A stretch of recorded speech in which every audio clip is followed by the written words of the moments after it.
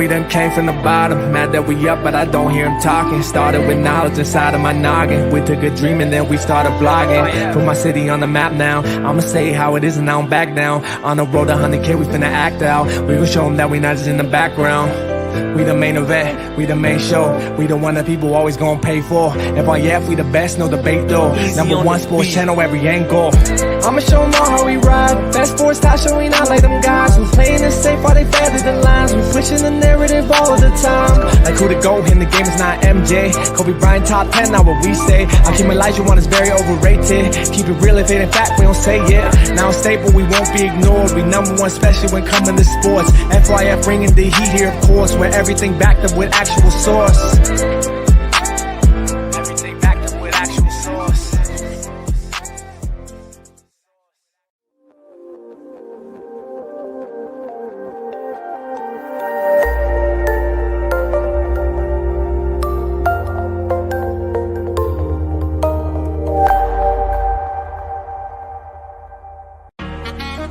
Nah, that's just passion. Love the game. You already know what it is. FYF. You don't got tough skin. Might as well not even come on in. Talk to 'em. FYF, blow the whistle, man, we too official. Better check the film, we not one of them. The greatest to ever ball above the rim. They wasn't with me shooting in the gym. Cut the small conversation, debate on major levels. This the playoffs, baby, bring that pressure, we never settle. Cross and spin, getting it in, I wanna win. That teamwork got us headed to the ship again. LeBron better than MJ, cut it out. Half these fans in the stands don't know what they talking about. Half-court jumpers, crowd going wild. FYF ranked number one, you better say it loud. Intellectual talk, but fuck your feelings. Elijah 1 too overrated, Kobe still a realist. Top 10 all time, now how they cut the line. Magic Johnson, Draymond Green, one in the same kind. Fuck your feelings, fast break, stop and pull a J. He got how many rings, nothing else to say. With the team, live streaming, play by play. This the dream, full steam on the road to 100K. FYF, blow the whistle, man, we too official. Better check the film, we not one of them. The greatest to ever ball above the rim. They wasn't with me shooting in the gym. Cut the small conversation, debate on major levels. This the playoffs, baby, bring that pressure, we never settle. Cross and spin, getting it in, I wanna win. That teamwork got us headed to the ship again. Started small, then turned into big dogs. They treat me like the GM, I just make the call. No matter who my op is, I'ma stand tall. Then pull up to the game, fresh like I just left the mall. 100K, 100K, 100K, check the score. We gon' bust the shot clock, fans running to the floor. All I hear is go this and go that. Man, your team suck, hang it up like a coke rack. I love the game, I admit it, I can't quit it. Step in front of me, man, your ankles gon' get the business. Been a legend like Moses Malone, way ahead of my time. This the greatest sports show ever, I just had to remind. FYF, FYF, blow the whistle, man, we too official. Better check the film, we not one of them. The greatest to ever ball above the rim. They wasn't with me shooting in the gym. Cut the small conversation, debate on major levels. This the playoffs, baby, bring that pressure, we never settle.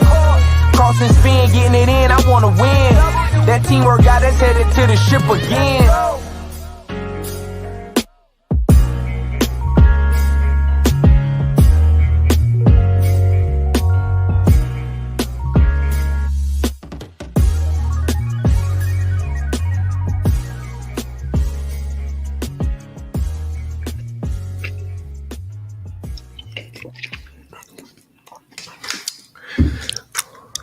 FYF Sports, man. Well, the day is here, man. A lot of y'all have been asking about it, man. A lot of y'all have been calling for it. And, man, now today is here. Now, we didn't get everybody that we wanted. It's a couple people that we really wanted to kind of get in here. And not everybody had the gumption over at Players Choice to really step into the gauntlet over here. I told you it's a gauntlet over here because the way we debate is just it's a little different, right? You got to really stand on your own You got to really stand in the fire, man, and you really got to know your stuff, because we like to allow you to know the topics beforehand. I want you to go study. I want you to get well versed. I want you to have your counters ready. It's just the same way you prepare for any basketball game. I want you to be the best you can be when you debate here on FYF Sports, man. That's how we do things over here. And, you know, unfortunately, sometimes when you debate, your best is just not good enough. And that's the reality of these debates. So if you are new over here, like I said, I'm not going to waste too much time. I got a few of the debaters in the backstage right now. I'm going to tell you guys the lineup that we have. All right. To start the night off, y'all, we're going to have Big Bob. A lot of you guys know him from over on Players Choice. Salute to him. I'll be also dropping the link to his channel in the chat. Make sure y'all go check him out. Like I said, he does a lot of late night streams. He cooks over there versus TruDaking. All right. I'm going to bring those two up first. I'm going to allow them to tell you guys exactly what the topic is that they're debating. That way there's no confusion and I don't get it wrong. And then what we're going to do is we're going to allow them to get 2 minutes for the first round, 2 minutes for the second round, right? And then the last round is 2 minutes of rebuttals. Obviously, over here on FYF Sports, TruDaking is the ranked debater. He's top 5 right now in our power rankings. So that means Big Ock is going to have to start it off in the first round. TruDaking goes first in the second round, and then then Big Ock has to go first in the rebuttal round, which is the last round. If you don't want to use your full 2 minutes, just say you forego your time, and we'll forego your time. And then you can pass it to the next person. But that's how it is. Now, we're going to do the voting similar to how we did in the last debates. The chat counts as 1 vote. I'll put a poll up as soon as the debate is over. I'm going to be bringing 5 guests up from the chat. You guys are going to be considered the panel vote. I don't want the participants voting. So I'm going to be bringing 5 of you guys up to vote. And then we're going to have 1 tiebreaker judge, a neutral participant. I've asked a few people. I haven't seen them pop in the chat yet. So more than likely, I'm just going to have to pick a neutral voter from the chat to break the tie. I think I know who I have. Actually, this is a person where we have not asked her to be the special guest judge of the day. So I'm going to go ahead and ask Natalie for real. I'm going to go ahead and let her, if she wants to be the special guest judge of the day, we're going to go ahead and give that to her. If you can give me a thumbs up on that, Natalie, we'll go ahead and make you the special tie-breaking judge of the day. D Reed, man, you ain't. I don't know. Well, like I said, I gave it to her. If she don't want it, then we'll probably go ahead and give it to Tiffany. I don't know. We'll have to see. But I just want to switch it up a little bit. So we're gonna do it the same. All right. So she just said she can't be neutral, so we can't give it to her. Land of the Heartless 216, man. You know your stuff. You done hooped. You done played on all levels. If you want to be the special guest judge, let me know. Right? See, I appreciate the honesty right there. All right, so Land of the Heartless, if you want to be the special guest judge, man, you've been here since day one, man. You got it. All right, Sturdy, I see you in there. Make sure you come in here, Sturdy, and hit that link. Like I said, we're not really gonna waste too much time. We're not gonna really waste too much time because we got participants in the backstage, and I don't want to have them in the backstage waiting all day as we progress through these debates. All right, but the 2 people that are up first are here. That's the good thing. All right, I'm waiting on SB to get here, which I know he'll be here soon. Sturdy, I just saw him in the chat. Waiting on Damo. And then we got the headline event of the day, man. The headline event of the day, man. Young Africa versus TicketTV, man. Young Africa versus TicketTV. You guys will get your popcorn out for that one because you got 2 big-time personalities going to be going at it right there. And remember, y'all, this is just preliminary debates headed into the big event over on Players Choice channel, right? Over on Players Choice channel, July 8th, right? 1st to 15, King of the Hill type event. It's going to be going over there. Make sure y'all tune into that. This is just a preliminary event. Y'all can get familiar with some of the guys from Players Choice. Like I said, a lot of these guys have channels. So I'm going to be dropping the links to their channels in the chat throughout this stream. Make sure you guys sub up to these channels, man. Support everybody that has the gumption to come over here and debate on FYF Sports. There's a lot of people that really backed out of this, y'all. It's a lot of people that made up excuses to avoid getting on the big stage. Believe me, we tried, man. We tried to instigate debates. We tried to get people to pull up, man. It was tough, man. That's why I got to have respect for Big Ox, Chilltown, Domo, and TicketTV for pulling up. So let me go ahead before we get our debate started, you guys. Before we, as we always do. Look, y'all, none of this would be possible here on FYF Sports, y'all, if it wasn't for the sponsor of today's debate, man. They are the true sponsor of today's debate, man. Rental Karma, man. Look, I know it's a lot of y'all in the chat right now that your credit score is sitting at about 450, 425, 500, and you need to get your credit score up. It's probably a couple people that are participating today that need to get their credit score up. That's why we got Rental Karma. Rental Karma allows you to report your rent payments, whether it's to your mom, your dad, your brother, an apartment complex. You can report those payments on your credit, and you can get your credit score up. Let me show y'all this quick promo from Rental Karma.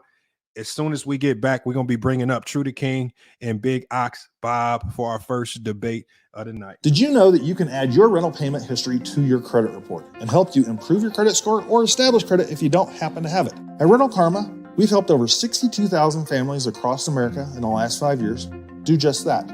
Whether you pay to a family member or a friend or apartment or a landlord, we can help you. So if you're a renter in America and you want to get the credit you deserve for your rental payment history, visit rentalkarma.com and see if Rental Karma can help your family. Big time Rental Karma. And you know what? Salute to Herm in the chat, because Rental Karma just reached out to me and they said, we appreciate Herm for signing up. You know, Herm's sitting there with a 378 credit score. You know, Herm's trying to get his credit right. Y'all need to do the same. Herm's credit score is going to jump 40, 50, 60 points just by signing up with Rental Karma. You use that promo code in the chat, y'all. $25 off registration fee, man. $8 a month to keep it up, man. Sign up for Rental Karma today. Look, y'all. I'm not even gonna hold it up any longer, man. We're gonna get it rocking. We got TruDaking. We got Bob. Both of these guys got their cameras on. TruDaking, you already familiar with the format. Bob is new here. I think y'all both heard me break down how this is going to go in y'all debate. Up next after this debate, we got SB Sports Talk and we got Chilltown. That one's going to be really good right now. But I want y'all to both cut your mics on, and I need y'all to both let the people know what are y'all debating and who has what side before we get it kicked off. Go ahead, True. I got Trae Young over De'Aaron Fox. Mm-hmm. And so obviously, True got Trae Young over De'Aaron Fox. I got De'Aaron Fox over Trae Young. And so, are we debating peak, just overall player? Who better? Yeah. Just who better? Who better? I believe I'm kind of arguing over who I would take if I was an organization. Kind of make it. You know what I'm saying? Something like that. That's cool with you, True? That's no problem with me. Okay, for sure. All right, so there we have it right there. Well, look, both of you guys got your cameras on. I'm going to be putting you on the big screen when your time is up. I'm going to be running a 2-minute clock. When I say your time is up, and we got to move on to the next person. All right. Normally we put the timer on the screen, but since both of you guys got your cameras on, we might as well go ahead and get you on the big screen. So I got my timer ready right here. First round, remember, TruDaking is the ranked debater. He's ranked number 3 in our most recent Chat GPT polls. Remember, I don't pick the rankings. Chat GPT picks the rankings. Some of y'all disagree. True is number 3, man. It's his opportunity now to prove it. Right? Was Chat GPT right about TruDaking? We're going to find out now. But let's go ahead and get Bob on the big screen. And when you get on that big screen, as soon as you get on the big screen, that's when your time starts. And you're going to break down to the people your opening round on De'Aaron Fox. Go ahead and take off, Bob. Okay, so a lot of y'all know me. Y'all know I don't really want to do too much talking, so I might not need 2 minutes. But speaking about who's better between De'Aaron Fox and Trae Young, I'm not going to focus too much on De'Aaron Fox right now. I'm going to talk more about Trae Young. I'm not going to do the basketball thing and come up here and spit a whole bunch of stats either. So I'm going to start with the fact that if you measure him up, Trae Young is significantly smaller than De'Aaron, which it makes it when you're guarding Trae Young, he's easy to box up. You know, it's hard for him to get good shots off. He takes terrible shots. His shot selection is subpar at best. I don't think he's that great of a distributor. His stats tell a different tale, but I believe it's easy for any starting point guard in the NBA to dribble around for 20 seconds of the 24-second shot clock, kick it out to an open shooter, and you can get assists that way. Let me see. Trae he'll shoot you out of more games than shoot you into because, like I already said, his shot selection is subpar. He's more easy to guard. He doesn't really control the tempo of any game. I mean, that's pretty much it. Like, just speaking on Trae Young right now, those are my main points. Lamont, you can go ahead and let True get it. All right, there he is right there. Let me put it back down right here. All right, so he forgoed. He had 30 seconds remaining. He did forego the remaining time. So we're going to reset that timer. TruDaking, your first round, it starts now, man. Go ahead and cook. Yo, let's get it. Hey, listen, Trae Young is better than De'Aaron Fox. I don't even think it should even be a debate. When it comes to who is a better player, who makes their teammates better, is obviously Trae Young. Trae is the question is De'Aaron Fox. Is De'Aaron Fox even the alpha on his team? Trae Young been the best player on his team since he got to the league. De'Aaron Fox was a role player coming into the league. So when it comes to who I'd rather take a guy that's been proven to be a best guy on could be a franchise player. De'Aaron Fox, there's still questions is if he can be a franchise player. So let's talk about the facts. You said he can't be a better playmaker, which is cap. Trae Young is one of the best passers in the NBA. So definitely better than De'Aaron Fox. So if you want to go there, when it comes to shooting out the games, well, De'Aaron Fox can't shoot at all. He shoots 32% in his career. So when you're talking about getting shots off, well, he can get his shots off better than De'Aaron Fox apparently. And free throw shooting. So which De'Aaron Fox shoot a low 70% and Trae Young shoots mid-80s. So if you come, that's the facts right there. Listen, Trae Young is a floor raiser. If you look at, if you look compared to what De'Aaron Fox has a guy and Sabonis, compare who was the second guy that Trae Young had to go get with. Let's just be real. So when it comes to who I'd rather build with is obviously Trae Young. When it comes to he's a clearly better offensive player. When it comes to defense, cool, I give you that. But De'Aaron Fox is not an elite defender. So that he's not shutting nobody down. He's not locking nobody. So that's irrelevant. That don't mean anything. When it comes to who wins for a franchise, it is proven it could be Trae Young. That's time. All right. That's the opening round, man. That's the opening round. Y'all heard it. Remember, y'all start tabulating y'all votes right now because I'm going to be putting that poll in the chat as soon as it's over. But this is the top. This is the top of the second round. We know that at the top of the second round. Now, True, is your turn to go first. So, TruDaking, man, you was just up, but you right back on the clock. True, in the second round. So, True, go ahead and start with your second round conversation on Trae Young. I mean, listen, man, when it comes to who I'd rather take, I'm taking a guy that has a higher PER. When Trae Young was 22.2 and De'Aaron Fox compared to De'Aaron Fox is at 18.7. I'm going to take a guy that has a higher value over replacement than De'Aaron Fox. I'm going to take a guy in Trae Young that led a team to the Eastern Conference Finals with no other All-Stars on his team. I'm going to take a guy in Trae Young that's one of the best, like I said, not just one of the best. He's not just one of the best passers in the game. He's also one of the best scorers in the league. A couple years ago, he led the league in total points. De'Aaron Fox never did that. So when it comes to who I'm taking, it's obviously Trae Young. Trae Young, better shooter, better playmaker, better scorer, better floor raiser when it comes to elevating guys on his team. which De'Aaron Fox shown that he cannot do better than Trae Young. So let's get to that. Trae Young has always been the alpha on his team. De'Aaron Fox at one point in time was a role player. He had to work up to even be elite. De'Aaron Fox has just been started being in conversations of being an elite point guard. Trae Young has been an elite point guard since his second year in the NBA. What are we talking about?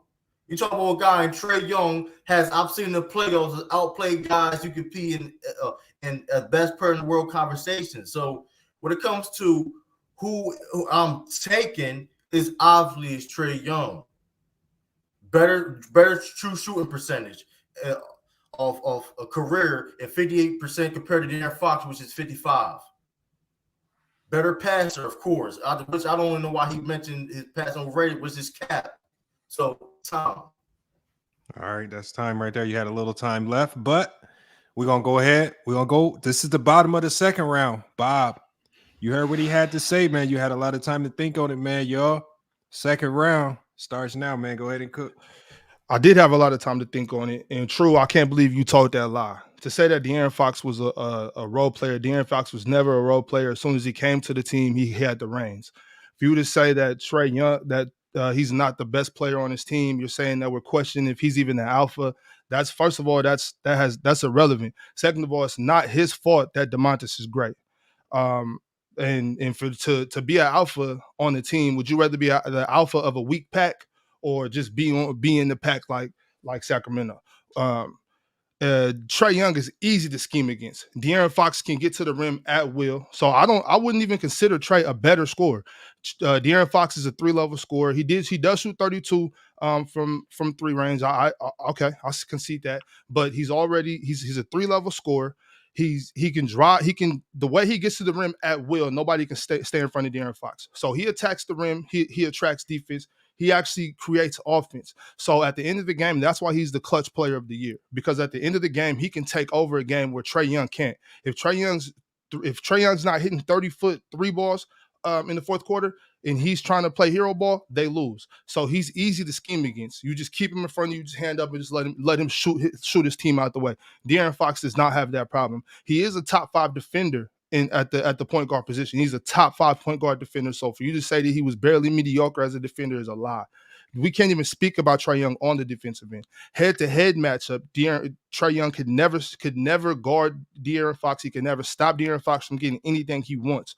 Trae Young has one option on offense, and that's shoot up a crazy shot or hope that John Collins bails him out by throwing him a lob. John Collins is not there anymore. So that's it right there. De'Aaron Fox is actually a 3-level scorer. You lied and said that he wasn't a good scorer. He is a better facilitator than Trae Young. Trae Young only gets his shots to his teammates when he's boxed up. If you ask me, Trae Young is like a small version of Luka with lesser of an IQ. That's time right there. All right, man.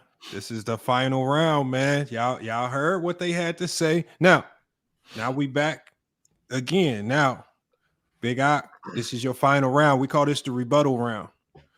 Your rebuttal round is 2 minutes as well. Bob, it's your turn to go first in this round, and True is going to go ahead and close it out. So we're going to go ahead and get Bob back up on the big screen, and your third round, your rebuttal round starts now. Okay. If I was to also take it as far as who would I choose in my organization, I would also look at it as what type of player are you? What type of person are you in my locker room? Trae Young has already ran off 2 coaches. De'Aaron Fox is shown to be nothing but coachable. Trae Young tries to run the organization like he's the GM, like he thinks he's LeBron James, one of these guys that controls the organization, and he's done a very bad job of doing that. He's missed out on 2 good coaches, including Nate McMillan, who all Nate McMillan wanted him to do was play a little defense and be a true point guard as far as facilitating.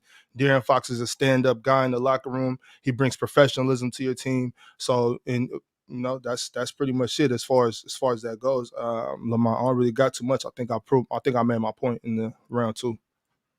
All right, man. He left he felt confident. He left over a minute on the clock, man. TruDaking, man. Go ahead, man. Your time starts now. You got the final rebuttal, or final say so in this, and people in the chat start tabulating y'all votes. I'm gonna be dropping the poll as soon as TruDaking is done. But TruDaking, your time starts now, man. First of all, I never said De'Aaron Fox was a mediocre defender. I just said he wasn't elite. And in him being a top 5 defensive point guard, no, he's not. When it comes to then you also keep saying about De'Aaron Fox is a better passer. No, he's not. No, he's not. Trae Young is career average 89 assists a game in his career. De'Aaron Fox is 6'7". That's a big difference. Trae Young, a better scorer of the basketball, average more points in career, average more assists, has more success in the NBA as a franchise player. And yes, De'Aaron Fox was a role player as a rookie. He averaged 11 points a game, shooting 41% from the field. Trash. De'Aaron Fox shoots a low 70% from the free throw line. That is trash. So when it comes to who I'm taking as the franchise player, I'm gonna get a guy that can get some free throws and can shoot a jumper. De'Aaron Fox, yes. Is he dynamic as a scorer in his own right? Yeah, but not the same level as Trae Young. Trae Young led a team to the Eastern Conference Finals. De'Aaron Fox has never did that. He has never did that in his career. So I'm gonna take a guy that's led a team to a conference finals and was 2 games away to the finals, and he did it being hurt. So I'm taking. Listen, it's not even a debate, man. De'Aaron Fox just became a elite point guard conversation. Trae Young has been in elite point guard conversations for since his second year. We're talking about a guy. Trae Young is a 2-time All-Star, 1-time All-NBA. De'Aaron Fox just came to the party. When it comes to floor raising, making teammates better. That's time right there, True. That's time right there, True. All right, there y'all have it right there. I'm gonna be bringing people up for the panel vote on this one, and then the poll for this one is in the chat now. As soon as we get 5 votes from people who want to hit the link and pull up and give us, I need you when you pull up, you need to give your thoughts on the debate and then tell us who you have winning. And then I'm going to drop you down and I'm going to bring somebody else up. And so we'll try to be as quickly as possible. Like I said, we got a really good debate coming up next. And I may even chime in and give my thoughts on this particular debate as well. So, if you do want to vote on the panel, the link is going to be in the chat. I expect to get 5 people up here really quickly, just to give their thoughts real quick. And so I can get a vote. 5 votes is all I need. Let's get it in there. All right, it's in the chat right now. All right, and let's go ahead. So remember, the poll is 1 point.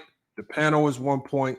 And we got the tiebreaker with Land of the Heartless. That's 1 point as well. So there's 3 points you can get in this right here.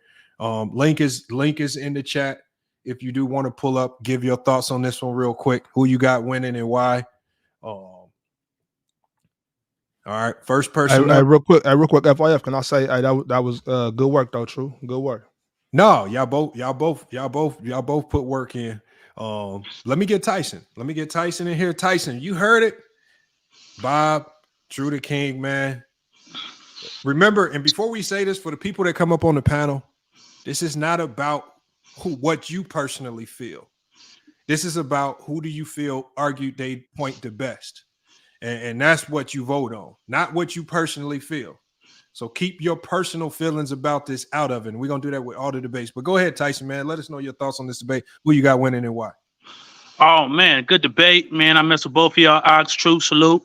The first round I gave to True. Ox, he came out, cool, but a little shaky. True hammered down some points. Second round, I gave to Ox. Plain and simple. He came with a strong strong second round and did his thing. Talked about what De'Aaron Fox brings to the table. And True was cool, but I gave that second round to Ox. Third round, Ox didn't have too much for us. So, you know what I'm saying? He came with left a minute on the clock, didn't give us too much he didn't say in other rounds. So I gave the third to True for the winner 2-1. Ox, come on, bruh. We gonna work on it, man. Hey, salute y'all though. I gave it True 2-1. Right on. All Right right, on, Tyson, man. A lot of y'all know Tyson. He pulls up on PC a lot, man, as well. Salute to Tyson, man. Tyson, I'm gonna keep you right there. We got Khalil. He pulled up. Khalil, you heard the debate. Give us your thoughts on the debate and who you got winning and why. Can y'all hear me pretty good? Yep. Salute to you, Lamont, man. It's a beautiful thing you got going on cross platforms. Big Ox, I subscribed to your channel probably about a month ago. You do good work over there, brother. So salute to you. True, you always been one of my favorite people on YouTube, man. You a Boston Celtics fan. I can't stand that part of you.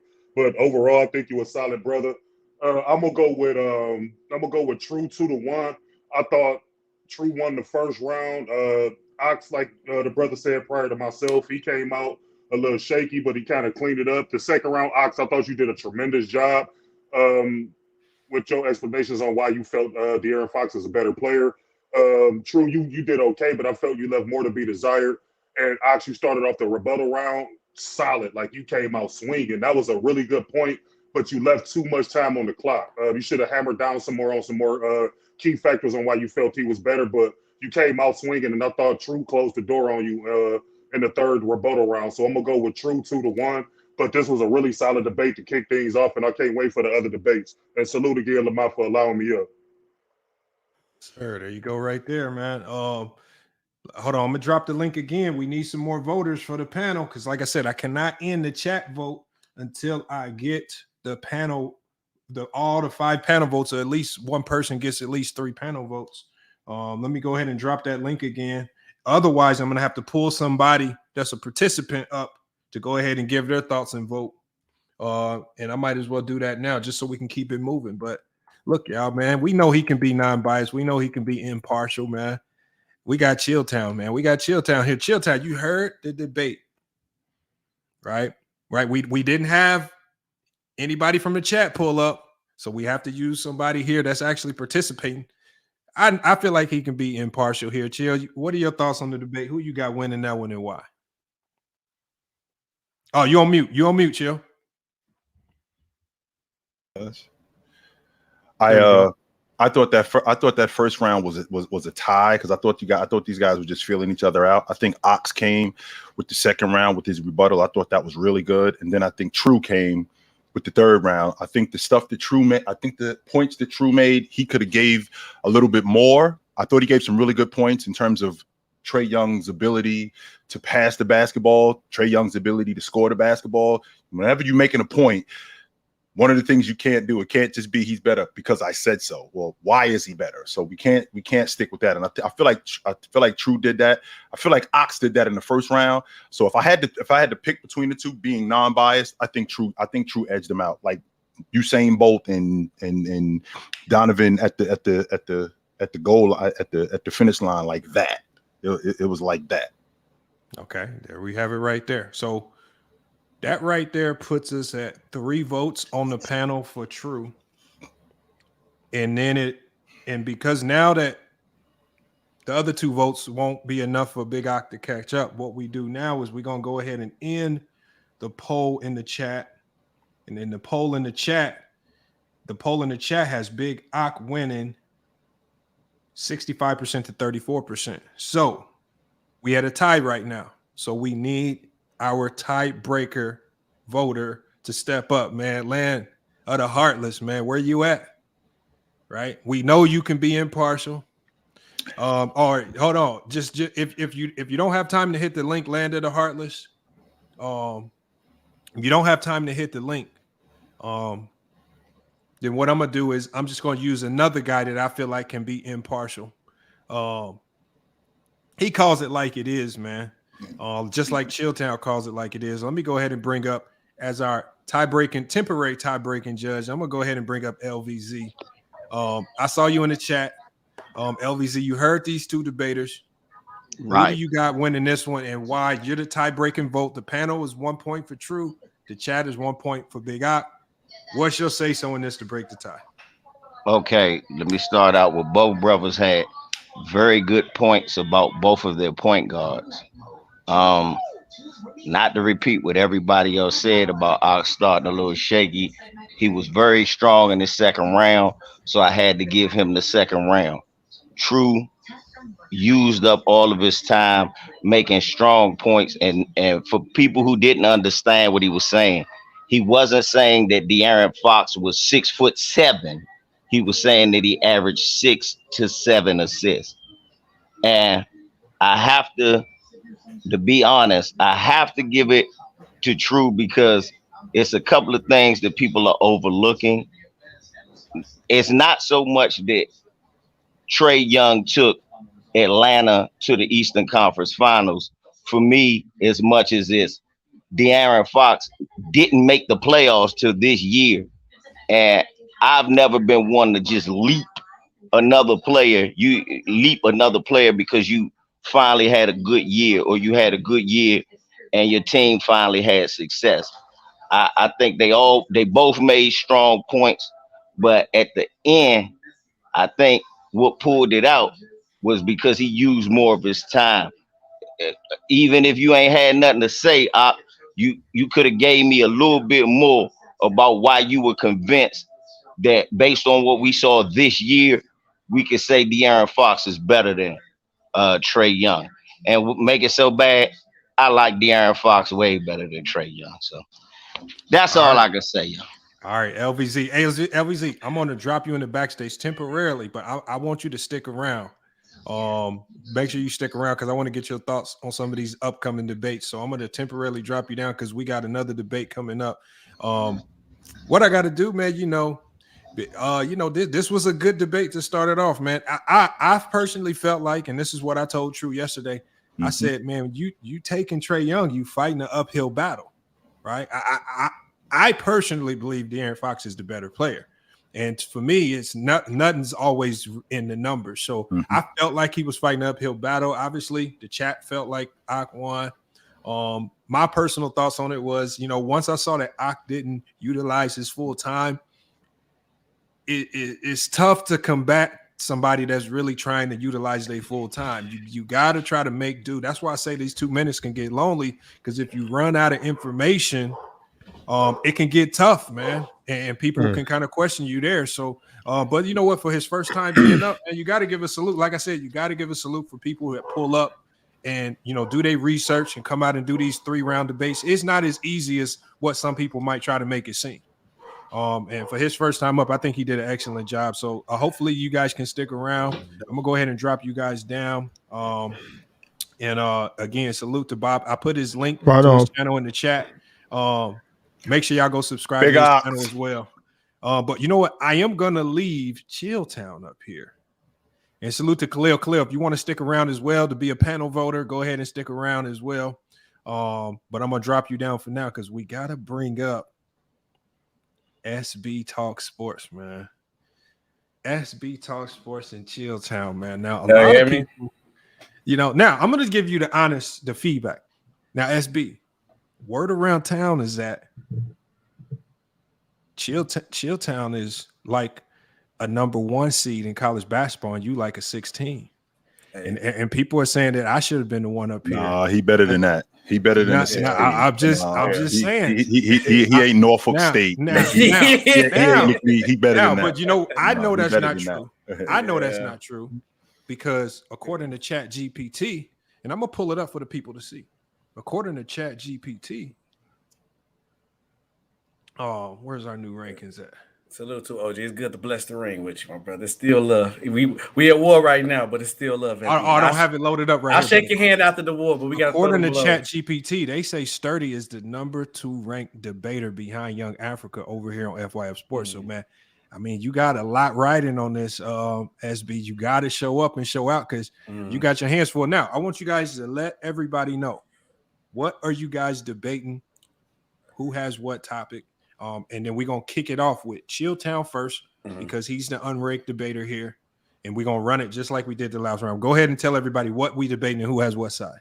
We are debating who was better at their peak, Derrick Rose or Russell Westbrook. Obviously, y'all know I got D Rose and OG got Russell Westbrook. Okay, so Derrick Rose peaks versus Russell Westbrook. This is going to be interesting right here. And what I'm going to do is I got my clock ready. Both these brothers got their cameras on. So what I'm going to do is I'm putting Chilltown. As soon as you get on the big screen, your 2 minutes starts then. So go ahead, Chilltown. Let's hear you cook on Russell Westbrook. Well, you and I had a conversation, FY, a long time ago. We talked about which top 5 was the hardest to crack. And you said it was the 2-guard spot. I felt like it was the 5 spot. Well, right behind the 5 spot, I feel like it's the point guard spot, because that's the general. That's the guy who's leading your crew. That's the guy who's got to be the smartest. That's the guy who has to make sure that everything on the floor runs smoothly. Well, when you got a lead guard, you have to know that position right from the beginning. Russell Westbrook comes into the NBA and he has to get converted from the 2-guard to the lead guard. And once getting converted from the 2-guard to the lead guard, that gets compounded by running with a scorer in Kevin Durant. Well, I got to run with this guy, and I got to know where he needs the basketball. I got to know how he needs the basketball. Do I get him the ball off the bounce? Do I get him the ball in transition on the fly? How do I get this guy the ball? How do I get everybody else involved? And he's learning this on the fly at the highest level, and he's excelling every season. Every year, Russell Westbrook's numbers had gone up. He went from 15 to 19. He went from 15 to 17 to 22. Russell Westbrook had a 4-year stretch right from the beginning where he went 19-8 to start his career.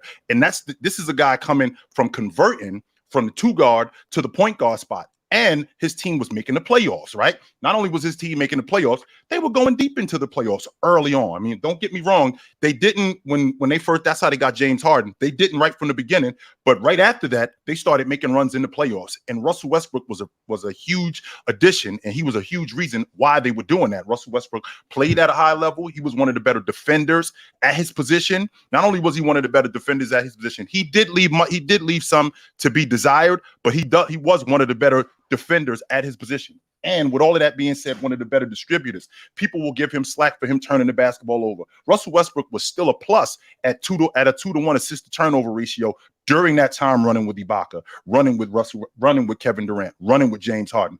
And on top of that, converting again from the 2-guard spot to the point guard spot. So Russell Westbrook. That's time. All right. That's a strong one. That's a strong first round, man. Y'all heard it. That's Chilltown. SB, number 2 seed over here. Number 2 ranked in the power rankings. 16 seed by the chat was. Your time starts now, man. Let's cook. All right. So look, when we go to the conversation, we talking about peak. We don't come into the beginning stages of career. Like, yes, we do career wise. I can't argue Russell Westbrook. My brother Derrick Rose career was short. We talk about peak for peak. We really comparing their MVP season, because during Russell Westbrook real peak, he was really a number 2. So now we got to compare number 1, number 2, or we just compare when they both was the number 1 guy. And that really was the MVP year, because when Westbrook won his MVP, that was when KD left. And then right after he won his MVP, he got Paul George, Carmelo Anthony, which we can always tell about the fair, but I'm going to get into that later. So we're really comparing they both MVP seasons. Derrick Rose was more impactful. Derrick Rose was the number 1 guy. Derrick Rose didn't really sell it for his team. Now, if you go from stat and just looking at a stat-wise, I guess, but then you got to talk about Westbrook's shooting percentage. You got to talk about his turnovers, how he cost his team the game, even in such historic book MVP caliber season. You know how it ended with him, with how he got the record? I mean, for Oscar Robertson shooting a bad game-winning shot. But that's pretty much Westbrook style. Bad turnovers, bad shots. But we go look at Derrick Rose,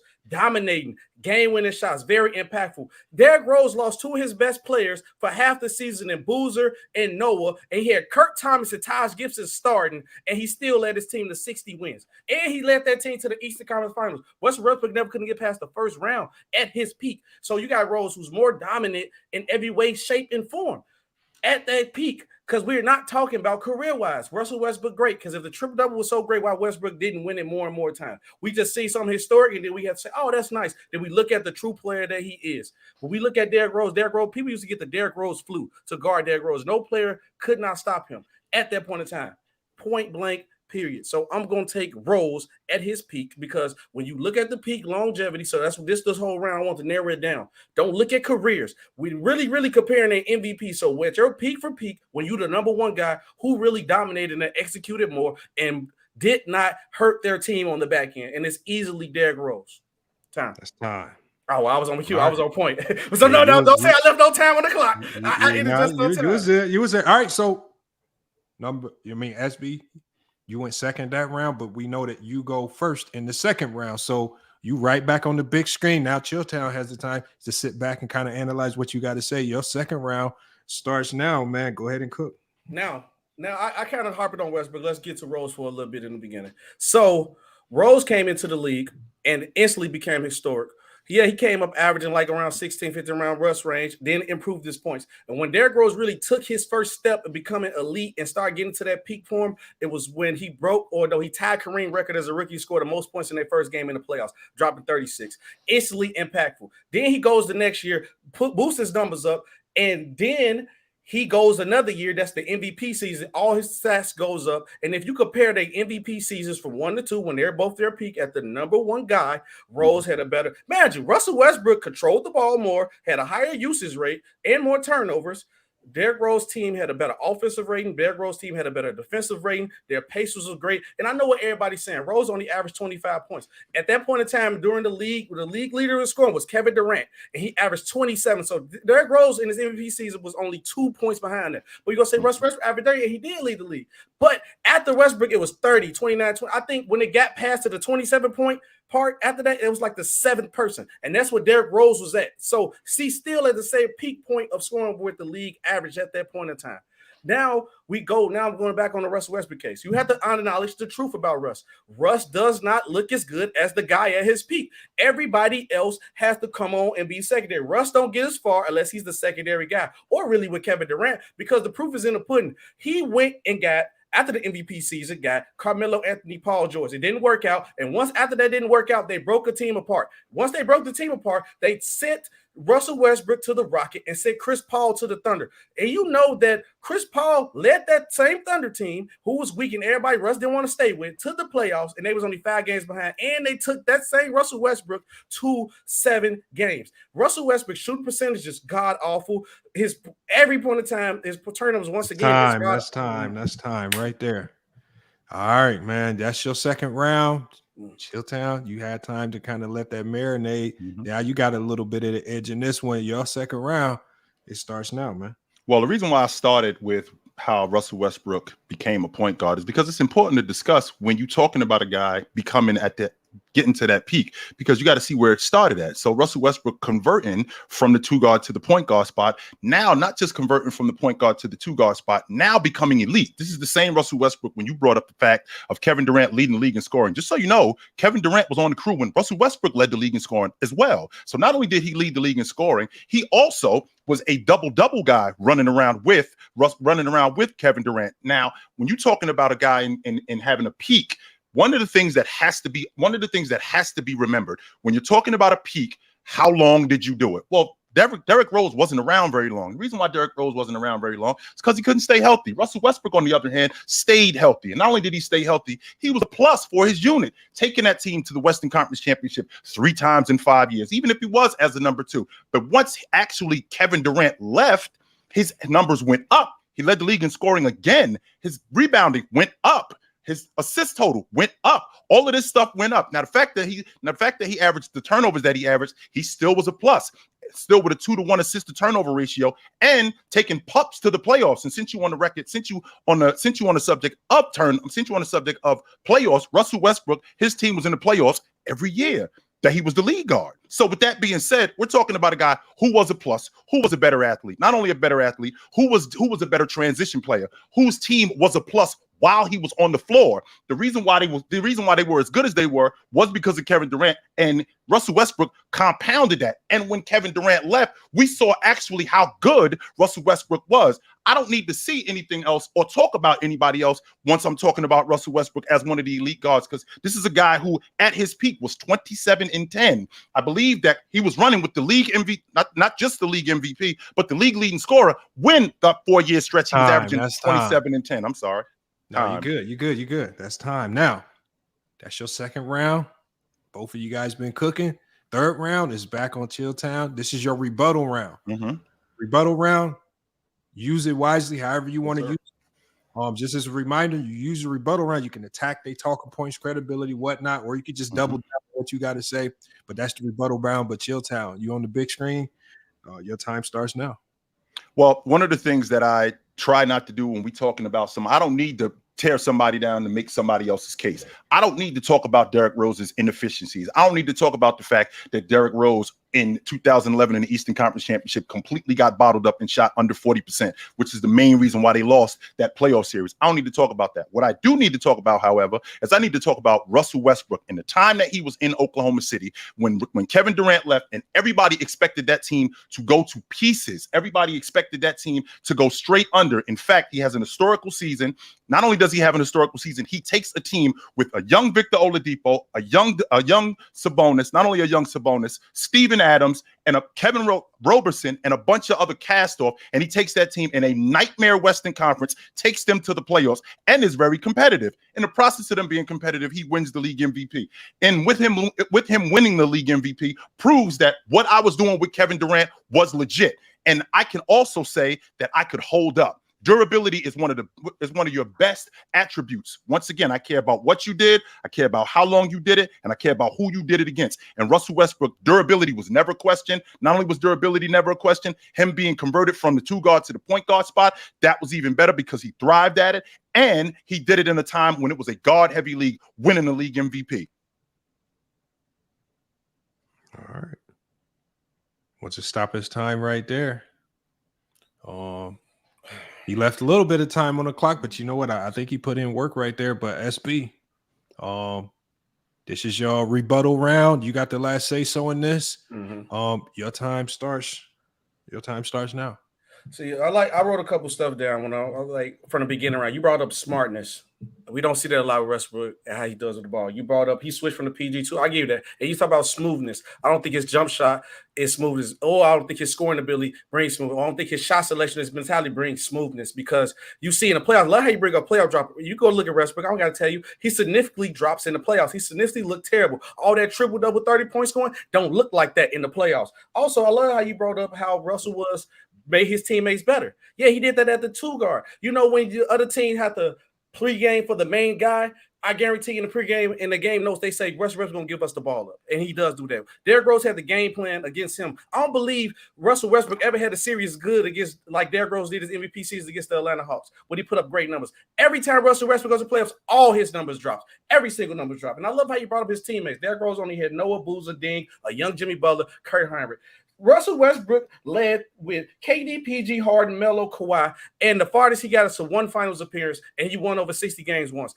Derrick Rose, only thing Derrick Rose didn't do was go to the finals. That's it. Derrick Rose brings more to a team, impactful. Yeah, like I said, I can't argue the longevity fact. Derrick Rose's peak was very short, but Russell Westbrook's peak was very short as the number 1 guy, because every other time you could bring up a Westbrook was either winning or look okay, he was a number 2 guy. He didn't look good as a number 1 guy. Only thing he did as a number 1 guy was average a triple-double, and it helped on with the narrative because everybody was dishing KD wrong, and he had the OKC as a 6 seed. You tell me you comparing a guy peak who had a number 1 seed, 60 win game MVP season to a 6 seed, 40+ win game with a narrative of everybody hating on his teammate. We can't do that. So when you look at everything from top to bottom, peak to peak, now if we want to ask who's the better Scottie Pippen guy, sure. But when you're talking about you the number 1 guy, you're Brown on your team, you the Jordan on your team, what did you do and what did you impact? Yeah, Derrick Rose led 60+ wins, MVP season, led to the Eastern Conference Final. Russell Westbrook. That's time.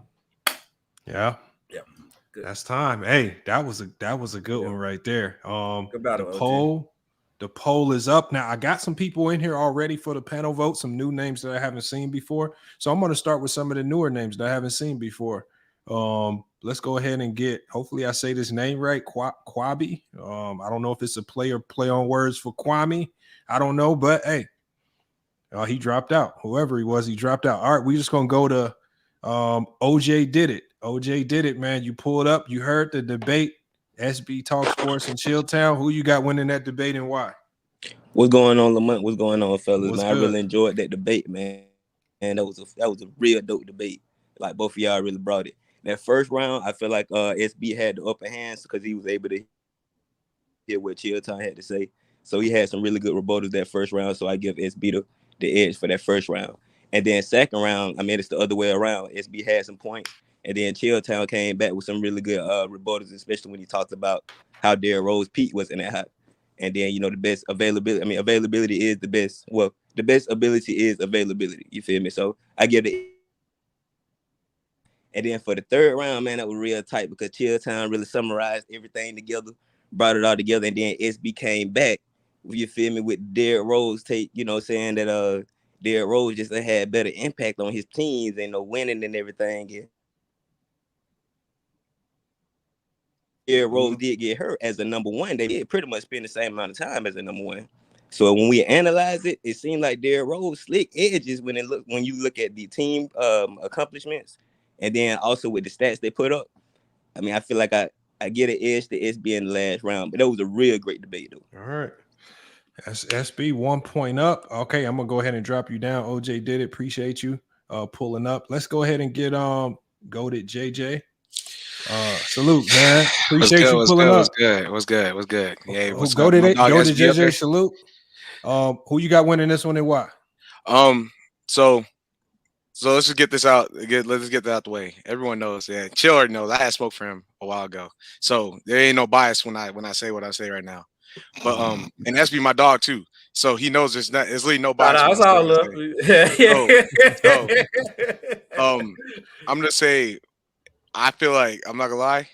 I'm gonna say it, and you might laugh, but I'm gonna say RIP SB. I'm not gonna lie, bro, because in my opinion, everything that Chill said, you feel me, about Russ in that first round, I feel like he stated a lot of great points on what he said, and you still had a good point at the end when you said at the end of the day when Derrick Rose, if Derrick Rose, the injury didn't happen, they would have the same amount of time as the number one. Real talk, you feel me? Mm-hmm. But Russ at the end of the day got that junk done. He was in the playoffs multiple years on end.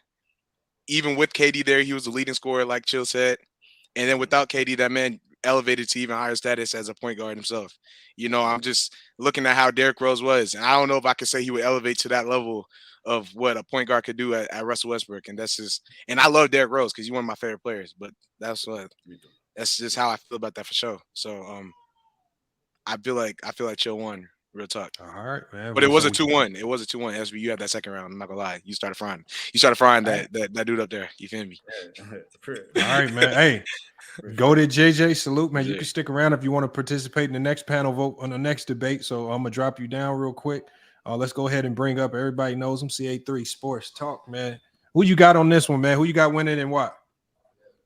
First off, I like to, just. I've been watching Showdown for a little bit. I'm a big fan of your content. Your TikTok and your YouTube. SB, we cool, bro. But I think I thought Chill won the first round. He came out firing and had a lot of good points. I thought SB had a lot of good points as well. I feel like SB, if you just talked a little slower, bro, it would have been you would have been like in even better shape. In the second round, SB really came out firing and he made a lot of really good points. I think Chill had a really good round as well, but I think you slightly edged out Chill in the second round. In the third round, I think you guys both had great rebuttal rounds. But I think Chill had the slightly better rebuttal round because he was just able to summarize it all really, I think, just a little better. But it was a great debate, very close, and it can go 2-1 either way, I feel. But I got Chill. All right, so we got another vote for Chill. Let me get that down here right now. So we still on the panel vote right now. Let me go ahead and we still got, and I'm gonna drop you down, CA3. Make sure you stick around, CA3. I'm gonna need you. You know what? A lot of people might not like me bringing him up, but I'm gonna bring him up anyway. We got Herm, man. Right, nigga, it ain't them. It's you. You don't like bringing me up. Who you got winning and why, Herm? I don't. I mess with you, Herm. I ain't got no issue with you. I know. You my brother, man. To be honest, it was a good debate. But I honestly got a 2-1. I got Chill Town. SB to me gave it away to me in that rebuttal in that third round. When they were saying that Russell Westbrook numbers don't translate in the playoffs, he just had a good playoffs with the Clippers, and he did a good job, honestly, despite of the injuries with Kawhi, PG not being available. Russ did a good job, honestly. It's just that he was outmatched. So Russ had a good playoff series against the Suns. So when you said that, that kind of threw me off a little bit, SB. No, we talking about for the peak. I was talking about during his peak time, but yeah. Yeah, you know, but Russ, even though I like Derrick Rose better because I'm a Bulls fan, but at the end of the day, injuries, all that stuff count, all that stuff matter. And Russ just had a better overall career than Derrick Rose, and at their peaks, they were just about even. But Russ edged him out due to he was really the engine for the Thunder. That's why, you know, Kevin Durant have expressed on his own that he felt like he was a number 2 at times because Russ was doing a lot. So I mean, Russ was just an instrumental with the Thunder than KD. So I roll it with Chill. Chill makes a good point. 2-1. It was close though, but 2-1 Chill. All right, man. There you go, right there. Well, that puts Chill at 3 points. That puts him at 3 points, and obviously SB, you can't catch him. So that means Chill wins the panel vote. And then when we look to the chat vote, I'm gonna go ahead and end the poll. And Chill wins in the chat, man, in that dominating fashion in the chat, 83% to 16%, which means we don't have to go to our special guest judge to break a tie because it's 2-0 for Chill right now. So we give this second debate. Don't just so you guys know, don't let the score fool you. This it was a lot closer than what the score showed. You'll see the score and you'll see like it was they won by 13. Nah, don't let that fool you. Yo, the game was a lot closer than that. The number 1 seed might have pulled away late, but he was in a dog fight with the number 9 seed for the majority of the fight. So don't let that score fool you. It was a good debate though. I enjoyed the battle though, man. I was good getting the ring too. I tell you, I shake your hand after we throw the blows. I still shake your hand. I got love for you. All right, so appreciate that, man. That was a good debate. Because right now we still waiting on. We got Sturdy versus Damo. And normally we would bring up the 2 headliners to kind of do a miniature face-off right now to give us a quick preview, but TicketTV isn't here yet. Also, we looking for Damo. Damo was talking real big about this debate, but he's not here yet, man. We got to figure out where he's at, man. He said he would be here. He's not here. I'm still going to bring up Young Africa. I'm going to go ahead and I'm going to drop you down, Chill Town. Please don't go nowhere just yet. I need you here. And the same with you, SB. Salute to you, Herm, as well. But look, Young Africa, man, you know, we like to bring up the headliners at this point in time in the debate, man. I'm going to go ahead and bring up Young Africa since Ticket ain't here. Young Africa, man. And you can hit that camera if you want. Salute, Lamont. Salute to the people. What's up? Let the people know, man. How you feel? How you feel about Ticket being a no-show so far, not showing up in the headline debate over here on FYF Sports, man? What do you think is the reason for that? One of the reasons is look how ready I am, man. Oh, it's blood on the walls, bro. What? It's blood on the walls. We know what it is. FYF. Hey, this is Young Africa, straight out the motherland, no other land. Hey, what would you expect from a man, right, that got called out for claiming Penny Hardaway ain't as good as Jamal Murray? In Ticket's words, Jamal Murray a better player than Penny Hardaway, man. Hey, Ticket, don't duck the smoke. Come stand on your square. Stand on what you said. Stand on your word and back that talk up in a debate and prove to the world that Jamal Murray is better than Penny Hardaway, because that's kept. And that's what I came here for the smoke. Ticket don't want that. You know, there's blood on the walls and he don't want to get splattered. He don't want it like that. You know what I mean? There ain't no mute button. Ticket can't mute nobody. Ticket can't do nothing but lean back and listen to the cooking. See, he don't like that. He needs that mute button for a guy like me called Young Africa. So, yo, I'm straight at the motherland. I've been waiting, bro. It's damn near, it's past midnight, man. You know what I mean? I was going to go party tonight, but, you know, I thought I might as well just go mix it up on FYF Sports, and Ticket done got me waiting, man. Hey, don't make me wait any longer. It's only going to get worse for you, Ticket. It's only going to get worse, man. But, yo, man, you know what we do, FYF, Lamont. Man, Ticket, come on. Lions Den basketball community. But when a real lion pull up, now we talking about what? We running now? Oh, nah, more like zebras den because they be running with the stripes. Stop it, man. Stop. Okay. Hey, look, y'all. Young Africa in the backstage. He waiting. Hopefully, TicketTV pulls up, man. We'll see, man. We will see. Somebody has to go get this, man. Because like I said, Young Africa, if you don't show up, Young Africa will never let Ticket live this down. Every time he sees Ticket, every platform, he's going to remind Ticket that he went missing in action when it was time to debate on a neutral big stage, man. Lamont, just like he talked about Damian Lillard, Ticket running from the ground, Lamont. Is Ticket running from the ground? What?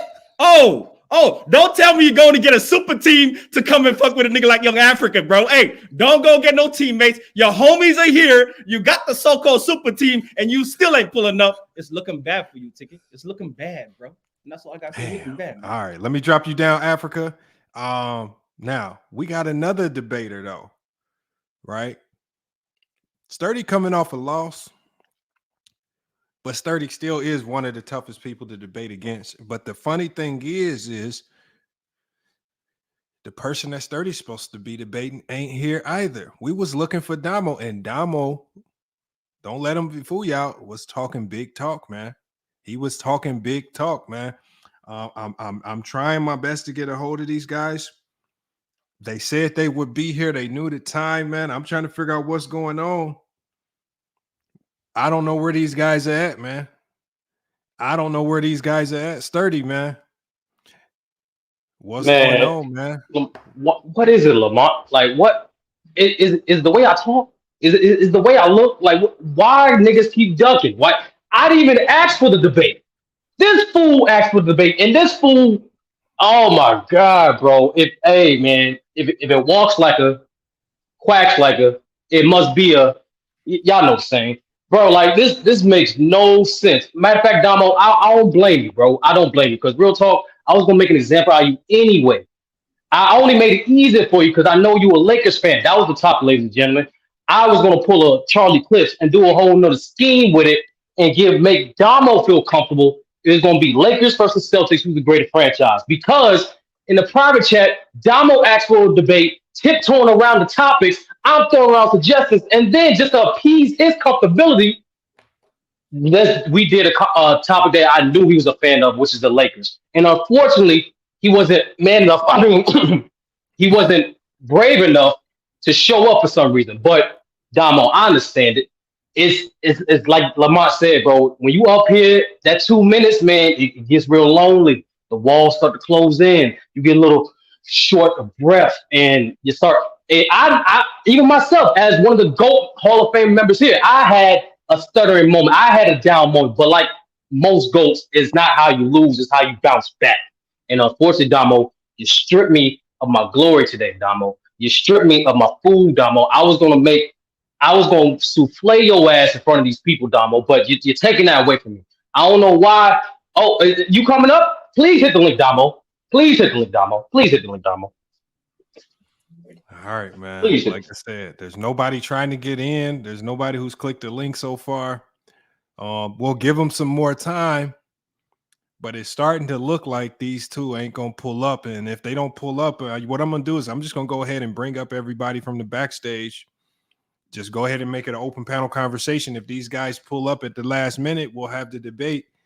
But man, if they're not here, man, we just got to give the default wins to Sturdy in Africa because they've been here waiting the whole time, like we normally do, y'all. They've been here waiting. So let me go ahead and bring up everybody, man. It's been some good debate so far. Some good talking points. And hopefully we can get these guys to come pull up. I didn't give my thoughts. The debate I wanted to give my thought on was I wanted to say something about both of them. I'll start with that Russell Westbrook one. It was kind of opposite because I almost kind of felt like SB, you had the upper hand on this one because of the popularity of Derrick Rose. Right. And y'all know I get killed for talking about Russell Westbrook and not letting people get, so I've never seen so many people in the chat. Your brains come back to earth now that Chill's telling you about but De'Aaron Fox. I mean, not De'Aaron Fox, but Russell Westbrook. Hold on, we got Bob here. Domo just texted and said that he hit at the wrong time, and he said he dropping his daughter off, so he'll be here in a second. So he coming. So Domo coming. So Domo responded. So he'll be here shortly. I was finna say, bro. That's Domo. good. That's good. I was finna say, Domo. Domo, you running from the grind, man. Hey. Yeah, Domo on his way. He looking like Damian Lillard right now, man. That's all I'm saying. Chill, good debate that we had. See, what I was trying to do was, because I knew like I couldn't argue the longevity point from Rose hit the peak, so I kept trying to box it. And obviously, because people, I know why, like I kind of messed up. I could perform, but I was like talking too fast. Like I said, I can't help it. I'm talking fast now, but I tried to box it in from the point of like Russell Westbrook. There, I'm trying to compare their peak for peak as the number one guy, because I know I couldn't argue the longevity point. So I was putting everything in a box perspective, because obviously if you compare it pretty much making it an MVP season debate, because obviously with Russ, with the other guys, he did such and such, but he's really was a number two comparing Rose number one, because obviously Rose peak was really like a year or two. So, but yeah. The reason why I brought up the Russ converting from the two guard to the point guard, because that led up to how much better he was. You figure Derrick Rose has been a lead guard his whole career. Yeah. Russ was a two guard who got converted to a point guard when he got to the highest level. Yeah, And because he had to learn on was the point guard. right. He had to learn on the fly. Not only that, and not only that, Russell Westbrook wasn't highly touted coming out of high school. Derrick Rose was a McDonald's All-American. Low key, I give you that point, because that point you. Plus, he was a lottery pick, being a bench player. That's what Let me hear from LVZ. Go ahead, LVZ. I wanted to hear what he had to say. I'm about to say, Chill. I'm gonna tell you why I gave it to you 2-1, but Chill, I'm gonna be totally honest. He could have got you if he made more of an emphasis on talking about how James Harden was also a primary distributor and ball handler, taking some of that pressure off of Russell Westbrook. And if he emphasized that, well, Victor Oladipo and Sabonis became all-stars the minute they left Westbrook. So if he did more of an emphasis on that, I think I might have got SB. But the way that you argued it was tactful, because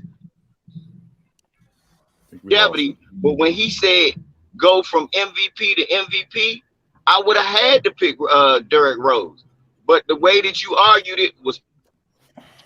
Yeah, that point you brought up for him converting from shoe guard to point guard, that was a great point, because you already knew I was going to attack the turnovers, him being careless with the ball, so that instantly put the people in the that was good. I knew that was coming. So I was like, because I already knew that was coming.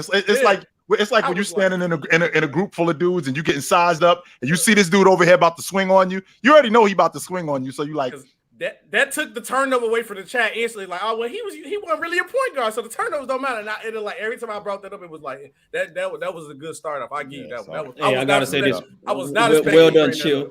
You did good, Chill. You did solid. Shout out to you for pulling up and getting down like how we get down. But where is your boy Ticket though, Chill? Where he at though? What's up, man? What's up? What's up? Hey, I'm not gonna lie, it's really looking like look at LV out here, man. I don't know, bro. It's really I'm about to say, I'm gonna just be the quiet one in the room. Young Africa, I heard what you said, but trust me. I got a little bit of something to do with that too. Okay. He ducking you too. Ticket don't duck smoke. Ticket does not duck smoke. No, he don't. You and you put in that work on your debate, bro. Oh, Ticket don't duck no smoke. I on behalf of my crew, I don't know what's going on right now, but on behalf of my crew, I know. You can say you don't duck no smoke. On behalf of my crew, hey, chill town. With all due respect, homie, you know I was doing the show long before he ever was doing anything with y'all. Go check some of his old shit. I am the LVZ that was battling him back and forth. So and then I just stopped. I just stopped, Chill, because I'm not the type of person to sit around hating on a motherfucker for no reason. So I like to talk about unity. So I stopped talking about basketball and let him do. That was it. We didn't stop debating back and forth. Because to me, it's a bunch of grown ass men arguing back and forth. For me, don't do it. It's corny. It's corny. It is. Yeah, I mean, look, I know a lot of people get their rocks on arguing about who eat the most ballparks and who caught the most joy. I know y'all like to argue. You ate more ballparks than anybody else. I understand that, but man, at the end of the day, a ballpark eater gonna be a ballpark eater. So I just let it do it. Yeah. So. But hey, I got a question for Ox and Chill. Real quick. Go ahead, because I got to bounce. No, I was gonna ask how y'all like our debate format compared to what y'all used to. Y'all know the difference with it? That format's fire. I like it. Hey, man. The two, you go because when the first round, whoever goes second then goes first. I like that. Yeah. Hey, Chill. I just want to say one thing. What about you, OG? You just whatever. You just debate. It don't matter. I'm a former ball player, man. When we pull up to the gym, ain't no what we playing to. We playing the 12. All right, that's what 2s and 3s. That's it. That's all I know. I don't know nothing else about you only can get 2 dribbles. If you want to play like that, we can play like that. All right. You want to play shirts and skins, we can play like that. Hey, that's what it doesn't matter to me. But what you was about to say, Goated? Because I gotta bounce. I was gonna say. I mean, I saw you had said that Ticket don't run from no smoke, man. But all week, all week, every day, all he talks about is Damian Lillard this, Damian Lillard that. Right now, hey, all I gotta say is what it's looking like right now. He looks like he's ducking this smoke, man. That's all I'm saying. Running from the ground, from the ground, bro. Hey, last thing, Chill. Last thing, Chill. Don't ever say I swung and I missed, because I don't ever miss. So just remember that. Not only did you miss, I ducked your jab and your overhand right. I had you in the corner. I had you in the corner the entire time, about this? man. He had me in the corner, and this is what was going on. He capping, man. So, I think we good, Joe. Hey, FYF, thanks for having me. Thanks for having me up, brother. I appreciate you. Yes, sir, man. Appreciate you, man. We gotta have you. Yeah, drop the link to his channel. I put it in the chat. I just put the link to his channel. Make sure y'all subscribe to Chilltown Hoops, and then make sure y'all also follow him on TikTok, man. He got a good channel platform over there as well. His channel, the link is in the chat. Y'all sub, y'all go follow, support. I got to get to a few more of his lives as well, man. I'll be missing a lot of his lives for some reason. I got looking for a trade, man. He requested Thanks, a trade. fellas. Appreciate it. Take it light, guys. All right. He said take a request of a trade. SB, what's my ETA for my Grubhub, my DoorDash? What's the ETA for that? He said, my Uber Eats. I'm gonna just read the message exactly what it says. It said, "My bad, y'all. Said too early, and my slow self. I ain't gonna curse. Ain't seen what you mean West Coast time. He said, I'm reading exactly. Got to give me a minute. I had to take my daughter somewhere, so he's on daddy duties, which I understand. I got to. This man. He on the way started. He on the way started. He just said I'm giving this man a piece of delivery time. I got 30 minutes, bro. I got this shit to do. Man, let's go, bro. I'm on time. I'm ready. Man. What's y'all arguing, Stardy? We arguing who's the greater franchise, Celtics or Lakers? Because I got the Celtics. He got the Lakers. Because Lakers got Domo's a Lakers fan. Hey, y'all know. Most of y'all. Well, some of y'all know how much I hate the Lakers. But if my man Domo don't show up for any reason, I'll run that fade. I got the Lakers. Hey, all I gotta say is this. All I gotta say is this. Hey, Ox. Don't get smoked, bro. Don't get smoked, because you hate the Lakers. You over here trying to defend them. Don't get smoked, bro. Nah, I like that, Ox. Ox acting like a franchise player, a PC, man. You the franchise player for PC, Ox. But Ox, the way it works, at least the way one PC FYF, right? 1-1. See, so far, like Ox, real talk, like the way we do it FYF. At least for the elite debaters, right? The way elite debaters do it at FYF, the best of the best.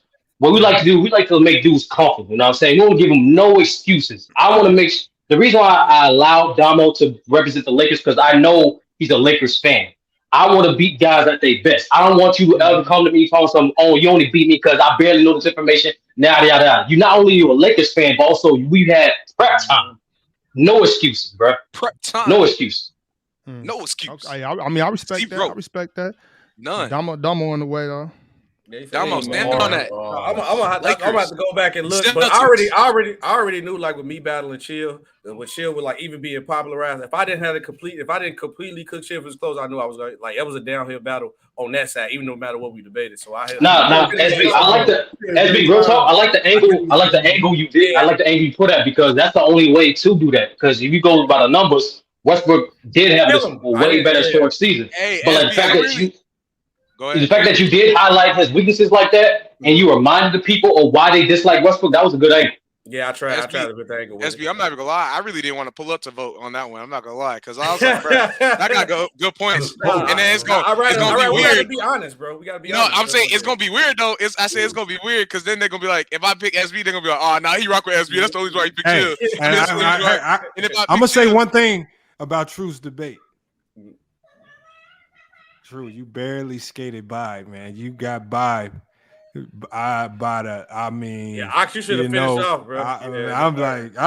If I'm being honest, I didn't. But SB, I didn't want to sit there the whole third round repeating myself. You know what I'm saying? I thought it was better just to. But you gotta formulate different points. You gotta be able to get creative with your points. That's a fact. Now, also, like, Lamar, if you notice, Ox was the first guy. Ox is the first guy. Boy, you talk about almost fumbling the bag, man. God damn, that was shit. Yeah, but no, Ox was the first guy. Like, real talk, like, Ox was the first guy that ever came up here that actually started that type of first round. He started with a strong arguments first. He's like, I'm gonna remind y'all why y'all just like Trae Young, and no one ever did that. I like that tact. I like that approach. Ox didn't sell. I mean, you know what? I think Ox didn't know the importance of completing your round. Like, we've seen over the last couple of debates we've had, if you don't use your full 2 minutes, you're going to get doxed, like whether it's from the panel or whether from the chat, they're going to dox you for it. And so once I seen them do that, I'm like, oh, man. They be on that, Ox. You gotta at least complete it. Yeah. No, I earned that. My thing is, I was so lost. Like, what else could you possibly say? True, I wasn't expecting you to come like that in the third round, because I'm like, what else could you possibly say? I thought I hit all the points. Like, nah, there's no that was a KD toenail on the 3.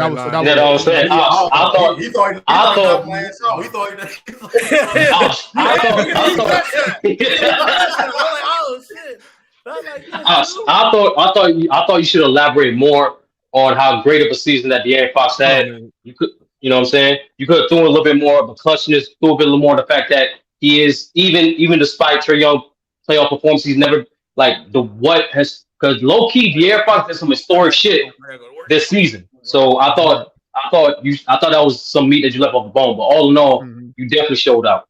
You definitely showed out. I wanted to also just kind of focus on him as opposed to us getting a 3 seed this year. I wanted to just focus more on De'Aaron Fox's abilities. Didn't want him, because once again you had a point with him having DeMontis. You know what I'm saying? I didn't want nobody to say, well, he rode DeMontis to that 3 seeds, But you could have used that. Remember the Kings had a historic offense, and he was the best offensive player for that team. That's a bonus. So you know what I'm saying? You could still use that. Why didn't you bring up the Clutch Player of the Year award? I did in the second round. I said that. You did? I might have missed that. I didn't hear it. Yeah, that's such a fraud award, bro. Hey, I didn't even like Trae. The fact is, I don't even like Trae Young though. Like, I was like, man, you know what? So you defended my dog Trae Young. You defended my dog Trae Young and don't even like him, bro. And then you see his guy. Listen, but here's the thing. I know Ox is a Kings fan. I know he going to rock with De'Aaron Fox. Says, you know what? Let's do. I pick Trae Young. But go JJ. Go JJ. No, we're quick graphic. We're talking go JJ. Like, I think you need to step in the ring too. I think we got the perfect opponent for you that's familiar with you, that actually think a topic y'all would do. How would you feel? How would you feel debating Tyson in terms of Mitchell versus Booker? Because Tyson's a Suns fan. What you feel about that? Man, bro, Tyson don't want that smoke, bro. I'm sorry, bro. He don't want that. What'd you say? Hold on, he don't want that. Tyson do not want to see me on that, bro. Why you don't want to see? Let the people know. Let the people know. Right. He can go sit there. And try to prop up his guy Devin Booker all he want. Talk about something. He the best shooting guard in the league. Bro, that man Devin Booker ain't even better than Paul George. That's a fact. Straight up. I'll tell you that right now. It's a fact. Two, if we really about to push this out, man, you know what I'm saying? We're gonna get my dog Donovan Mitchell out there, man. Donovan Mitchell, for literally up until he joined the Cavs, was literally in the running for the beast to be the best point shooting guard in the league, if not the best. That's all I kept hearing. I ain't hear no Devin Booker. All right, Devin Booker on his way. Oh, finally, he got Chris Paul, so now Chris Paul helping him out. Nah, I'm not hearing none of that, man.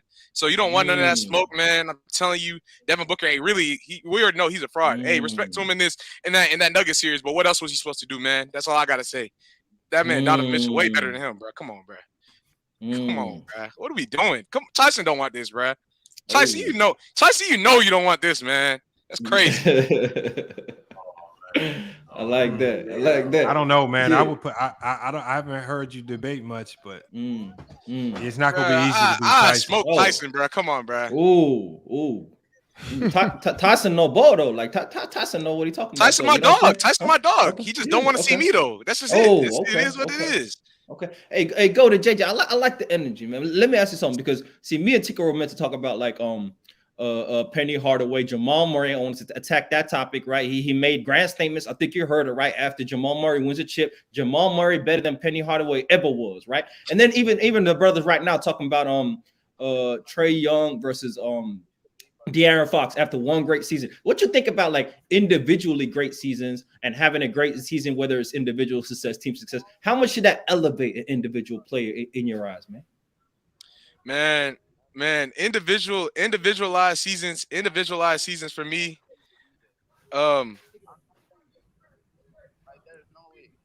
For me, I'm not gonna lie. It depends on what it looks like. If you had an individually great season, you feel me, and your team was all the right better for it.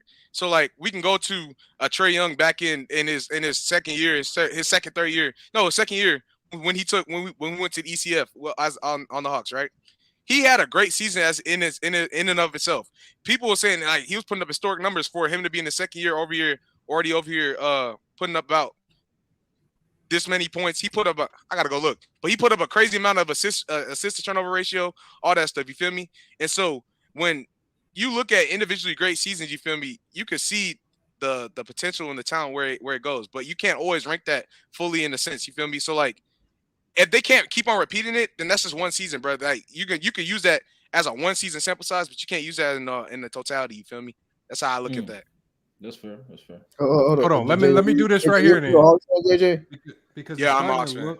It's starting. You from Atlanta? Yeah. It's looking like Ticket might not pull up.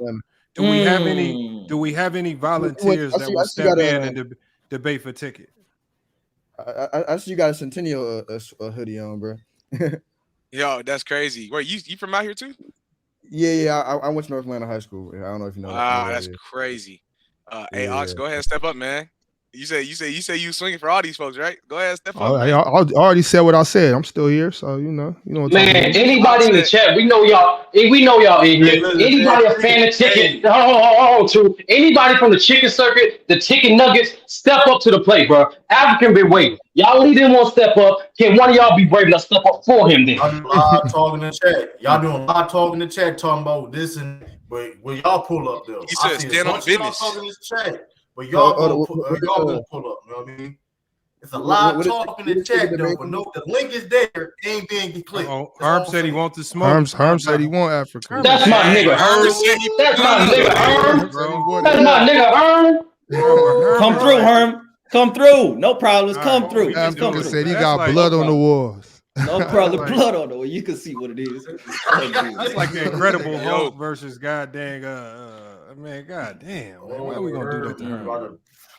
Hey, bro, I'm not gonna lie. Africa, if I said what I wanted to say when you first turned on your camera with the shiesty mask, bro, I probably got banned in the chat, bro. I'm not gonna lie. Hey, somebody sent me an update video on. Somebody sent me a video. I'm gonna keep it a stack, boy. I'm gonna keep it a stack, bro. I'm not gonna lie. If I said what I wanted to say, bro, I would not be in there. Hold on. Somebody sent me an update, man.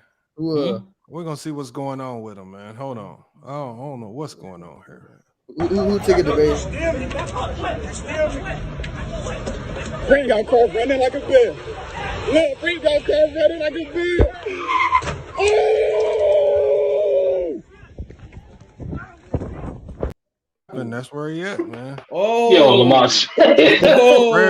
prayers up. Oh, prayers. That was live. No, that was a live. Was that live coverage? Live stream from the Dominican Republic? Was that what it was? I don't know. I hope not.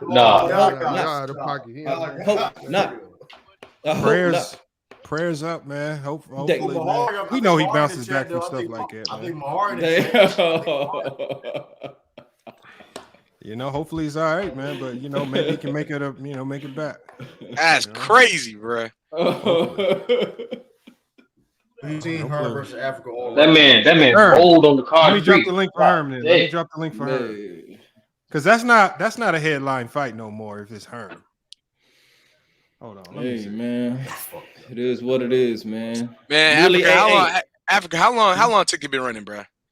Hey, he been running for a long time, bro. Hey, if Ticket don't have the mute button and you don't have the advantage, you don't really want the smoke like that, and Ticket don't want time rounds. Because you know what Ticket do? He beats you with volume, go to Jay. He beats you with time of possession, holding on to that ball and just beating it out on the clock. Time of possession cooks you with that. But when it comes to structured debates, where you got 2 minutes to get it off, you can't go on no tangents. Hypotheticals can't save you. You're going to look nasty out here for him, bro. So it is what it is, man. We know why Ticket running, man. Hold on, Lamont. What up? No, I'm doing hold on. We got Ron here. Ron might be able to explain it. Where your boys at, man? What's up, man? The Jimmy Hart himself. Let's go. Looking like a GM, but your boys ain't in the gym, bro. You're looking like a GM, but you ain't organized though. It's kind of crazy, man. You look like a GM. This for the funeral. This for to happen. I got some food for all you brothers. All right, I'm over here. I'm getting them together. What kind of black y'all want? Y'all want a plaid black? I got a straight black. Young Africa, I might put you in a pink suit. I'm gonna put True in right here. I'm gonna put him. I got Dub on Ox already. I got Dub on Ox. They gave you the dub because they felt sorry for you, man. They got tired of you lose. Hold on, these suits for a Ticket funeral? Hey, but Lamont, I know Ron, you already. I'm on not here. Ron, Ticket not here. What's going on, man? I can't account for Ticket. I'm in the building. What's up? Oh, you trying to coming in, stepping up for PC? Yo, Ron said he's stepping in the ring, Ron, man. are you stepping up for Ticket? Oh, okay. You stepping in for Ticket? Oh shit, Ron, let's go. Yeah, Ron, are you stepping up for Ticket? Yeah, he better. Yeah, he do. I got a couple minutes. It depends on what we talking about. I don't agree with everything. Hold on. I can feel it for Ticket. What it do? What's hold on. Let me do this real quick then, right here. Hold on, y'all. We gotta come up with a topic real quick because this is on the fly. Y'all stand there backstage. All right. Hold on 1 second. All right. Now, y'all gotta. Since it's on the fly, we know its time is limited.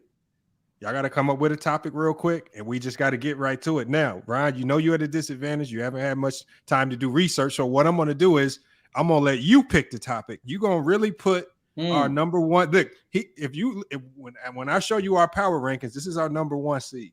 He is the number one ranked debater here on FYF Sports. So since you came here on the fly, willing to step in for Ticket, what's the topic you got, man? What is the topic you got for us? So we could do whatever. I mean, we could talk teams, we could talk players. What do you feel comfortable with? Who's your GOAT? Who's your favorite point guard of all time? Like what's up? Oh, LeBron the GOAT. We know this. We know this. We know this. We know this. That's the easy one. We could do the Bron Jordan. Hey, I'll do the Bron Kobe. I'll do Bron Kareem. That's so easy. You want to do Bron Kobe? No, Kobe. You don't want to do that. But here's my okay. Matter of fact, come on. Hold on, Bron Kobe. We could do Bron Kobe. Oh my god. Okay, now you sure you want this, bro? Okay, you sure you want now hold this? on. Okay. He feels comfortable with this name. You comfortable with that, Ron? Oh, that's light work. That's light work. All right, do that. Africa, you cool with the topic? So the way we do our debates, I don't know if you've been listening in. We got some 2-minute rounds, 3 2-minute rounds. The last round is a rebuttal round. If you're not ranked in our power rankings, you got to go first. But in the second round, Africa goes first. Third round, you got to go first round in your rebuttal round. That's where you really attack the things that they said in the prior rounds, break up their credibility, and you kind of attack some of the things that you heard.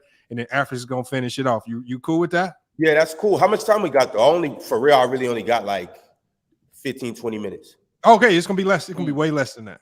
It's going to be way less than that. Look, you ain't I even got the gonna clock feel it, right bro. here. You ain't even gonna feel it. It's gonna be when painless, it's your time. bro. When it's your time to go, I'm gonna put you on the big screen, and then I'm gonna start my 2-minute timer. When your time is up, I'll let you know, and I'll put Africa. We're talking for 2 minutes. You got 2 minutes to cook, and then it's gonna be Africa to finish out the first round. Second round, Africa's gonna start off. You finish out the second round, and the third round, you start off, and Africa finishes it out. We're gonna go all back to back. Be less than 10 minutes. No doubt, no doubt. All right, man. Hold on. Okay, so we got Ryan, man, came in the clutch to fill in for Ticket, who's missing in action right now, man. We all saw the video, man. Look, y'all. I hope. Bring y'all cross running like a bear. Look, bring y'all cross running like a bear. Oh! We hope, man. We hope everything's cool, man. Legs might be broke, but you know, Ticket, man, he's a tough guy, man. He gonna bounce back from that. He'll be back. But Ron, man, Kobe versus LeBron. I'm gonna put you on the big screen. Your time starts now. We talking Kobe versus LeBron. I'll start by saying this. I'll give LeBron his accolades. I'll give him his credit and whatnot. But when it comes to Kobe Bean Bryant, it's no way, shape, or form that LeBron can stand up to him in terms of being a killer, in terms of, well, winning, and in terms of ultimately just being a nigga that's gonna get the job done. So look, I'm looking at Bron, and then I'm looking at Kobe. And I'm just looking at basketball in general. The name of the game is to put the ball in the hoop and to lead your team to the victory, right? That's what Kobe did best. I mean, I'm gonna just go straight to 2005 or 2007. And this is a year where, you know, Kobe did a lot of things. This is a year where Kobe averaged 35, but Kobe got a 25-day stretch that LeBron can't. Nothing that LeBron does stands up to this. What did he do? He scored 65, then he scored 60, then he scored 53, then he scored 50, 50, 50, 48, 46, 43. That right there alone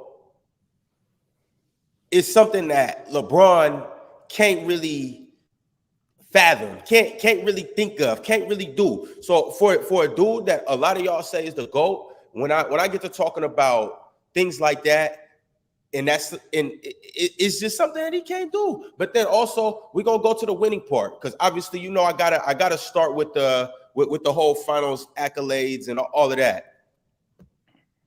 How can we say Bron's better than Kobe? And well, he lost more championships than Kobe won. Like that don't make sense. How you lose more finals than you won? It's just we just gonna start it there. You can wrap it up, FYF. Let's hear what he got to say, and then we'll get back to it. All right, we'll wrap it up. But man, we kind of had a slight interruption in the stream, man. Oh, came to save it. Hey, great timing, Ticket. Great timing. Saved the body of the year. That was about to be the body of the year. But great timing, because we ain't even got to get into that. Hey, go ahead, Ticket. Go ahead. Oh my goodness. Amazing timing though. That was Hollywood timing. I give it up. I give it up. Hold on. Let Ticket cook. Ticket, man. What's going on? Oh my goodness. Bro, nigga, what you got Viagra when you see me, nigga? You going all crazy and shit. Oh, great timing. No, you saved your boy from getting the body of the year, bro. That was about to be a body. You wasn't finna do nothing but come in here. I was about to destroy all that cap, bro. Don't do that, bro. Hold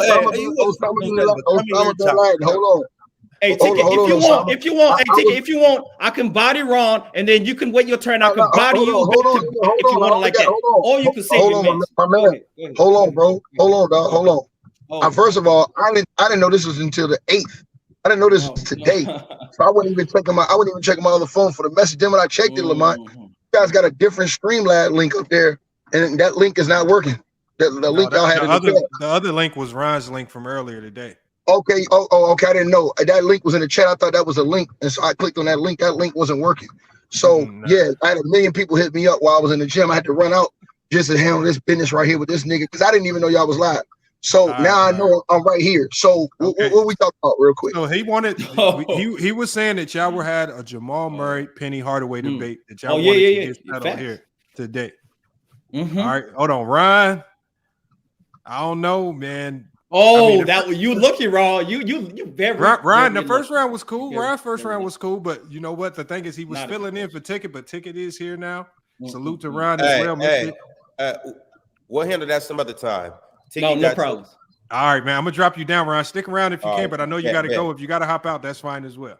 I don't got no problem finishing this shit though. Hey, my mama told me finish my breakfast. I don't get up in the middle of meals. Don't worry, Ron, I got it. Hey, Ron, I got it. Don't worry, I got it. You saved the body of the year. That's great timing, man. Hey, I like how y'all I'm gonna see you again. I'll pull back up here too. Ron. No problems, man. Hey, Ron, we might have to finish respect, that one. We're gonna have to finish that one. All right, let me drop you. I'm gonna go ahead. I'm gonna go ahead and take care of Osama real quick. Get him in the fucking. Just so you can give a rundown of the format.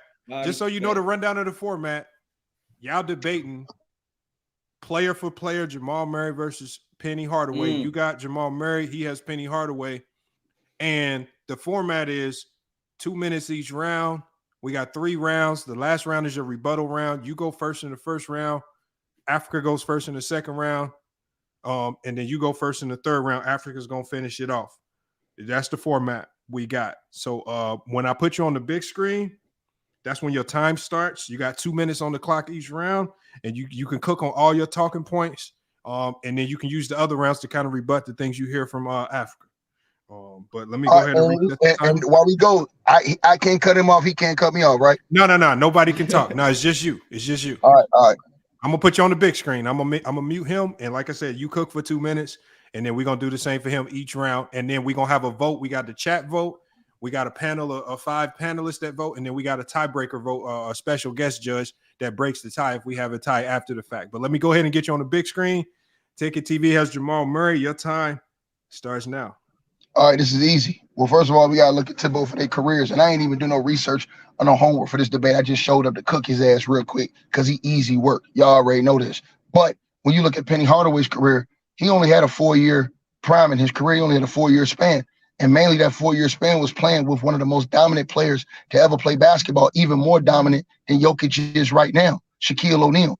And I can prove that because you can take a look at what happened with Penny when Shaq was gone versus what did Jokic do without Jamal Murray. Without Jamal Murray, Jokic was getting beat early in the playoffs and getting sent home. First round, second round, getting packaged up and sent home.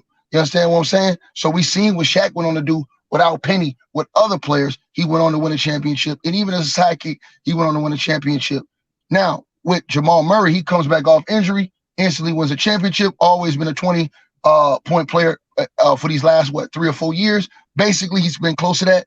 And not only that, Jamal Murray, he's the one, when he was healthy again in the bubble, that gave him the best chance to win because he carried them through the series against the Utah Jazz when he was dropping multiple 50-point games in that series, tearing off Donovan Mitchell's head. So, yeah, I say he's better than Penny Hardaway because of the simple fact, one, he has a championship. No, he doesn't have the all-star and the accolades, but you have to remember, he's been hurt most of this time the last couple of years, so he didn't play. So, Penny, he only had a 4-year prime when Shaq played, and they couldn't even get the world championship sealed up. They went and got swept. They didn't even get a game off a team who basically had a team, like you just said today yourself, Lamont, with a bunch of role players. So anything Africa can say makes no sense whatsoever because, again, Penny did nothing with Shaq as far as winning. He did nothing without Shaq. Jamal Murray just delivered the goods in the playoffs once again, not for the first time, but for the second time playing with Jokic, and it's proven that him with Jokic is a big difference in what the Denver Nuggets team do because when he was away, Jokic was getting smoked. He was there, they won. All right, that's your time. Mm-hmm. All right, y'all heard Ticket's first round. He came with it with Jamal Murray. When I put you on the big screen, Young Africa, man, you the number one seed here on FYF Sports, man. People are expecting a lot with this take. Your time starts now. Look, man. Look. See, this is why it's going to be light work, man. Team success. This man's whole basis of why an individual player is better than another individual player is team success. We're literally talking about 2 Number 2 options. 2 players that are second options on their team, which means they are not the core reason why they win the championship. Even if they have an effect on the championship, they ain't the core reason why. So both the players play with a dominant big. Jokic is a dominant big, just like Shaquille O'Neal was a dominant big. Talking about ain't no Shaquille O'Neal in Jokic. Jokic is actually more versatile than Shaquille O'Neal. He actually impacts the game in more ways than Shaquille O'Neal, but somehow Jokic ain't Shaquille O'Neal. Jokic got more MVPs. Jokic just had more statistical dominance in the NBA, but we ain't even gonna go there. But when we talk about individual players, right? 6 years of Penny Hardaway's career compared to the last 5 seasons of Jamal Murray. It's actually quite comparable. Let me talk to you about Penny Hardaway. Penny Hardaway, in that time, made 4 All-Star teams, 3 All-NBAs. Jamal Murray got 0 All-Star teams, 0 All-NBAs. And he got 2, and this is all within the first 5 seasons of Penny Hardaway's career, right? 4 All-Stars, 3 All-NBA in 5 seasons. Now, let's talk about the 2 first-team All-NBAs, yeah? In the 3 All-NBA, he has 2 first-team. And look at the context of who he made these first teams over. He made the first team All-NBA in his second and third year, something that Jamal Murray ain't even come close to, and he made teams over guys like Gary Payton, John Stockton, Clyde Drexler, Reggie Miller in 94, 95, the mid-90s in their prime. He made it over those guys. Now, let's talk about game, because individual game is what makes you better, not the team accomplishments. Versatility. Hardaway possessed great size for his ability, great size for his position. He had the ability to play multiple positions on the floor. His combination of size, ball handling, court vision, his playmaking ability was amazing in the half court, was amazing in transition. His passing ability, his natural ability to find plays in transition on the bounce, no look bounce passes. His athleticism, being able to finish at the rim. He was dunking on niggas in the 90s. Stop the cat. Talk about the game, bro. That's time. Now, work. Don't worry. That's the first round. We know in the second round, you got to go first, and then Ticket gets the opportunity to follow up right behind you. So we're going to just reset the clock, and we're going to put Africa right back on the screen for your second round. You start off the second round. No problem. Your time starts now. Look, as I was saying, when we break down who is a better individual player, you break down their games. Career, when we talk about greatness in their career, now we talking about their accolades and their achievements. But even those things, you got to put into the context of how they got those championships, if they got some. And he only got 1, right? But let's talk about this.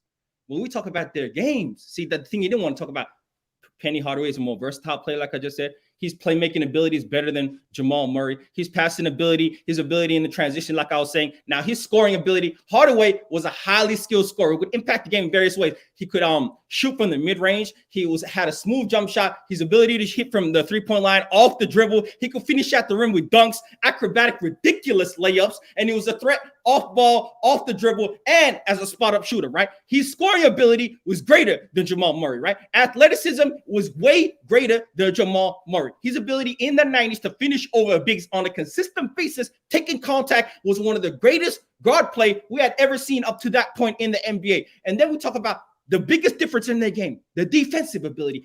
Hardaway was a solid and excellent defender. His size and quickness allowed him to guard multiple positions. He had great ability in the passing lanes. He was able to be a solid perimeter defender, and that was shown against teams like the Michael Jordan Bulls. Now he wants to talk about how the Penny Hardaway and Shaq lost to Hakeem. He don't want to talk about how he beat Jordan on the way to Hakeem Olajuwon. He beat that guy, and he was guarding him, and he was playing high-level offense. His basketball IQ, the ability to impact the game with the flashiness. We talk about the whole player as a whole, and we talk about Penny Hardaway is better than Jamal Murray has ever been when we talk about individual play. And then we talk about the statistical greatness of his career, early in his career, when the best season of Penny Hardaway's career, averaging 21, 22 points per game, 7-8 assists, is better than Jamal Murray ever has done. That's time. Competition is evident. But go ahead. All right, that's time. Ticket, you had a chance to hear his second round. It's on you, Lamont. To go you to the devil, follow. boy. You know that you the devil. I don't know why you put these chumps up against me, man. All right, well, hey, let's hear it then. You the devil. Man, listen, you easy to beat, boy. First of all, you giving praise to a dude who beat Michael Jordan, who came back and played 16 games, who wasn't even in basketball shape. But then the very next year when he came back and swept them niggas and sent them home, wrapped them up real quick in plastic. Sit your ass down and shut the hell up. Then you talked about, this isn't about winning how we judge players. That's a lie. We judge all the great players off winning, which is another reason why Dame Lillard wants to leave Portland now and go to the Miami Heat, because he knows most people would judge his career based off winning. Janet jackass. Now, let's get back to Carmelo Anthony. Why did we give Carmelo Anthony a certain amount of praise that he should have gotten in his career? Why? Because people say he didn't win. So what do? They downgrade his career and downgrade his performances and downgrade what he brought to the game because he didn't win, asshole. Like, this is the same reason why LeBron James left the Cleveland Cavaliers when he couldn't get over the hump and win, because he knew that is how people were going to judge his game and his career based off winning, sir. Again, so now let's rewind back and talk about Jamal Murray. Jamal Murray can do everything Penny did. Jamal Murray can get off the dribble and get his own bucket. Jamal Murray can shoot the three better than Penny Hardaway. Jamal Murray has the same mid-range, has post-up moves, has fadeaways. Jamal Murray can make on the same level of Penny Hardaway as he showed in the playoffs, getting 30-point triple-doubles along with Jokic. Again, Jamal Murray has shown you the clutch gene when he's able to take over the games and do this and do that and whatever he need to do to kick a nigga ass like he did this year and like he did the year before he was hurt. Again, we look at Jamal Murray in a certain aspect because he has no all-star appearances, but you got to remember, 2 years deep into his prime, Jamal Murray was not playing. He was injured and hurt, sir. And again, you guys always criticize the 90s and say the guards in the 90s was trash, but then you'll praise Penny for making all them all-star teams against guards y'all say wasn't good. Y'all say Jordan didn't have no competition, but then Penny was playing against Jordan, and that was really the only competition y'all say he had. So then if Penny was making all-star teams, who he was making them over? If you look at Jamal Murray, he the one playing against all the killers. He the one got all the hitter guards in the Western Conference. He got to make the all-star team over again. That's time. 2 minutes. Now, this is the rebuttal round. You can really attack the other person's credibility and talking points. Ticket, you go first this round, so you can kind of pick up where you left off. All right. Well, Lamont, here's my thing. My thing is this. He said that the winning doesn't impact how we look at players. That's a lie. If that wasn't the case, KD would have never left the OKC Thunder. If that was the case, LeBron never leaves Cleveland. Dame never wants to leave Portland. This is the reason why players do that, because of how they will be looked at as far as their game when they retire. This is the same reason why Charles Barkley was a great all-time player, but people don't give him that credit because of that, because he didn't win a championship. Point blank, period. So these dudes all tried to move around, Charles and all the dudes I named, because they wanted their games to be looked and elevated on a different level when they retired, because they knew if they didn't and they stayed with one team, people wasn't going to give them their credit and was going to tear them down like they do Allen Iverson. This is easy work. A caveman can do it. So yes, winning does impact how you look at players, because you can ask young Africa himself, would he look at his king, LeBron Ramon James, the same if he had no championships and stayed in Cleveland? Go ahead, though. Okay, you forego your time. I don't even need all the time. He cooked. Okay, so that was his rebuttal round. He just finished up. Young Africa, you got the final say so in this. Your time starts now. Bruh, see, first off, I never said that team success is not a factor in individual plays. I said that when we're talking about number two options and we're comparing who is a better individual play, if you start with team success, you got a flawed logic, right? So let me talk to you about how I measure a great player all time, right? I measure the skill level of a player. I measure their accomplishments. I measure their longevity, their consistency. I measure the impact on a game. I measure their statistical dominance. I measure, and then I get to their team success. But what we are talking about are two players that we compare in their first 5 years of their careers, right? Jamal Murray has not been an all-time great player yet, right? And so we're not talking about them in the all-time great standings when we talk about Jamal Murray and Penny Hardaway, right? So you're talking about Kevin Durant. You want to talk about LeBron James. You want to deflect and talk about hypotheticals. You don't want to talk about what we talk about right now, which is who is a better player, Penny Hardaway or Jamal Murray, and what they've shown us in their career. It's evidently Penny Hardaway. So he talk about in the 90s, yeah, not great guards. Gary Payton, Clyde Drexler, John Stockton. None of those guys were in Eastern Conference. Hey, you can't cut me off because I'm frying you right now. Shut your ass up. Let me talk to you real quick. Shut your ass up. I know we cannot go back and forth. Shut your ass up. Let me keep you cooking right now because you mad because I done debunked the whole dumb shit that you talking about. No, shut that shit up. And rewind my shit 30 seconds because this man don't try to take my flow. But look at this. Look at this. Hey, Gary Don't never Payton, let nobody see John your face. Stockton, Clyde Drexler, Reggie Miller. These players are great players. These are the players that he made first teams over. Jamal Murray has never been first team on NBA. Jamal Murray, when we talk about levels of players on an offensive level, I got Penny Hardaway as a great offensive player than Jamal Murray, right? But Jamal Murray is also a great offensive player. But look at the defensive differences of these two guys. Penny Hardaway was able to guard the best player on the other teams. Penny Hardaway was able to be a solid perimeter defender, off-ball defender, being able to be in the passing lanes, being able to disrupt at 6'7" with a big wingspan, being able to do these things that Jamal Murray cannot do. He needs KCP. He needs Aaron Gordon to save a nigga on defense. He can't do it himself. So when we talk about all-around play, we talk about all the levels that we're talking about, this is Ticket in an era where he says that is the weakest defensive era all time. He wants to praise Jamal Murray because of his all offense, one-way production. But he talks about the 90s, the greatest defensive era ever. This was a great defensive era, way better than the current era that LeBron playing in, that these players playing in. But you want to hype up the numbers of Jamal Murray. Penny Hardaway was cooking. No, hold on. Right now, hold on. That ended it. That's 3 rounds. So what am I? Lamont, I thought you said we had like a round we can go back and forth. My bad. I thought and you cut me off. No. Shit up. We can y'all can go back and forth now, but the rounds for okay. Yeah, no. My bad, Lamont. I misunderstood. I thought you meant like this round was a round where if he said something, I could just rebuttal it. Like no. When I say rebuttal round, that's your 2 minutes. You can take everything that he said and you can chop it up. You can okay. My bad, dog. My bad. Go ahead. So I just put the poll in the chat for people to vote. And so what we're gonna do now is we're gonna start bringing people up as panelists to give their thoughts and they vote. And if it's still a tie after the panel in the chat, then we're gonna go to our special guest voter to break. So that was the final round, Lamont. That was the final round. Oh well, damn! I ain't know that, dog. I thought this was a round we was going back and my bad. I ain't even. If I would have known that, I bodied you, man. I body bagged you, man. Yeah, that's what you said. Well, hold on. You didn't body anything. Hold on. You didn't body anything, and you need to cover up that big ass nose you got. You running around here looking like that. You can cover that nose. This shit is big. You know what time it is, man. Don't worry about it. Jalen, you on the panel. You heard the two people debating. Remember, y'all, this is not who you favor yourself. It's who debated they point better, right? So let's not be biased. So who do you feel debated they points better? Who do you got winning this debate and why? Hold on. You're on mute. Unmute yourself. Oh, what's good? What's good, fellas? There you go. Just want to say, yeah, so all love to Ticket, all love to Young Africa. 2 guys I mess with, 2 guys who burn it. In this particular debate, I think I'm gonna have to give the edge to Young Africa here. I just think when debating Penny Hardaway and Jamal Murray, I think what Ticket way needs to do, the Jamal Murray point to really bring up is his playoff elevation. The past 2 years, Jamal Murray did reach heights in the playoffs that Penny Hardaway did not reach. So if you focused on the playoff thing with Jamal Murray the past 2 years, Penny got the regular season, greatness. Jamal Murray quite hasn't reached that, all NBA caliber play in the regular season. When the playoffs, he's elevated to a level that maybe, only 10 guards in NBA history might have reached the way he's played in the past 2 playoffs. Did I say that?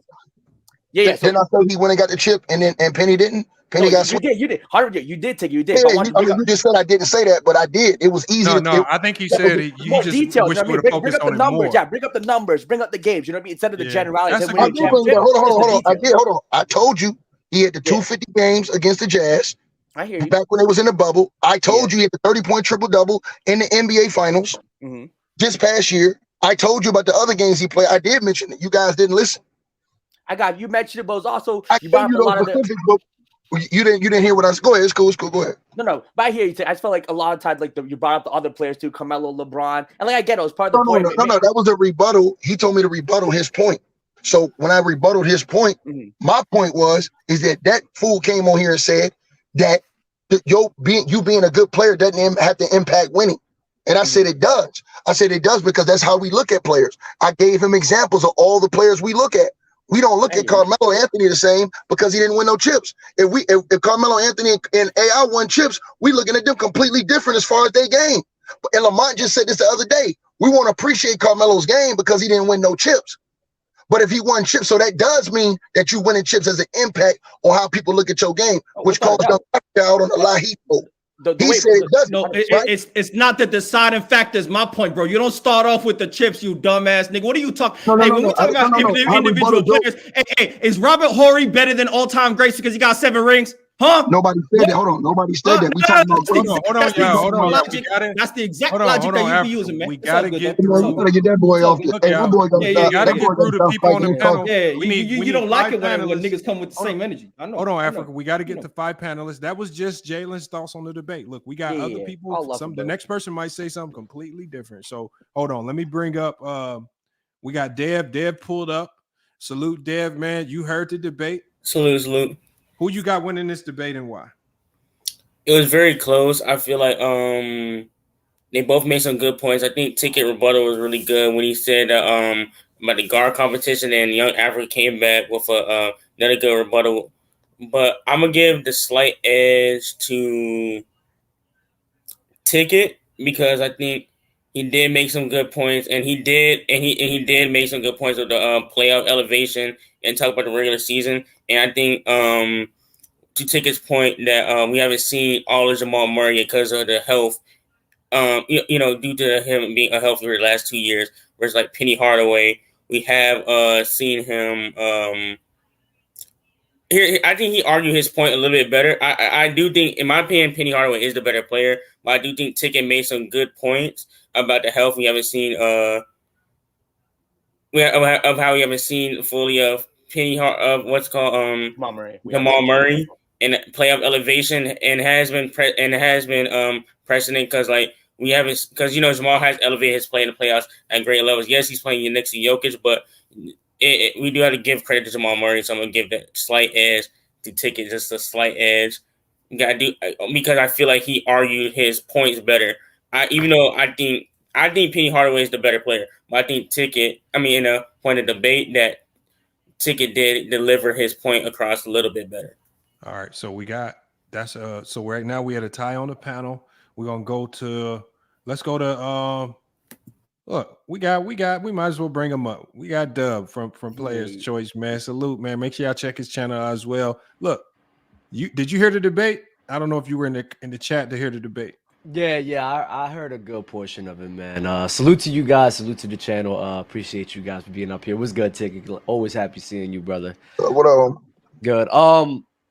Honestly, for me, the main thing I look in judging debates is mainly like consistency, right? And one of the things that people hate about Ticket is the winning and losing stuff. But the thing is that you can't knock him for it. He keeps that same energy with everybody, right? There's a lot of other people and Ticket brought this up in the debate, where if LeBron didn't win as much titles, if a lot of these guys who didn't win at all, it would affect your opinions and skew your opinions off of that. You can't have it both ways. And if your opinion would be skewed if LeBron didn't win as much, then Ticket being consistent with Jamal and Penny Hardaway both being second options, the winning needs to be a part of the factor. So you can't negate winning for one tier players, but not for the other ones. And that's the point that Ticket that was the main point that Ticket was representing, that Young Africa was just getting mad about. But I gave that one to Ticket mainly for the consistency of that. All right, so we got 2 votes for Ticket. We got 1 for Young Dub, you can get this cooking anytime you want, Dub. You can get this anytime you want, Dub. Anytime. That weekend explanation, you can get this cooking anytime, Dub. Hold on, y'all. I gotta get through the panel votes, y'all. Hey, Africa, hold on 1 second. Lamont, I want to say something to you and to your audience, because I'm seeing people in the comment section saying I switch it to LeBron. I would have never brought up LeBron and none of those dudes if Young Africa didn't talk about how the winning didn't have nothing to do with how you looked at the players individually. The only reason why I brought that up is because I had to give examples. I had to give examples of that because those players specifically made moves because of how people would have looked at them as players and looked at their legacy. We seen what happened with Charles Barkley. Charles Barkley was one of the greatest players to ever play basketball, but won't get his due credit because he didn't win a championship. So now you have guys that are making moves, trying to win championships and put themselves in legacy conversations. So people will say that their games are better than what we think they are if they don't. So you have to put those, when he says that, you have to give those examples and show why. How great was Allen Iverson of a player, Lamont? How great was Carmelo Anthony of a player? But they don't get their just due because they didn't win chips. If they won chips, we look at them completely differently as players. These is facts. All right, wait. Let me get to some. We got to get a few more votes on the panel to figure out who the panel vote. So let me go ahead and bring up. Let's see who we got back here. We got Context Matters. Salute to Context, man. You heard the debate. Who you got winning this debate and why? What's happening? Y'all can hear me? I'm good. Yes, sir. You good. All right. Salute. What's going on? Lamar, I see you sent a stray at me, but it's all good. I'm gonna stand on what I stand on with the Tyrese thing. But to the debate. Salute to both fellas. Take it off. I rock with you. A Young Africa, you already know from the motherland. I'm gonna have to go with Young Africa. The point of the topic was to debate the players, and I understand the concept of we want to judge them based on their winning. However, we also have to look at it on a spectrum. You have to look at the skill. You got to look at the take first, and especially the fact that there were two number twos. The winning should be a less of an afterthought because they're not contributing as much. The responsibility is more so on the dominant player.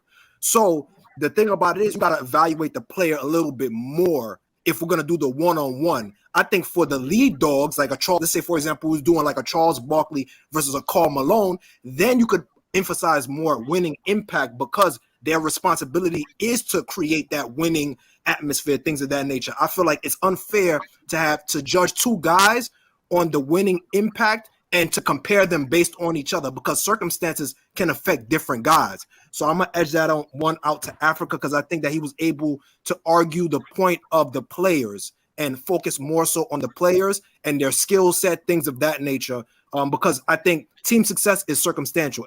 Anything can happen in team success. So that's my Lamar, this is rigged. You don't brought up Mad Max, or you don't. So you brought up a dude from the motherland. Oh, shut that shit up. Let me get my vote in. You got your boy Doug coming through talking all that talk. Stop the cat, man. You the nature boy Ric Flair, Lamar. You the dirty Ticket, you don't even know how I voted, Ticket. Let me get my shit in, Ticket. Hey, Mad Max, hold on, calm down. Ayo, calm down, dog, calm down. You don't even let me get my shit in, man. Hold on. He brought homie in here. Homie said, yeah, on the motherland. So you already know he gonna pick the brother man. Right? That's why the motherland. I'm always crazy. Hold on. So Can I get my vote? Hold on. You gave yourself context give an explanation. Unlike Doug. Context give an explanation. Unlike Doug.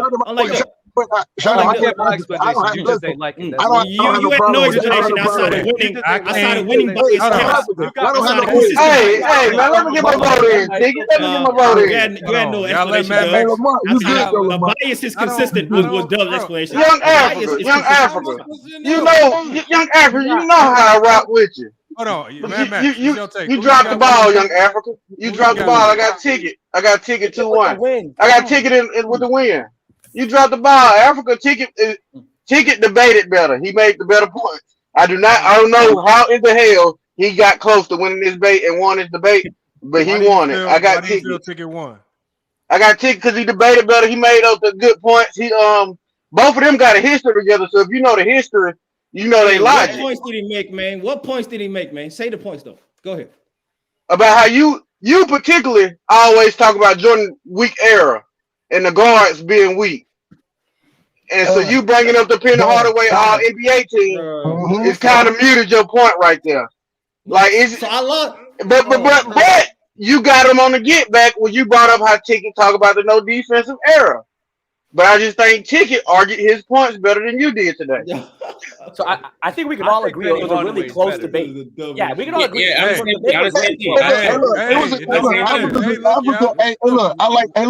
I talk a lot of stuff about Africa. I like Africa. He a good dude. He hungry. My whole point to him is this, bro. Bro, when we talk about these players, and when I say that Jamal Murray is better than Penny Hardaway, bro, we can't look at Jamal Murray and just say he ain't skilled either. We can't say he ain't that dude either. Guess what? He was better enough of a second guy to deliver the goods than what Penny was. Penny went and got swept with Shaq. Shaq was the MVP and was one of the most dominant players in the game too in the NBA. At that time, Shaq killed that series. So it wasn't like Shaq didn't do nothing. Yeah, Hakeem did his thing, but Shaq killed.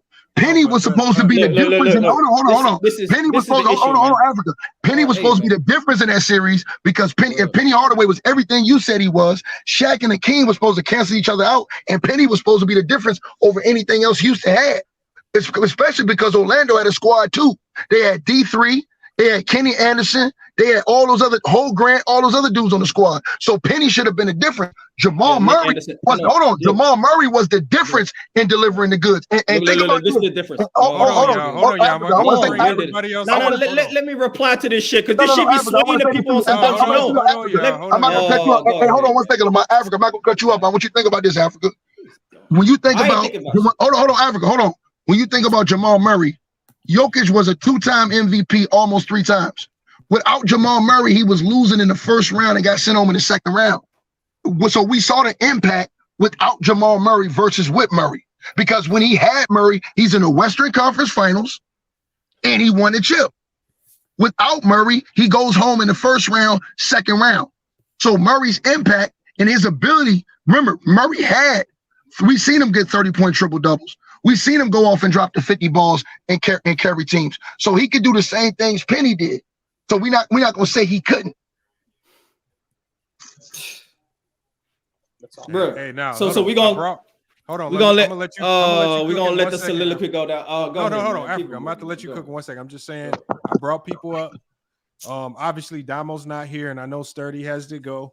So Damo definitely dipped, and I'm not sure what's going on there. Hopefully he can probably hop in on the next round of debates that we do have. But hold on, Lamar, Dub right here. No, Damo. I know Dub right here. Ready to fill Yes, in. sir. Okay, so you want Dub to fill in for Damo? I could fill in for Damo, but okay, we can do that. We can do that. Yeah, I ain't trying to speak for you, Dub. Hold on, you got the Hey, Dub, they trying to act like we out here ducking. I gotta give tickets results out. PC brand. Oxy to Hold on 1 second, y'all. Hold on 1 second, y'all. Here's the results, just like we did with all the other ones. Ticket 1 in the chat. I think it was like 50. He had 53% of the chat vote. He won on the panel. He had 3. That was a close one. He had 3 votes to Young Africa's 2. So because Ticket won on both the chat and the panel, we don't need to go to a tiebreaker vote with a special guest. So Ticket, I mean, whether you like the results or not, I mean, Ticket won. You can complain about the results later. Hey, hold on. What's July the 8th, Lamont? What's that? That's the debate on Player's Choice, the King of the Hill.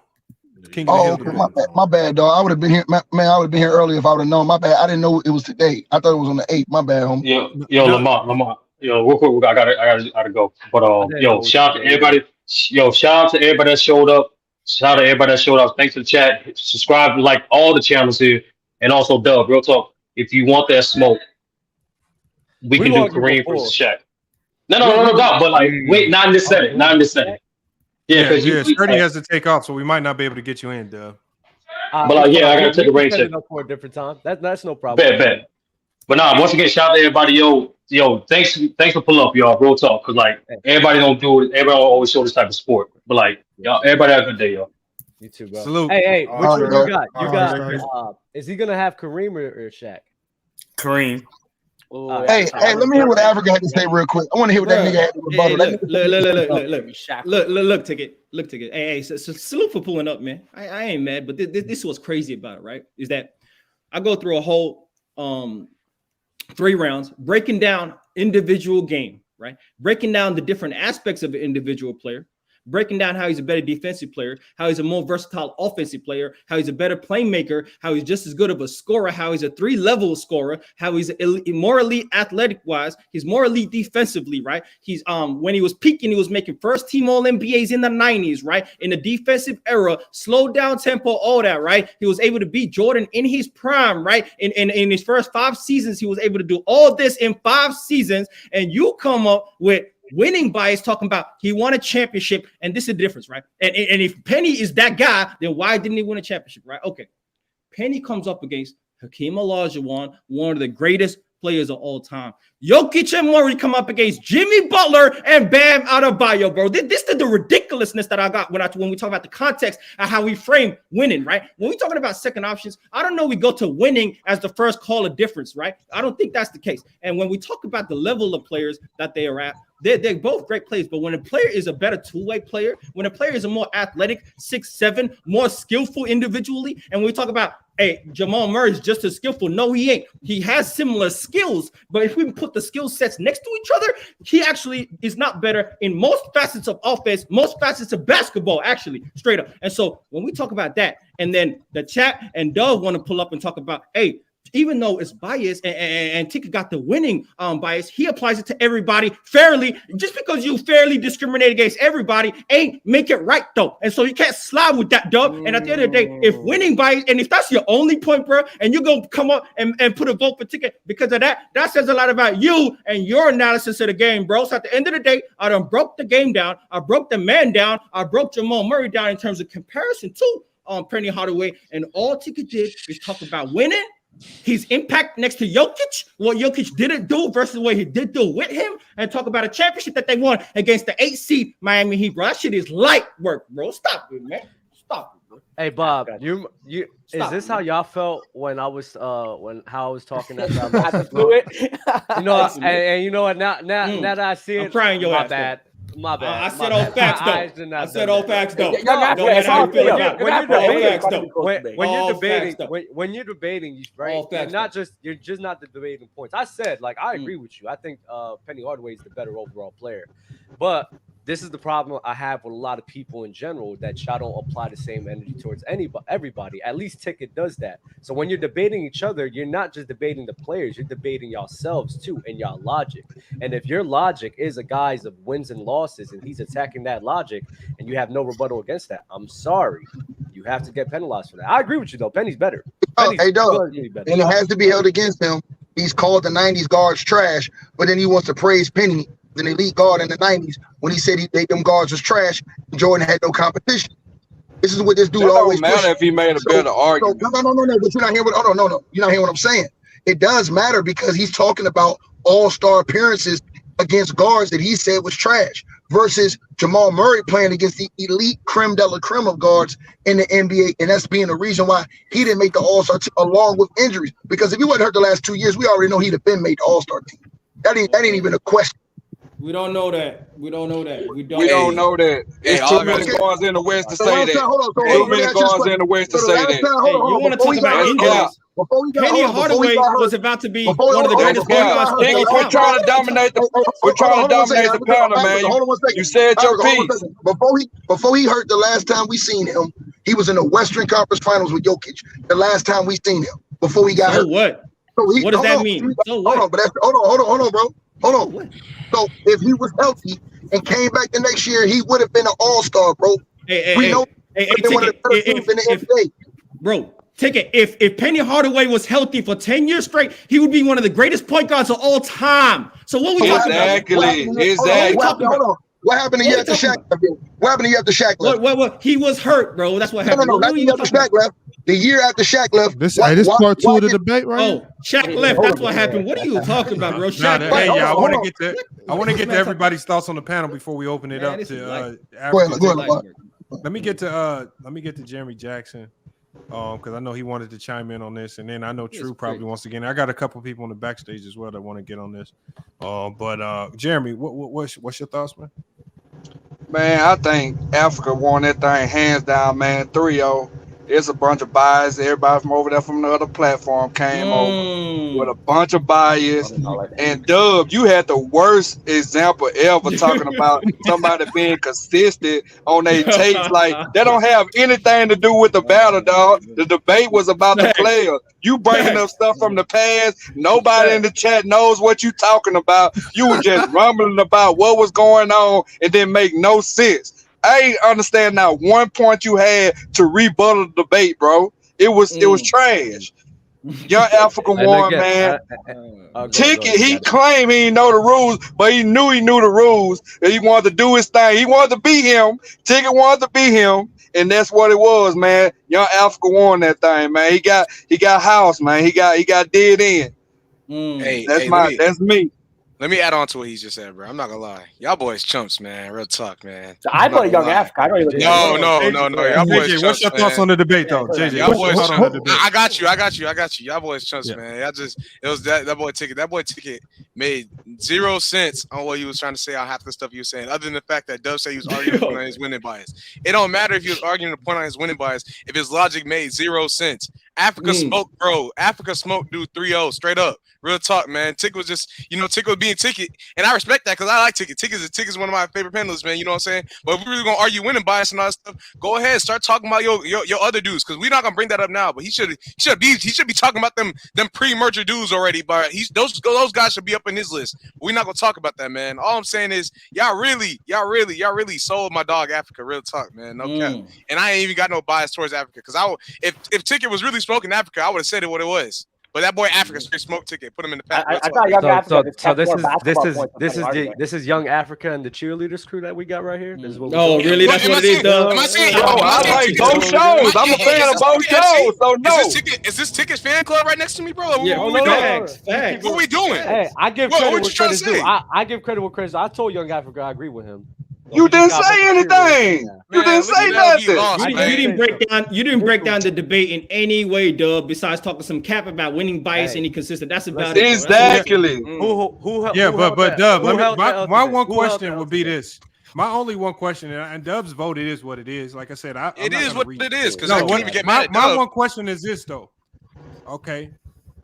If Ticket is always consistent with the winning bias logic, and he brings that same, and you can give him credit for that. He didn't correct his flawed winning bias logic, and he brought it into a debate, which, because I believe it's flawed, but you might think otherwise. Do you feel the winning bias logic proves that Jamal Murray, at least the way Ticket explained it, do you feel Ticket's winning bias logic proved that Jamal Murray was a better player than Penny Hardaway? And how did he convince you that winning bias logic overrides individual talent, which is what they were actually arguing, individual talent? My whole thing with Ticket is I know how he ranks things. I know how he rates things, right?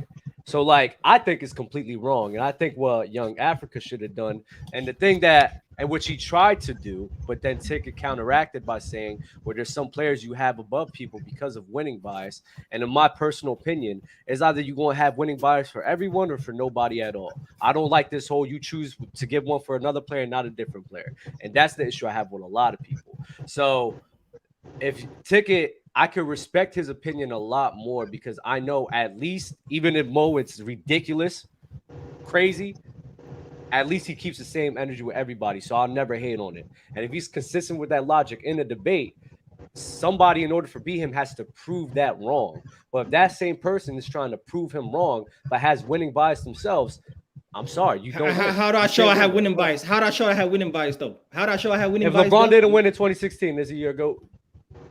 He's still my GOAT. He's potentially still my GOAT. No, but he's potentially still my GOAT. But that ain't even a topic of discussion. What are we talking? See, that's the problem ridiculousness is, I'm talking about. What did Young Africa say within the debate that presented winning bias? Hey man, it is what it is. And because remember, because I tried to be clear about what the debate was in the beginning. It's Jamal Murray versus Penny Hardaway. Who's the better player? And you know, Africa did talk about why Penny was the better player, skills. Ticket talked about why Jamal Murray was a better winner. So do you believe that being a better winner makes you a better player? Not at all.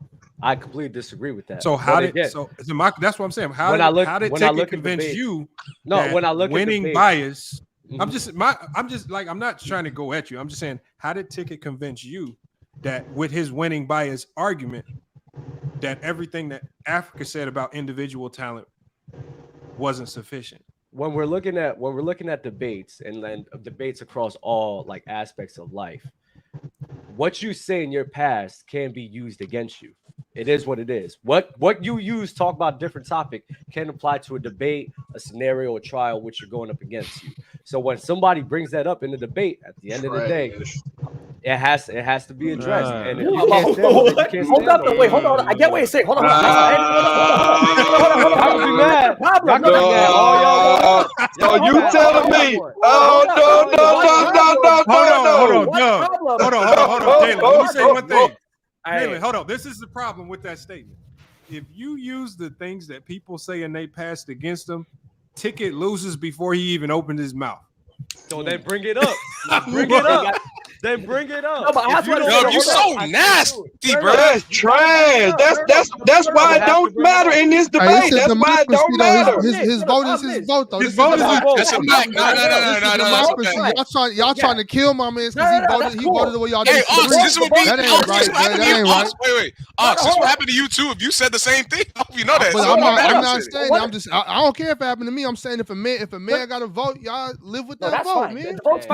Y'all grilling him for voting. We dissecting the vote like this shit mean. Because it don't make sense. Out of everyone up here, we just all doing this. What if someone new came up here and had no pass for you to judge against? You know what I'm saying? What if someone new came up here? Dub just proved to me why my dog Africa won, man. That's hold on. Facts, man. Exactly. No, in each debate that we have, a different platform, whatever it is, I think you have to only use what's said on that debate and on that platform. Bringing up passed up, that's a whole different situation. Because somebody new came up here and we had no past knowledge on them. We don't have the ability to judge them against past comments. Well, I see what you're saying though, because we know Jalen, the reason why we tell people what the topic is days before they even debate it is so they can research it. And so what happens is sometimes in your research, you might find things that go against what you originally thought. You might have to switch some things up just based on your research. So I don't know if I would have held something that Africa said in the past against him if he did his homework, researched some things, came back, revamped his arguments, and reformulated where his argument might be along the lines of something he said in the past. It might kind of go against something he said in the past, but that's because he went back and researched. But there's a statement over here: research purposes only. We research. We've all been wrong. We've all had to go back and redo takes. Ticket hasn't. Ticket will never go back and redo his takes. And what I'm saying, if you're using Africa's past comments against them, is there anything Ticket has said in the past that you could use against him? Yeah, and it's just like, I don't know if that would fly. So many, and you could use so many, and actually, Africa did because he did the same thing. So I don't know why he's complaining. He did the same thing about Jamal Murray and then the defense, and I thought that was a good counterpoint that he brought up. So I don't. So he himself doing the same thing that I get credit. No. But I never said LeBron's the GOAT because he came back from 3-1 down in 2016. Like I never said that, bro. I never said that. So I don't know what this 2016 LeBron got to do with the conversation. His greatness over time is what led me to believe he'd go. But at the end of the day, man, like I ain't mad at how you voted, bro. It's just about when you pull up, right, it's about the debate at hand and what the topic of discussion was and who had the better debate, right? And if you think that he had the better arguments, that's all good. He wasn't here when I broke the rules down, though. When I said, I'm not gonna lie, I didn't hear. Hold on, let me drop the link. Yeah, I did not hear. Yeah, I did the same thing because I thought he had the better arguments, even though what I was trying to do when I let Dub vote, my goal was to I don't want it like Ticket said, it was impartial and there's two. So I said, let me bring somebody up here that he knows is not going to be. I don't know if Context knows Africa or some of these other guys. So I said, at least he would probably feel more comfortable with Dub because they chop it up on PC all the time. And the results is what it is. Like King has lost some debates where he felt like the votes was unfair. I can't go back and change it. It is what it is. We just got it. Can I put something in there? Yeah, go ahead, Quick Takes. All right. So the thing is, right? I'm not gonna say which player I like, but I reset who I like based on what you said. It's not about who you like, it's about who won the debate. So one person in the debate argued who the better player was. The next person argued who won and who played with better players. So y'all could tell me who did one from the other, because that's pretty obvious who did what. One person debated which player was the best player. One person debated who they played with and whether they won or not. So to me, it's pretty simple. And I'm saying it's Africa. That's right. I had Africa. That was easy. Yeah, I don't know. That was a savage vote, Dub. I ain't gonna lie. I can't say that about it, but Dub real for that, bro. I'm not gonna lie. I don't give a fuck. Lamont had Young Africa winning. I can see this fit. He had that was savage. No, the only reason why, like, if you ask me my opinion, I'm about to let you up, Bees, too. I just gotta make a spot for you. The only reason why is because y'all know how I am. when I talk about players, I never ride with just winning bias because I've talked to you guys about how winning is unfair.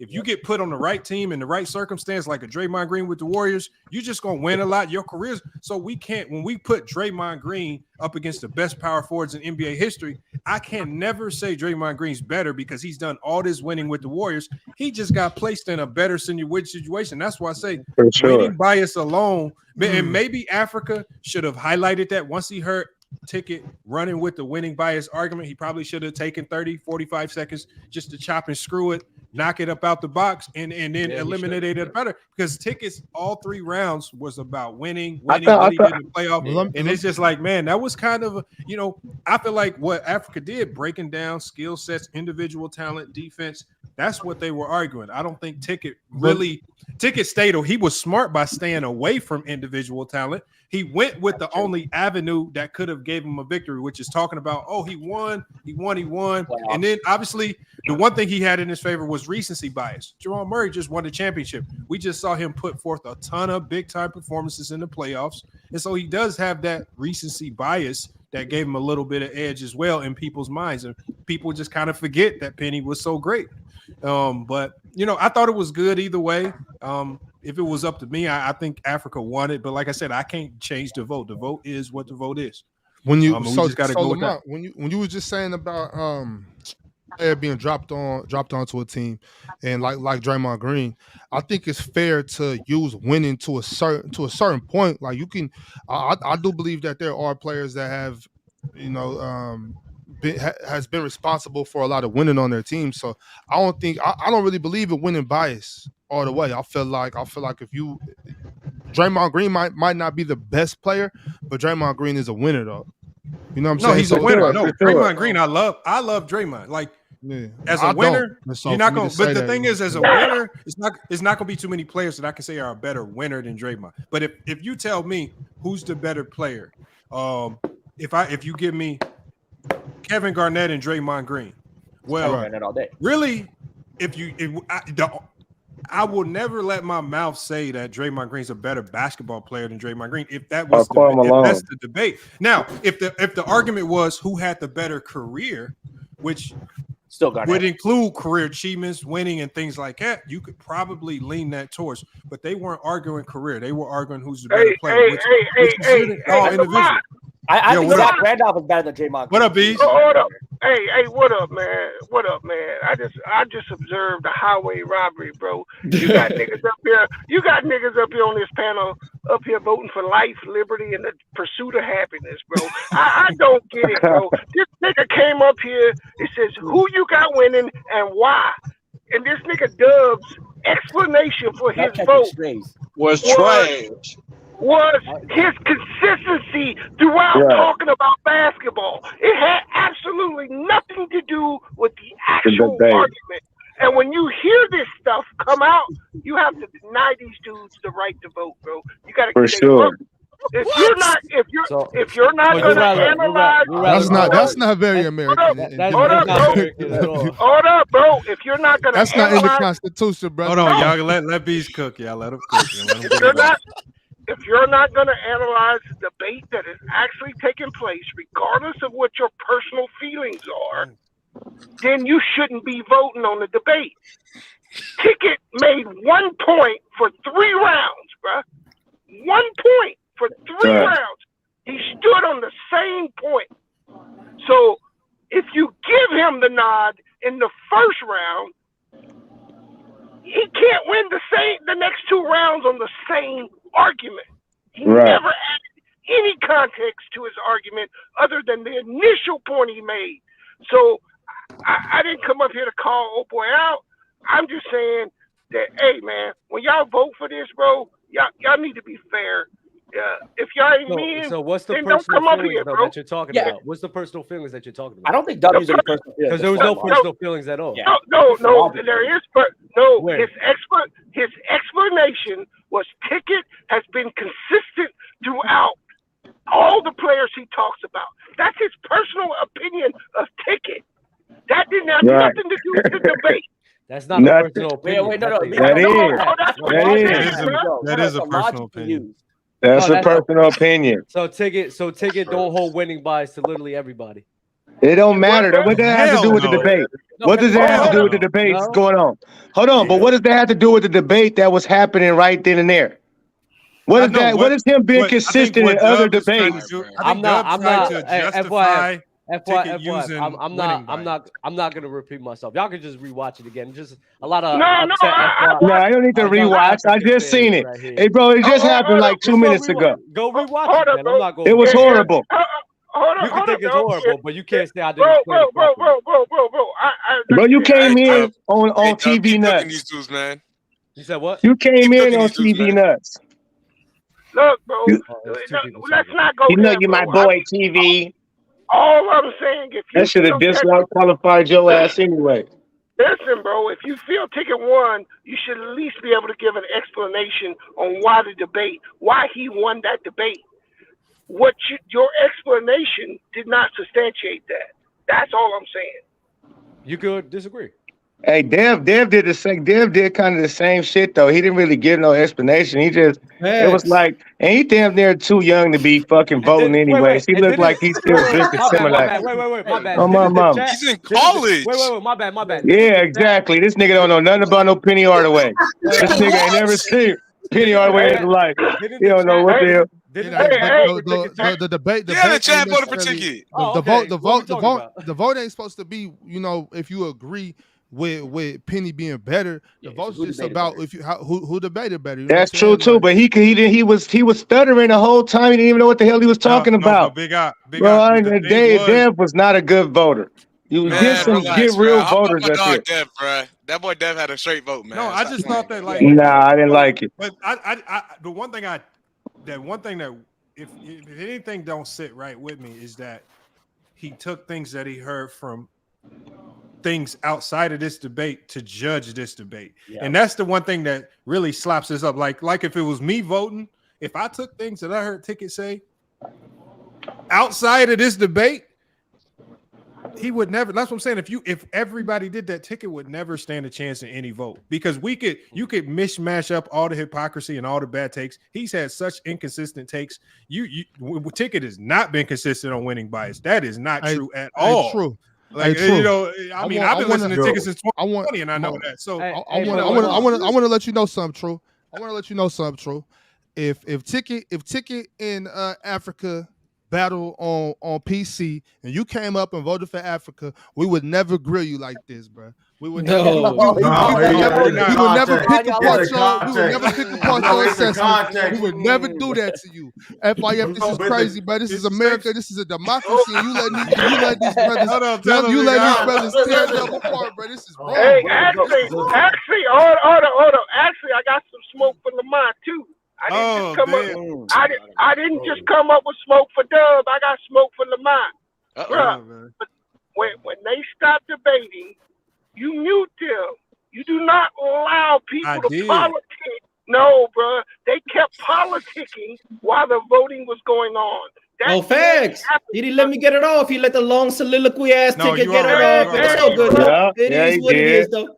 He did. Good shit, B. Let's call him out on that, B. Lamont was low-key finessing, man. I don't know what it was, but it's all good. Yeah. He was giving love to Ticket. Hey, all I'm saying is Africa did it and Ticket did it. Hey, drop them dudes in the back. Drop them dudes in the back till the vote is done. Then let them come back and say they piece.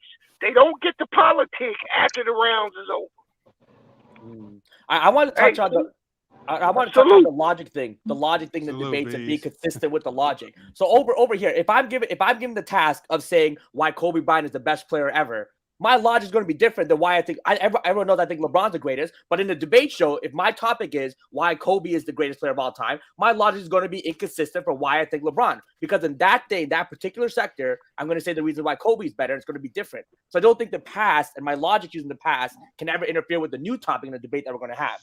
You see what I'm saying, Dub? Why are we talking more about a vote than the actual debate? Okay, that's the thing. That shit don't matter. Well, listen, man, because I had to vote. The chat voted for him. I want to talk about the debate. I do want to talk about what are we doing? What are we doing? And that's what I do want to talk about, because like I said before, and I want everybody's opinion on this. What if we're talking about individual players? if anybody can identify it, what did Ticky say Jamal Murray does better as an individual player, better than Penny Hardaway? Because I couldn't identify it. Just shoot three. Better 3-point shooter. He said a better 3-point shooter, and just as good of a playmaker. I think he said just as good.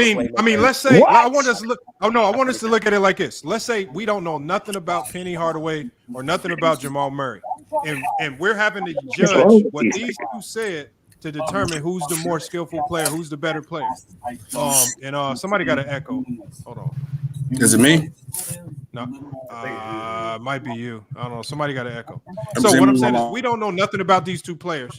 Who did the better job of explaining who was the more talented player? Like if you walk away from it not knowing nothing about it, like would you walk away from it just thinking that, okay, Jamal Murray only shoots threes better than Penny Hardaway? Or would you what would you think about these two players' individual talent? So I can start with Jalen. Oh yeah, so if I just watched this debate, I had no knowledge of Penny Hardaway, Jamal Murray. What I would have taken away with is that Penny Hardaway is the superior player, better defender. He mentioned the 3-level scorer, playmaking, all that. Brought up the season-long accolades. For the Penny side, that would have been the way he won the argument. Jamal Murray, the only thing I would have came away with is his playoff elevation, the couple of 50-point games, and that he's a winner and a champion. So two things. What it was more for Penny was the individual skills and accomplishment in the regular season, while Jamal Murray, what I think is the right way to debate, is the playoff elevation, the couple of 50-point games in the playoffs, and being a winner and a champion. Those are the two things I would have came away with if I didn't know any of these players. All right, let me hear from let me go to Jeremy. Jeremy, what would you have taken away from this? Because you heard both sides of it as well. Yeah, I heard both sides. For me, it would have been hands down Penny Hardaway for me. Like I just had so much, I know so much more about Penny Hardaway based off that debate if I didn't know anything, because I know that he a versatile player. He can do basically anything on the court. He got mid-range game. He can finish any way you want to. His defense, that will make him a superior off-ball and on-ball defender. So yeah, I would have thought that Penny Hardaway was the superior player. All right, Big Ock, what you got? I'll probably have to agree with that. We got a little bit more in depth on his play style, his size, athleticism. You know what I'm saying? His ability to play above the rim. So we got a little bit more in depth on Penny Hardaway's play style. So yeah, I could agree with that. Who'd you have winning box? Let me hear. That's irrelevant, Jalen. Okay. Dub, what would you have taken away from this one, Dub? Who's the better player? Yeah, if you didn't know nothing about either player and you listen to these two talk about the individual talents. Young Africa would have won for sure. But that's not the debate. That's not the debate. That was exactly the debate. That's not how you assess the debate. Oh, how do you assess the debate? You assess the debate because of his consistency. That's right. No, Dub. How do you assess a debate, bro? The consistency. If I come over here, right, Lamar? If I come over here and I've always pictured as a guy. That was wild, Dub. That was wild, right? I'm gonna tell you, if I'm a guy, Lamar, look. He should be skipped now. If I'm a guy, he said that loud and proud too. Damn. If I'm a guy that sat here, right, and I'll always preach that I don't rank players off wins and losses. What is this man talking about? No, hold on. Let him finish. That I don't rank players off of wins and losses. But then in my debate, I'm using points for like Kareem or Michael Jordan being better than player B because of wins and losses. I lose that debate because now I'm being inconsistent. I lose that. Simple. What that got to do with the question he asked you? He said, what you mean? Hey, you saying you're not Dub? You saying I did that? You saying I did that? That's what you saying, Dub? I did that? Yeah, that's what you did. What did I? What? What the fuck? That's why you lose. What? Savage. This nigga doesn't even know who we talking about. I know, but y'all can't get mad at Dub. Y'all can't get mad at Dub because there were two other people. Yo, don't I don't do winning bias. Lamont, he didn't even answer your question. You asked him a simple question. He went right back into it.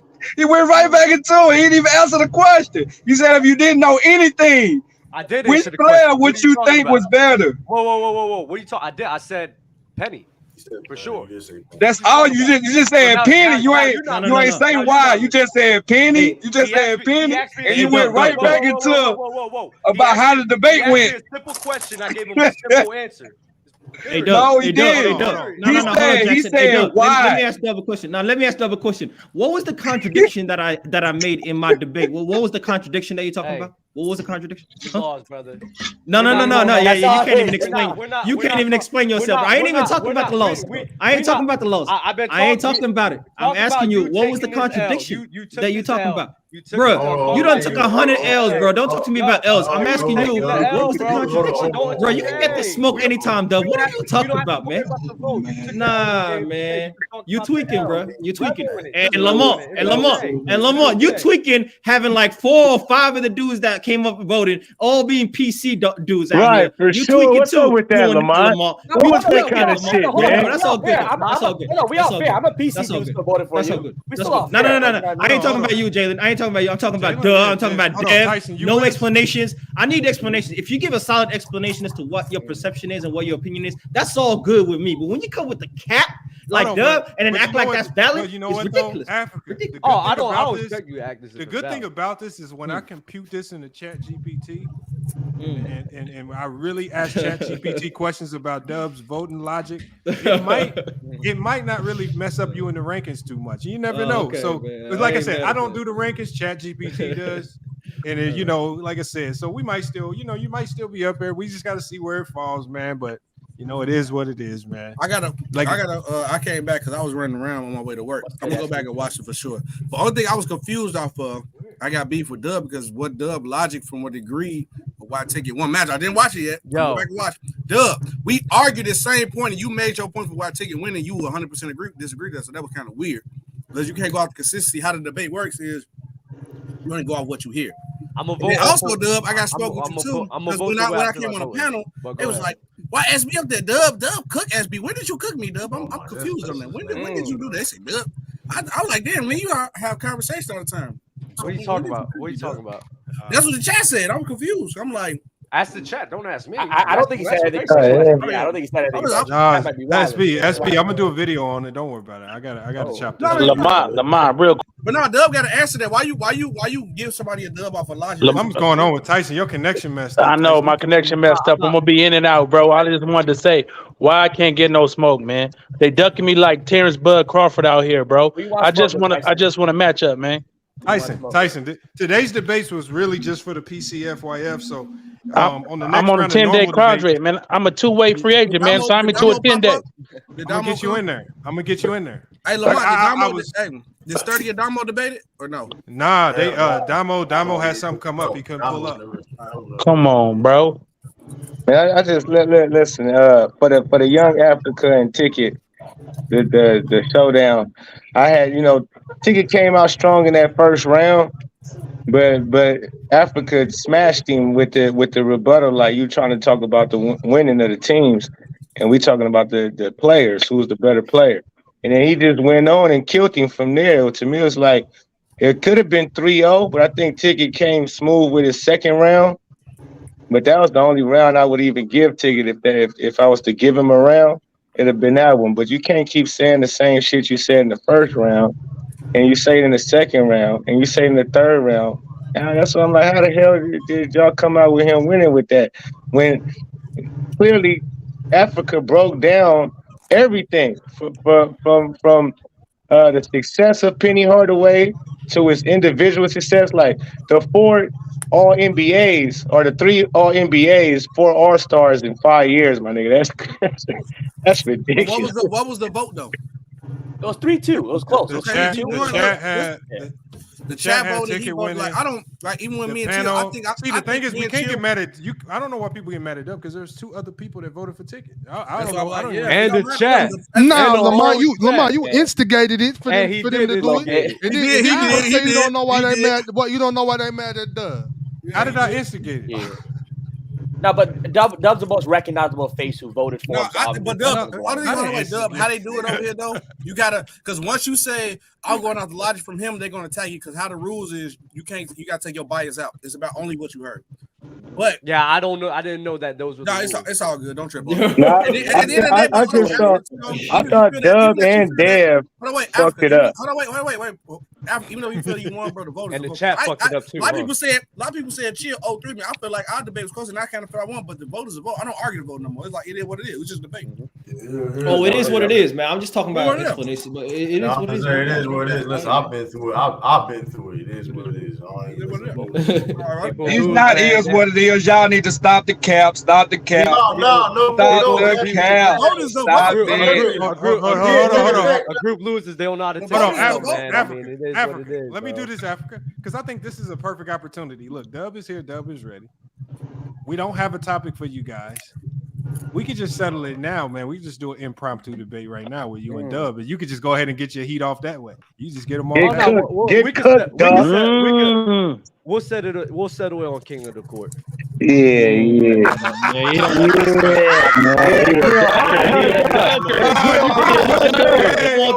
want to get on that grill? I cook Dub. I'll take the honors in cooking that nigga right now. We'll do one, two. Young Africa don't even got to do it. King the Court, whatever y'all want, we'll set it up. Ready. Man, hey, listen, Dub, that was smart, Dub. That was smart, though, Dub. I ain't going. That was smart. Africa would have been smart. We'll do an open gym run or whatever. Sometimes when you stay ready, you ain't got to get ready, man. He just showed he ain't ready, man. So then be ready when I call you, brother. He ain't ready. I ain't gonna lie, though, Pope. If anybody else maybe, but I don't think you're gonna be done. Listen, that's why they don't pay you for thinking, young man. Your cap around your head too tight. That's why they don't pay you for thinking. I'll dust your ass off while you talking, Playboy. Playboy. I'll dust your ass off while you talking. All you do is speak fast. You speak so fast, niggas can't even understand what you talking about, man. You need to learn how to slow down when you talking. All right, learn how to slow down when you debate. Nigga don't even know what you be talking about. You sound like Bone Thugs and Harmony debating around this motherfucker. Shout out Bone Thugs and Harmony. Wait. If I debated the same every time I've been winning, why would I change it? Because I'm debating chill. That was somehow I debated. I do think there's something to be said about. Yeah, I sound like Bone Thugs and Harmony when you debate. They voted chill. Hold on, Mad Max. I'm gonna let you right back. It was early in the stream. You just gotta go back and watch it. But yeah, people die because I talk fast. Dub, you just talk about time. I talk fast all the time, so I was just like, Lamont, you let Sturdy duck me from the Celtics Lakers. I can't believe you let Sturdy get off with that. Sometimes you got to debate. I was about to debate for the Lakers. Man. Come on, Sturdy had to go. Sturdy had to go. He was waiting on Damo. Yeah, I'm not gonna lie. I was gonna do the Shaq. And then ticket, like he didn't even use all his time in the third round. He was damn near like a minute short, damn near. That nigga didn't even have all this. I don't see what's wrong with that. That's up to the timekeeper. I don't see what's wrong with that. Nah, there's a lot wrong with that. You too. Yeah, you don't see nothing wrong. I bet you don't see nothing wrong with it. You left out a whole minute too. Yeah, because I left a whole minute out. I ain't seen nothing Everybody watching is wrong because if y'all dock Ox for not using his round and let tickets slide, y'all bogus. Yeah, for sure. That's a fact. Four people said that. No, everybody. Yeah, but when Ticket got up here, nobody said nothing about him. Skipping that. I told him he lost. What else you want to say? That was lame. And the reason why he stopped too, if you notice, the reason why he stopped because he didn't have nothing else to say. Like his whole point was the whole 3 rounds, really 2.5 rounds, was all about the success of the team and that type of stuff. Like Jamal Murray is nowhere on Penny Hardaway's level. He can't hold his jock strap. So like that was his whole, and like Lamont said, that was the only angle he could use to even try to have a chance in this battle. But Young Africa debunked that. Like as soon as he came on, he debunked that shit and then smacked him, and it was over. It was like that. I mean, like I said, I've seen a lot of debates go in different ways. I can't control the results, they is what they is. I mean, we just gotta run with the results, man. It is what it is. But SB, I want to touch on what you said something earlier, how like you wouldn't change, you've been debating for whatever that you wouldn't change up to Showtime. I do think there's a factor where you debate different people differently based on their style. You see what I'm saying? So I might debate Mars differently than the Ticket because they bring some difference to it. I might be a little more analytic versus a Mars or a Low versus Ticket. I might combat with a few more generalities or just argue in a different way. You see what I'm saying? Nah, man, you gotta keep the same heat with everyone, man. Nah, you can't. Mad Max, you can get this smoke. 1v1 is different though. Different players, you attacking different, right? You're not gonna play Kobe 1v1 in the chat. Hell no, Dub ain't gonna get in the ring. Dub, you gonna get in the ring? You gotta have 2 minutes. Ox did it. What's that order, Sue? He's scared. He's scared right now. Hey, man. There's no when we that nigga palms is sweaty. When I send the call, y'all just gotta be ready, brother. That's all. Knees weak, all spaghetti. Why you on this debate over here? It take 2 minutes around. We can set it up. This not right now. It's 2 minutes too long for you, Dub. Pause. It's 2 minutes too long for you, Dub. Pause. Yeah, I'm a minute man, brother. Hey, 30 seconds and we get. Hey, yo. So is Jalen Green. We're Mad Max. Mad Max, you can get the smoke right now too, Mad Max. I see you in the chat calling my name, nigga. You can get it. So who debated today? It was Ticket, Africa, SB Chill, and then Ox and who? True. The dude right there, they look like he got the jail fit on under you. Who won the Ox and Trill one? I didn't see that. True one. True one. True one to vote. SB lost to PC up 2-1 then? PC up 2-1. 30 and Damo didn't get to debate because Damo didn't show up. Gotcha. I was crying, boy. That was mad. Damo didn't show up. The chat was hurt. It happens. Damo got a family, man. Yeah, I do too. Everybody do. Hey, I will say this though. Hey, Ticket is a good debater though. I never heard Ticket debate. It was my first time. I really don't like his videos. This should be lame as hell to me. But on the debate, the debate, he nice with the debates. But Pope, this is what you gotta understand though. To keep it a buck, even if you don't like Ticket, you gotta give Ticket his flowers because before all this was doing this, Ticket was the first person really doing. He liked to Bill Russell sports debating on YouTube. Oh, that's what's up. That's cool. I don't like his video. That's all I said. I don't like his video. You gotta give him his flowers for that. He was the first person really doing what we doing before StreamYard, bro. He was. That's what's up. That's cool. Well, I was giving him his flowers for you cut me up, nigga. I was giving him. Hold on. I didn't hear. What'd you say? I was saying that I gotta go, you know what I'm saying? But I hear y'all still trying to call out Dub. If anybody up here got any issues with any PC members, if y'all need to get it off your chest, I will stick around for that. If not, I gotta run. No, it's not. It's all good. You don't gotta be that, man. Salute, man. All right. Be easy, brother. Salute, Doc. Salute, Doc. It's all good. It's all good. Sorry, I had to vote against you, bro. Is that Ty? Yeah, that's me. What's up, Doug? What's good, Ty? How you Hey, feeling, man. bro? You want smoke, Tyson? You want smoke? What do you think about that debate?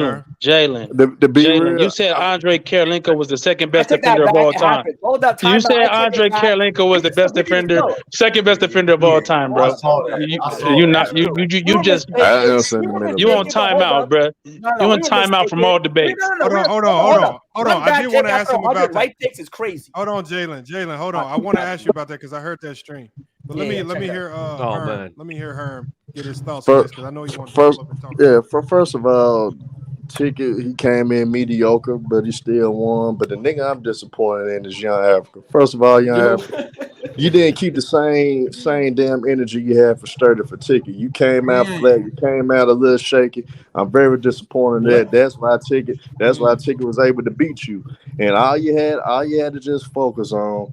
All you had to just focus on the skill. You could have brought up the fact that we ain't seen a long-standing good work of Jamal Murray to even compare him to Penny yet. We understand. He did. I did say all that shit. What are you talking about? He didn't break it down. He didn't break it down well. He did break it down. What the hell you heard? I gotta be hard on bro. I gotta be hard on bro. He said that specifically, Herm. Nah, he didn't break that down like I know did. Africa. What the hell is you talking about? Herm on Sherm, man. Listen, Herm on Sherm, man. Herm ain't on Sherm. I just know what y'all Africa capable of and y'all Africa bullshit. He came out like a day school. He that's why he's lost in this battle because my former coach Penny hands down better than Jamal Murray. Man, and Young Africa, man, you should have killed him. You should have swept it. But at the end of the day, Young Africa, bro, you didn't have that same energy. You was hype. You came out blazing. You didn't take no prisoners when you went against Sturdy. You took prisoners with Ticket. I don't know whether you were scared or not. Was on the channel. You're the only one that must have heard that, my nigga. I don't know what. Nah, Young Africa didn't come like he came. He didn't come and Ticket like he came and Sturdy. Y'all can say what y'all want. That nigga ain't coming Ticket like he came and started. All right, so all right. We agree to disagree. If that's true, Africa, if that's true, I'm on your head because I didn't watch it. That's cap, no, bro. That's not true. That's not true. Nah, that ain't no cap. Hold on. SB, I can replay it right now. Ain't no cap. I can replay it right now. SB. I mean, go ahead. You can replay it No, live. you don't do that. I mean, you can though. You did smoke him. Go ahead. Yeah, you play that. Dub didn't see it the first time, so you might as well see it now. He didn't even see the debate the first time, so you might as well let Dub see the debate for the first time. Might as well. Check it out. Check it out. Check that thing out. Hold on, Dub. Did you watch? Wait, you said Dub gave a vote? He ain't watched the. He ain't watched the whole debate. Are you serious? I ain't see the beginning. The beginning for the rules. Yo, this is This is what we doing. I ain't gonna lie to you. You come back what we doing. Blame your host. We got judges here that don't know the rules. Blame your host though. Fraudulent vote. Fraudulent vote. That's true. That's true, Lamont. Yeah, we got on Lamont head for that bull crap he let go. Let the man get cut off. That goddamn crown. Y'all some bias, whole ass niggas. Somebody biased. That man got cut off in the third round. That's bias. End of the day, nigga, when you lose, you lose. You win, you win. Did I bitch and moan and complain when I know I beat Mac Duff and I? You just a loser. No, I pursued King ass, and he got so-called number 3. No cap. So, I mean, I don't know what y'all. He's just a loser. He voted that they lost. He didn't say nothing. It is clear that I ain't say shit. I just took it on the chin and did what it is. I can't. The audio. Y'all niggas crying, man. Y'all some grown ass man. Stop that damn crying. Hold on. Let me clean this out. Y'all be easy though, bro. Y'all be safe, bro. Salute to you, Herm. I haven't seen you in a while, brother. Ever since your KD ran. Salute to my brother Dub, man. Be safe, brother. Y'all be easy too. Nice meeting y'all. Peace. I agree with Herm. So what we boxing about, man? We football, basketball. What you want to do, baby? Hey, whatever you want to do, SB, it don't matter to me. Any topic, man. Lamont can pick the topic. Anybody can pick the topic. How you gonna pull up and just cap the whole time, Herm? I'm not capping, bro. I'm disappointed. Jerome, man, hold on. We're gonna get to some of the chat. Jerome says Ticket broke it down better. That's the point. I don't. What did he break down though? I need to understand. Like I said, here's the thing. I don't really care who won. If that was true, I would tell you that was true. Nah, your ass care, nigga. Your ass care because you about to push some shit. Come on, Herm. I'm talking, Herm. I just said something about the audio. That's why I don't care what you say, Herm. Just let me finish because I'm trying to keep these audio tracks clean. What I'm saying is, when I listen to, that's why I asked everybody if we listen to the debate and we act as if we don't know who the players are. And then I asked you the question, who was the better individual player? Who gave you more information to support who is the better individual player? Even when I asked Dub that question, what's the first thing Dub said, y'all? Benny. When I asked Dub, he said if that's the case, then Africa won. I mean, we're not going to retract this vote. But it just tells you right there. We know he just came in to vote for Ticket. It wasn't about. I mean, I understand it. I mean, you don't. But if that's the case, though, to keep the legitness of the debate, you have to stop that as the host. Like, nah, bro, that vote don't count. No, I didn't. I honestly didn't think he would come in and do that. I thought he would vote fairly. No, I didn't know he would just come in and just vote Ticket. You gotta think. We gotta go against them Saturday, so they go. I know, but I asked Chill. But like I said, I asked Chill to vote. Like I said, it is what it is. Yeah, I mean, like I said, if he just wants to side with Ticket, I'm not tripping on that. I mean, y'all heard it. I mean, we all heard it. So, just even in the debate that Herm might have won against McDuff, we all heard it. I thought Herm won it. It is what it is. I thought Herm won it too. You ask me. That's what made me want. That's what made me want to debate Herm. I'm like, damn. And then Ticket. I mean, True probably lost some debates that he probably felt should have. But I can't go back and change stuff. I mean, it is what it is. Sometimes you lose debates and you can learn something. Like I wanted to address my Kirilenko take where I was wrong, but this is what it was. So the whole mentality that I started with was I just started thinking about, when we list all these all-time great defenders, it's always big man, right? Hakeem, Kevin Garnett, Bill Russell, Ben Wallace, whatever, right? That's all big men, right? So I'm trying to think. Okay, wait, hold on. What about these kind of elite wing defenders like Scottie Pippen, Andre Kirilenko, Sean Marion, things that guys who are 6'7", 6'8", 6'9", are able to, whose versatility is a lot greater because they're able to guard 1 through 4 in a lot of situations, especially a guy like Kirilenko who was guarding 1 through 4, who I've seen also be a good rim protector. So in my head, I just started thinking, maybe I got a little overzealous and excited. Hey, Andre Kirilenko, try to go in the memory bank in his book, might be a better defender than Tim Duncan. And especially Tim Duncan, because he's more versatile, still got being able to guard more at the defender and still a good rim protector. But I was wrong because with Kirilenko, the whole one-on-one defending, he wasn't as good as I remember. No. When I heard your take, the first thing that I said to myself was, I said, you are right in the sense that, and I've said this about Scottie Pippen, and I've said this about a lot of guys that have to defend on the perimeter. They get slighted. The reason, the fact that Scottie Pippen don't have a defensive player of the year is sad, but the reason why he don't is because a lot of people that watch the game don't know how to identify great defense outside of who has the most steals and who has the most blocks. I mean, if you think about it, Jaren Jackson, who led the league in blocks, is not, to me, he was not a defensive player of the year. He was not the best defender. He wasn't a better defender than Jimmy Butler. And there's a ton of guys I can go down the list, but wing players get slighted because 100%. It's harder for them to accumulate those defensive numbers that we correlate to defensive greats. Like in the 90s, Gary Payton had to lead the league in steals to get his. The guys that won defensive player of the year, like Mutombo, you could probably correlate them leading the league in blocks, them winning defensive player of the year. I don't know if those running stats determine if you are the best defensive player.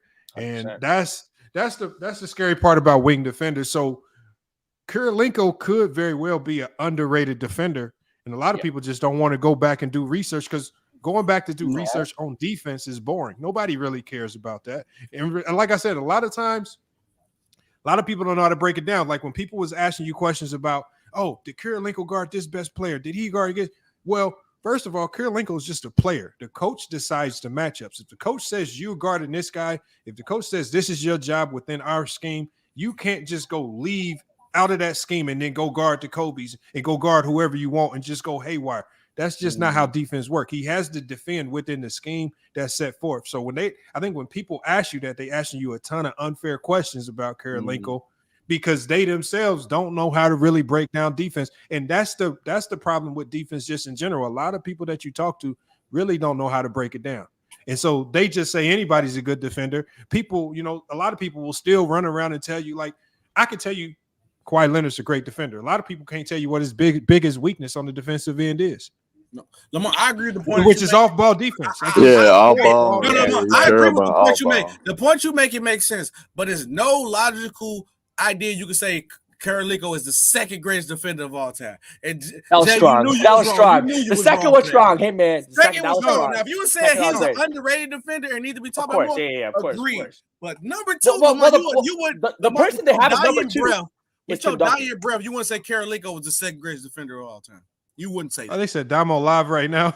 Hey, Lamont. So, do you think Kirilenko was a better defender than Tayshaun Prince? Yes.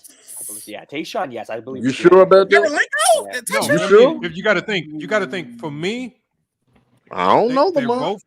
Hold on. I just think it's close. And if you want to say Tayshaun was better, I'm not gonna fight that. Right? If you ask me though, there's certain things I like about Kirilenko's defense that just put Kirilenko over Tayshaun Prince. Duck in the chat on but again, why would I knock you about two players that are so close and played in a similar era? So again, it's you really just you arguing two things that I don't know. I wouldn't argue Tayshaun Prince and Kirilenko because these are two players that had to guard in two different types of systems, two different types of coaches. Imagine a Kirilenko in a Larry Brown-led defense. This is a guy that's the ultimate defensive coach. So again, maybe did Tayshaun Prince get elevated because he was with a great defensive team in a great defensive system? And if you look at some of Kirilenko's teams, maybe they weren't the greatest defensive teams. Maybe the schemes weren't as good. Like, this is what I hate about Rudy Gobert. People would kill Rudy Gobert when you watch that film, this man Rudy Gobert is literally running all over the court because of all the defensive breakdowns from Mike Conley, Donovan Mitchell, and all these other guards on the Utah Jazz.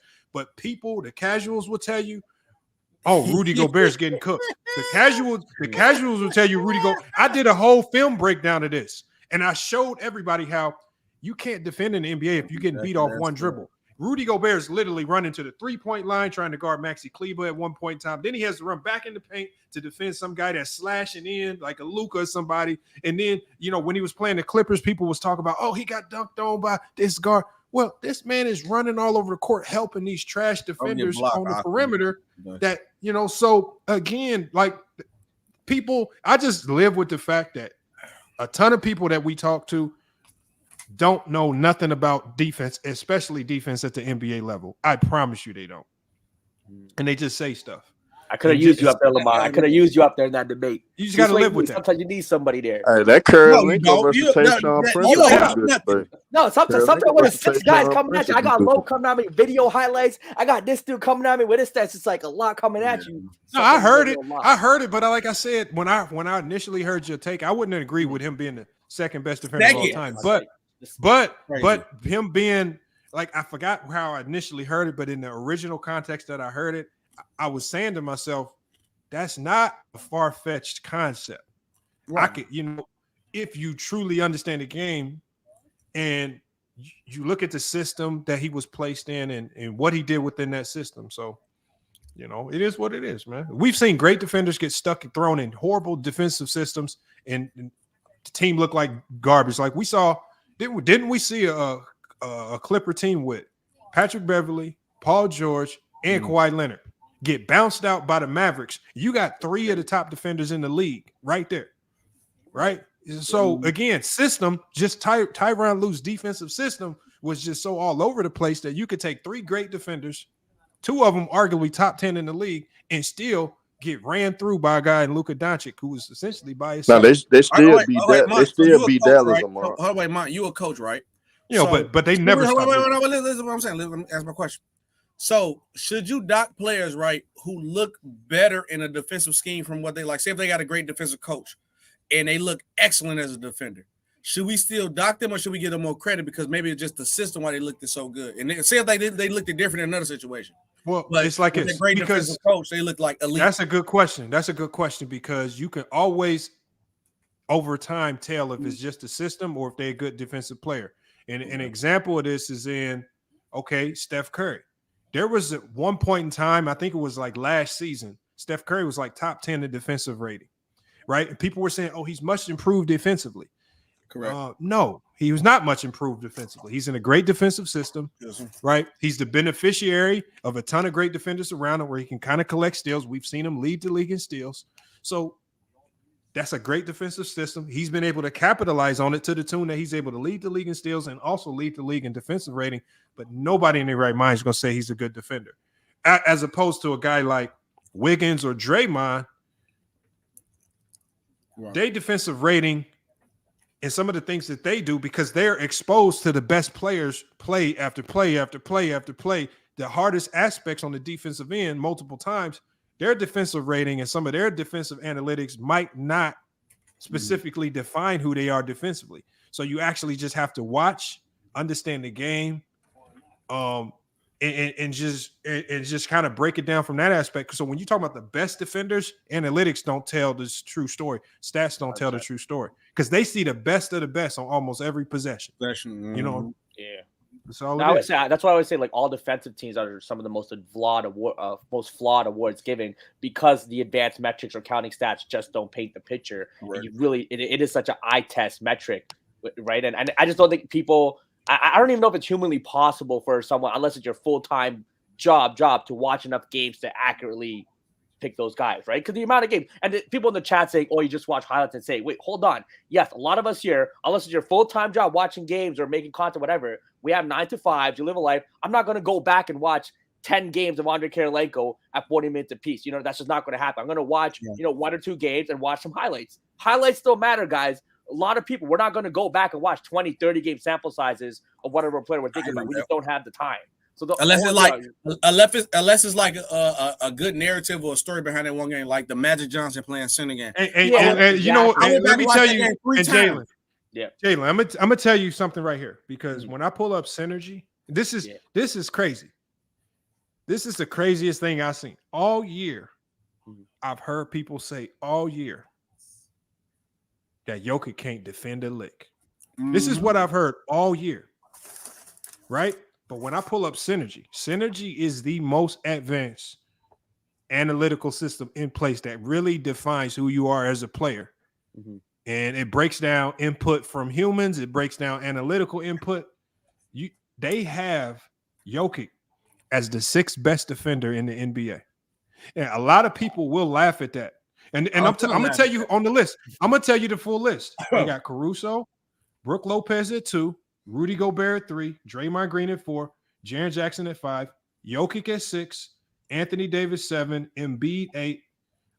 Surprisingly, they got Yusef Nurkic at 9, Steven Adams at 10, Evan Mobley at 11. Now, the majority of this list consists of great defenders.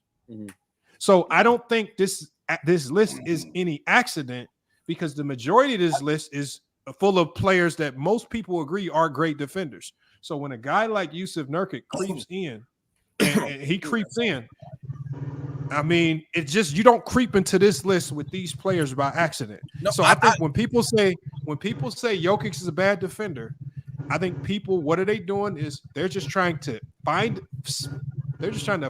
any weakness in his game just to give the impression that he's a weakness. Because if you also add that he's a great defender, that's what I'm saying. We talking a whole nother category of player. People always say that. This is what I mean.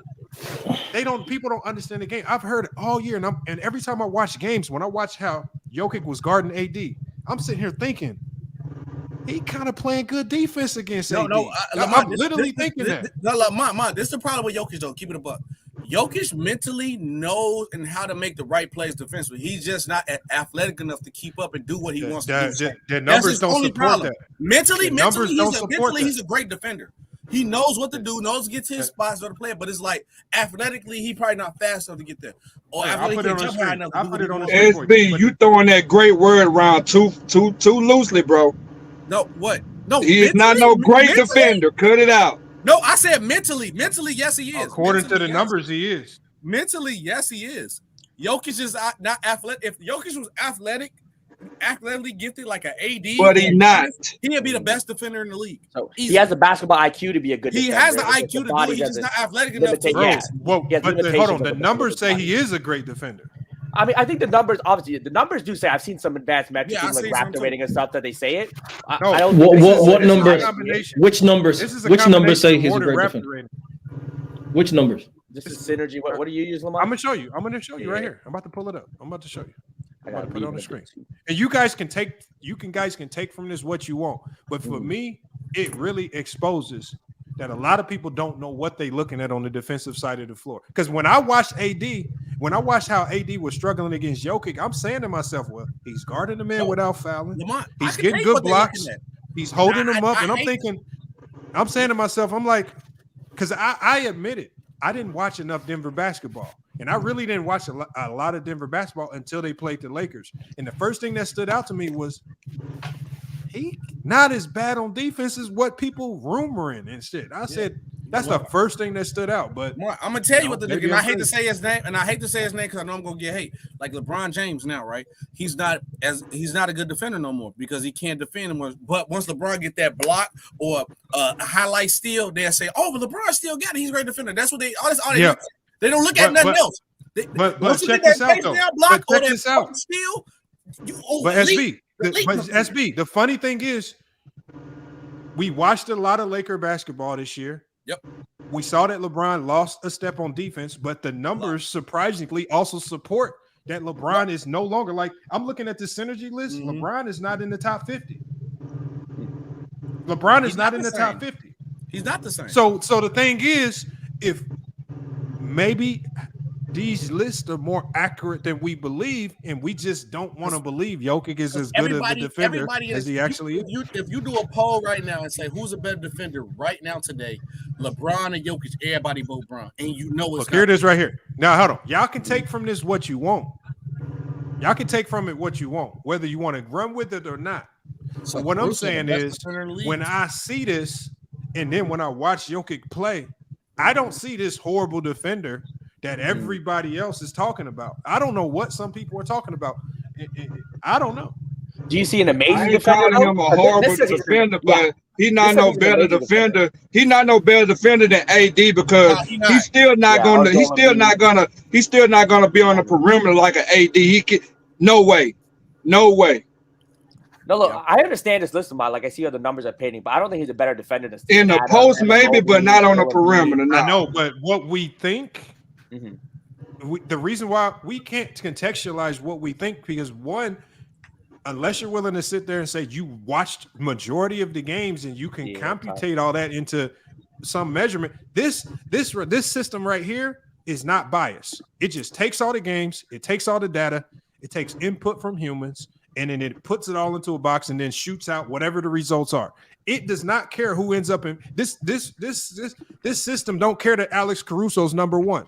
I'm going to say it just spit out the information. I understand that, Lamont, but you're not finna see and tell me when they finna guard a guard that it's not finna look silly for the other person when it comes to him and AD. Who's so clamping up? I'm letting you know that right now. When it comes to AD and Jokic, like guarding the guard, it's finna look silly. Oh no, wait! I got a question. What did Jokic do to AD in the playoffs though? From that great defender though. He plays solid defense, man. Like he plays solid defense. That's why I said in the post. That's why I said in the post. But I'm saying we talking about the better defender. I'm not talking about no one series. Yeah, hold on. It's been a lot of times when we talk about the Hakeem Olajuwons, the David Robinson, the Dikembe Mutombos. These dudes was solely defined as great defenders because of post defense. They could remember. I pulled up Hakeem Olajuwon's pick and roll efficiency and how many points per game teams could score on them in the pick and roll, and it's astronomically high. But yet people will say Hakeem is one of the greatest defenders of all time purely because of his post. But AD game is so different though. He can guard people on the perimeter. The other bigs can't. No, Lamont, be real. They say Hakeem is the greatest defender. Don't say one of the greatest. They say he is the greatest. I'm just putting the numbers on the screen because look, if I go past 11, I'm going to tell you the rest of the names on this list. And if you find it, if you hear a guy that's not a defensive guy or he can't play defense, let me know. At 12, we got Giannis, defensive guy. So 13, this one surprised me as well. You got Jakob Poeltl. I just didn't watch enough Jakob Poeltl to know for sure.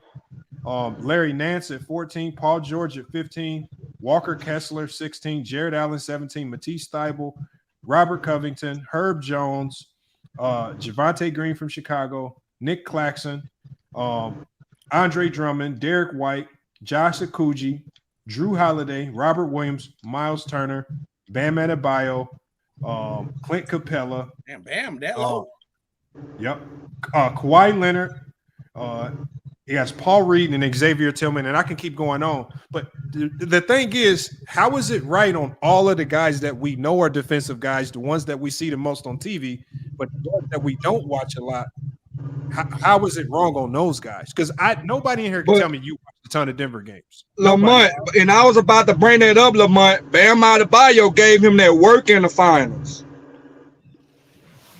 Because he's more, I'm gonna say his game is how he was playing like a little more aggressive, and like he was doing a little bit more than what AD could have did, and that showed me like some of the things AD could have took advantage of, but he didn't. So I'm not saying like Joker's like he shouldn't be like on the list like in the top 10 or anything like that or whatever. But when I see AD from playing like on the back end and the front end defensively, AD does that better across the board.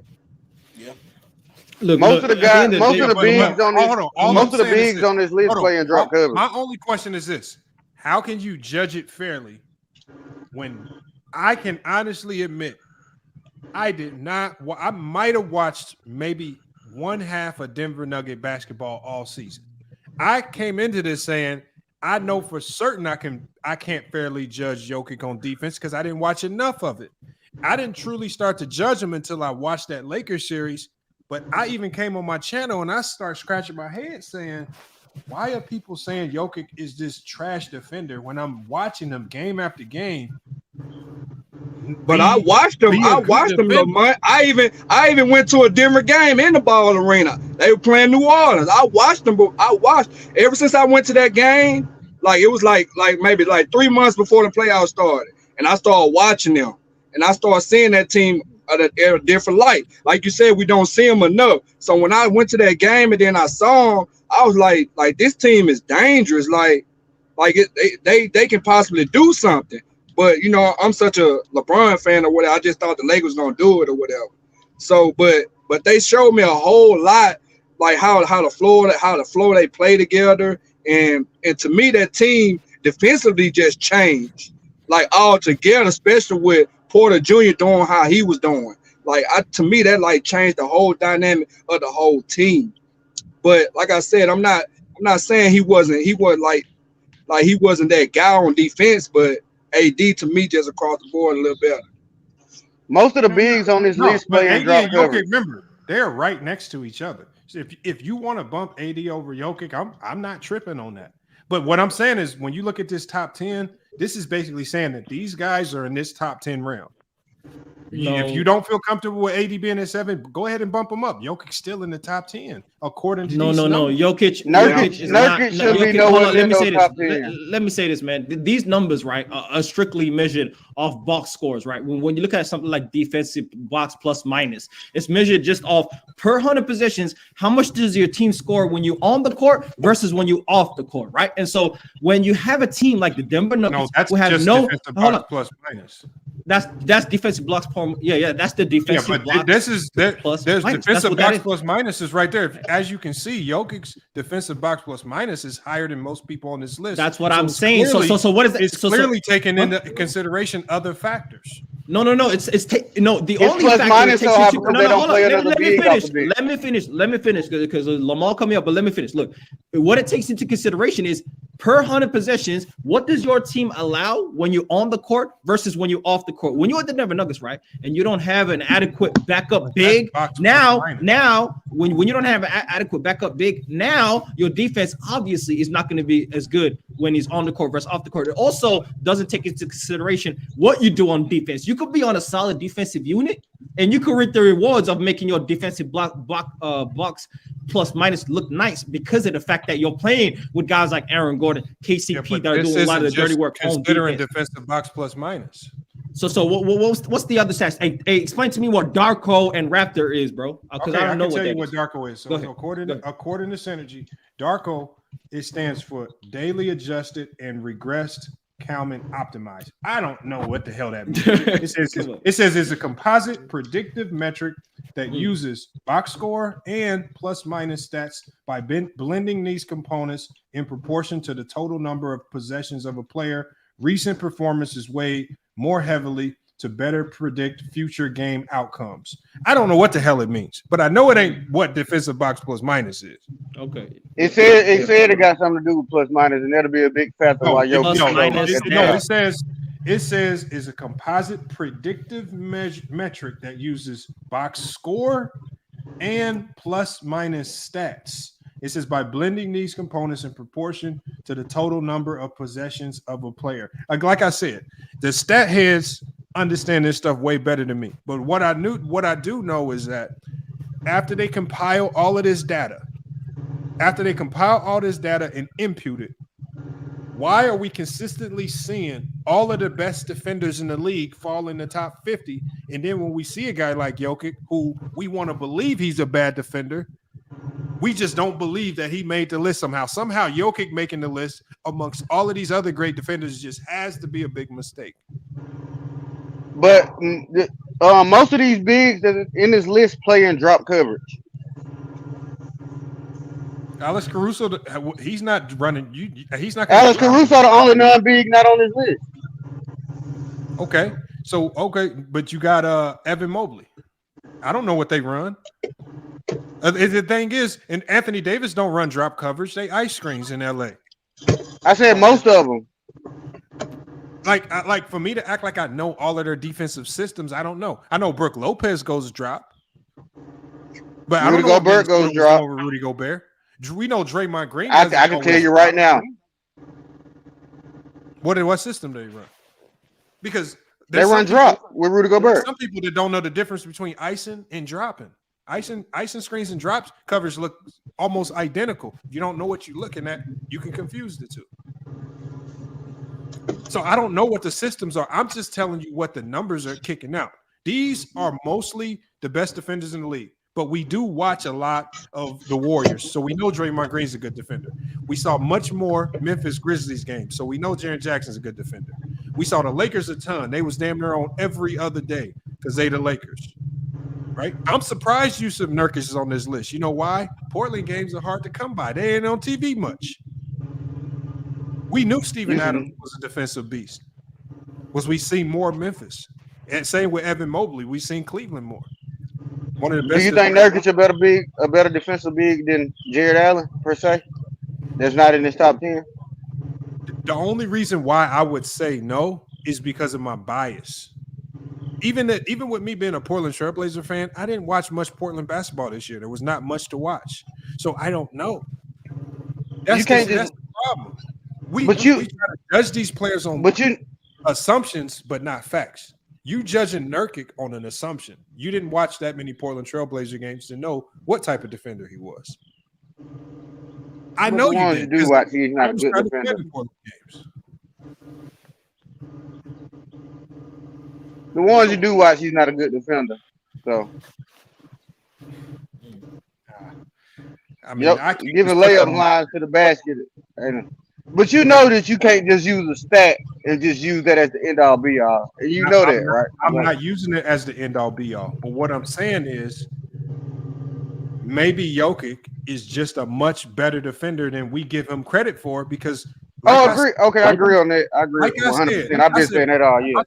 When I watched that Denver Nugget Lakers series, I'm not saying Jokic is the greatest defender in the world, but the one thing that stood out very early in that series is that Jokic is not the slouch defensively that people claim he is. That's the one. I don't know how it stood out, but I said, this man actually cutting AD off, getting good stops on rim, good shot contest, defending without fouling. And I'm like, what are people talking about? Maybe he just played good in that series. But then I watched this dude play the same way throughout the entire playoff.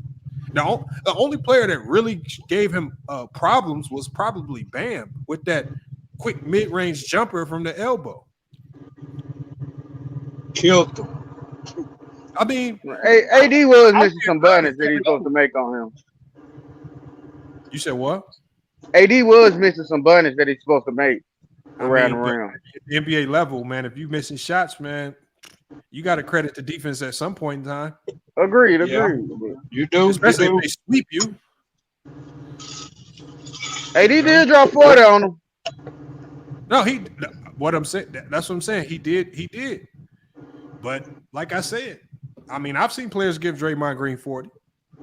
It's happened. Did you watch that Minnesota Timberwolves series? What with no, I didn't watch it. No, I didn't start watching. He wasn't that good defensively. Nuggets until they played the Lakers. He wasn't that good defensively in that Timberwolves series. Tyson, you got to come up here and explain this. The thing is, there's no way he falls on this list if he's not contesting shots. There's no way. I literally watched him contest a ton of AD shots, and then now you want to tell me he don't contest shots? I'm literally watching him contest everything AD had. AD struggled. AD struggled for the most part of that Denver series. He don't like that body contact. That's what I think it is. Hey man, like I said, I just think people trying to give him a label just so they don't have to say he's so great.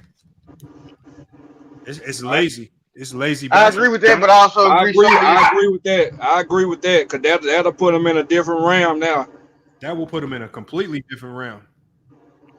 But I also agree some of these new defensive stats has been made up for Jokic are made up for this point. My only question was, if this defensive metric was flawed, then we would see more.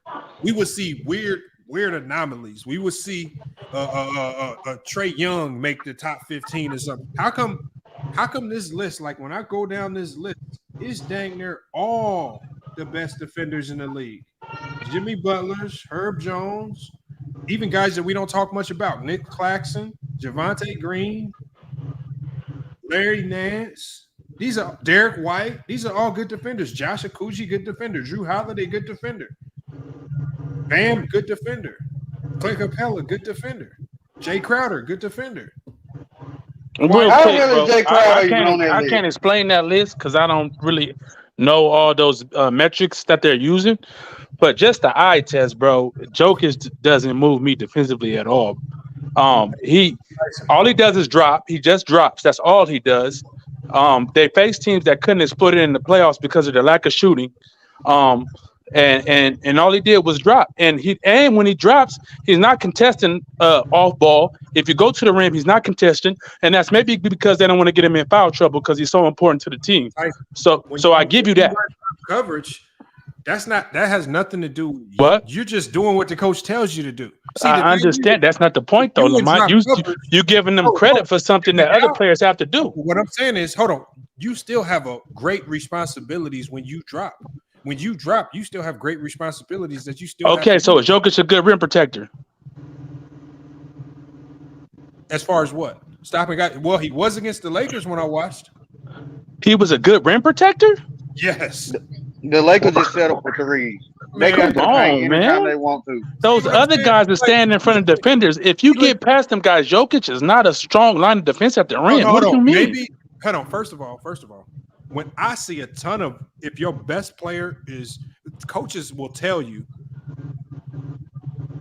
give them the layup as opposed to your best player getting 1, 2, or 3. That's what I said. That's what I literally just said. Don't mean you a bad defender. That's a I strategy. understand that. So if he's not doing this, I'm not going to give him credit for being a good defender, though. Regardless of the situation, regardless of what the coach is telling you, if the coach is telling you to let the guy go and AD will pick him up, that makes you a good defender? No, that doesn't make you a good defender. That makes you following the system, and that's fine. But that don't make you a good defender. He's a bad defender. I just want to answer this question: how did his defensive numbers get up there with the likes of these guys? You got me. I'm not a numbers guy, so I can't tell you about Darko and Drafter and all this other stuff. This is based on you can figure out how the formulas and tell me what he's doing. Now, but I'm basing it off of eye test. How many games are you basing your eye test off of? Oh, we watched the whole playoffs. We watched damn near every game of the playoffs. Yeah, we watched them throughout the season when they was on TV. And I got the league pass, so I'm going back and watching games. I'm not watching all complete games. I ain't gonna sit up here and cap. But we saw a good sample size of Denver. I said, how many games would you say you watched where you feel it's a good enough sample size to judge Jokic defensively? Oh man, how many games in the playoffs? I damn near watched every one of those games, and then through the regular season, I probably watched maybe 10 games of Denver to full games.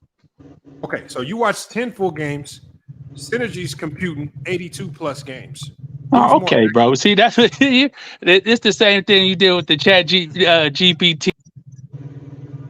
I mean, you can go, like you said, you can go off these matrices and whatever, and they got some great defenders up there. But when I watch Jokic play, and what I'm saying, I'm just going off my eye test. Like I said, I'm sitting up here and watching this dude not contest shots at the rim. I'm sitting up here watching AD get bunny after bunny in the mid range, and he's just not making them. When he was making them, he dropped a 40 ball.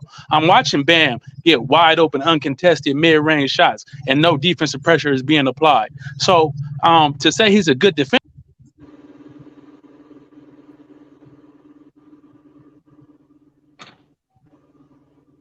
You know what I'm saying? So I mean, I don't know what else I could say. I don't know, man. Like I say, man. The one thing that I've learned even in this Phoenix series, if you get past their first line of defense, Booker getting layups, no contest, bro. I know, but what I'm saying is when you see something like that, like when I see a team that has a consistent problem like rim protection, like the Milwaukee Bucks struggle with defending the 3-point line.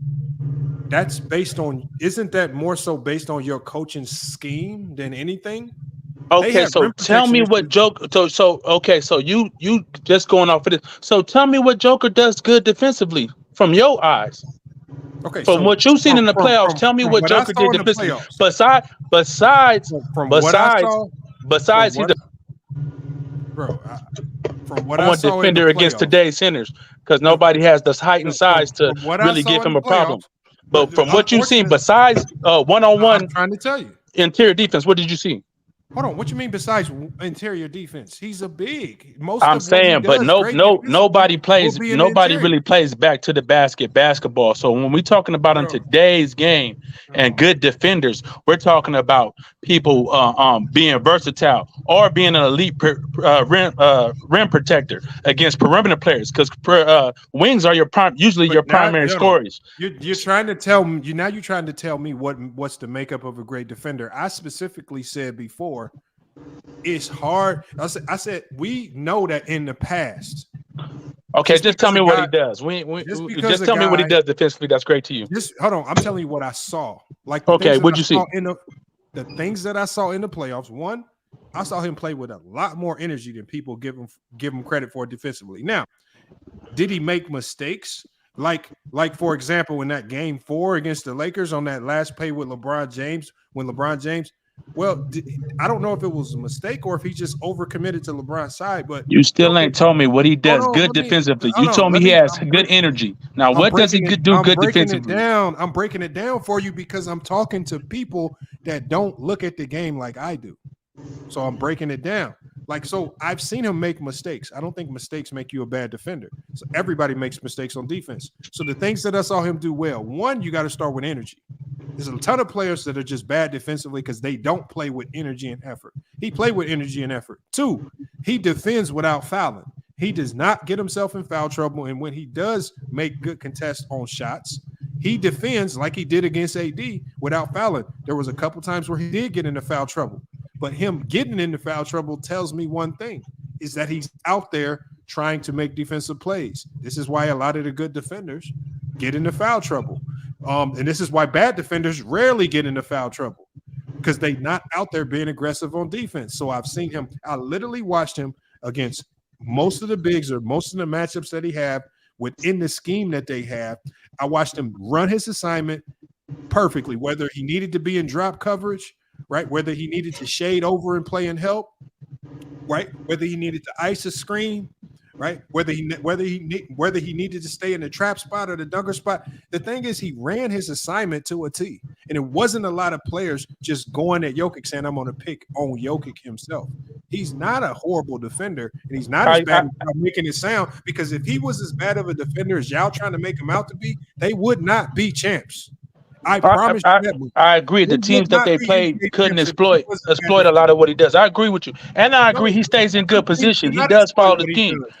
I agree with that. That's a lie, because the only players that we really saw exploit Jokic was the best players in the league, like the Giannis's, like the Embiids, and like the ADs. But on a night in and night out basis, you're not just finding no casual Jonas Valanciunas just lighting them up. No, I'm not saying that. I'm talking about in the pick and roll and stuff when you got to bring him out and they got to play pick and roll defense. So then that breaks down their defense when he just drops. And then, I'm saying, if you got a good point guard, he's going to cook that matchup. He's going to cook the match, or he's going to find another open guy who can knock down the three. A lot of the teams they played in the playoffs didn't have the 3-point depth to exploit that. We saw a Golden Warriors team exploit that to a T. Granted, Golden State Warriors is a great team. Right now, Tyson, pick and roll defense, this is not a decision that the players make. Your defensive scheme, if the coach says, our philosophy this year is we switching everything, you switching everything. You can't just go drop when you want to. It blows up. But don't you think they do that based off the player's skill? No, you base. Don't you do that based off the player skill and who your opponent is? You base your defensive scheme off the personnel that you have. And so if you understand Jokic, which all players and we know that Jokic is a weak pick and roll defender. So we just gonna no, you're just saying that. Well, you gotta let me finish what I'm saying. What I'm saying is, as a coach, I know he plays with energy and effort. He's still a little bit slow laterally. We don't want him out there on the perimeter, possibly exposing himself to foul trouble if we just get him tied up or trying. Like, no coach in the world is going to have their center switching screens in the NBA. Like, this is basketball 101. So the fact that you say, oh, he can't switch screens as a center, well, what center in the NBA outside of the Draymonds or the most nimble small centers that we have? What true centers is Embiid out there switching screens with Maxey? No, that's not the only two options, Lamont. It's not just drop or switch, bro. That's not the only two options. Is Embiid a great defender? Great? No, he's a good rim protector. I'm saying decent. Yeah, huh? He's decent. Okay, let's do this. Is Anthony Davis a great defender? Oh, of course, yes. Okay, every time on pick and roll coverage, they ice the screens. That's a different form of drop coverage. Is he a bad defender because he just follows the coach's instructions and he ices every screen? So AD hasn't showed you that he's versatile enough to get switched out on guard and hold his own? No, what I saw a ton of guards. Answer my question. Please. Look, see, the thing is, I could be petty just like y'all being petty with Jokic, and I could talk about how every time Jamal Murray and those guys got switched off to AD on the perimeter, they went haywire on him and lit him the fuck up. That's a fact. Every time? I could be hold on. You saying in this playoff, because what y'all doing is y'all taking a small snippet sample size of what you saw in a few games, and you're Are you comparing Jokic's pick and roll defense to AD? I'm not comparing nothing. What I'm doing stop it. I'm taking your flawed logic because what you're doing is flawed. I'm looking at the players and telling you AD is a better pick and roll defender. He's a better. He's not. You're just making that up. I'm not making that up. This is what's happening. This is the problem. You taking a small sample size of Jokic games saying he's horrible defender. So why can't I take a small sample size of watching AD get cooked on the pick and roll and say he's a trash defender? See, I'm just doing the same thing you did. What this metric right here does is it takes every game that was played this year and puts it into context for you, so you don't come out with these biased outlooks on a player. You don't even know what those numbers mean, Lamont. What are we doing?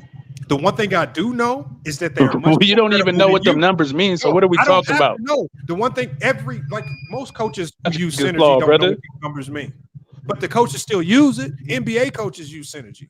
The best, Steve Kerr uses it. Right, the person that told me Tom Izzo, the person that told me to start using it, probably don't know what all these numbers mean, but he uses it to recruit players to Michigan State. So I should take your advice and not listen to synergy, while some of the best coaches in the world use it. And they use it faithfully to find and identify the best players. But because you don't think these numbers are accurate, I shouldn't use it. How am I going to say if the numbers are accurate or not if we don't even know what the numbers are, brother? You know why the numbers are accurate? Because the majority of the players on this list, that's fine, Lamont, but you still ain't told me what the numbers mean. The majority, the thing is, half the numbers you talk about, you don't know what they mean. No, I don't. I know what field goal percentage is. I know what true shooting is. You know what I'm saying? You can break. You know what I'm saying? And even true shooting is a little mathy for me.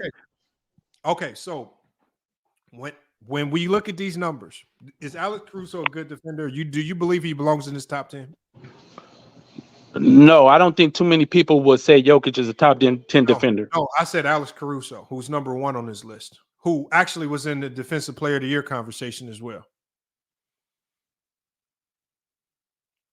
Does he belong at number 1? He got a case. Yeah, he has a case. Okay. Brook Lopez. Clearly. Why is it clear with Brook Lopez? Oh, you just watched a few more games. What about Rudy Gobert? A lot of people say he fell off defensively on a bad Minnesota team. A lot of people scored on Rudy Gobert. He got dunked on a whole bunch. Does he belong on this list? Yeah, for sure. Rudy played a good defense. I'm a Timberwolves fan, so I can tell you. Rudy played good defense. People just made a lot of shots over him. Hey, you got it, Lamont. I got to bounce, man. Good talking to you, brother. Appreciate you. Look, same thing with Draymond Green.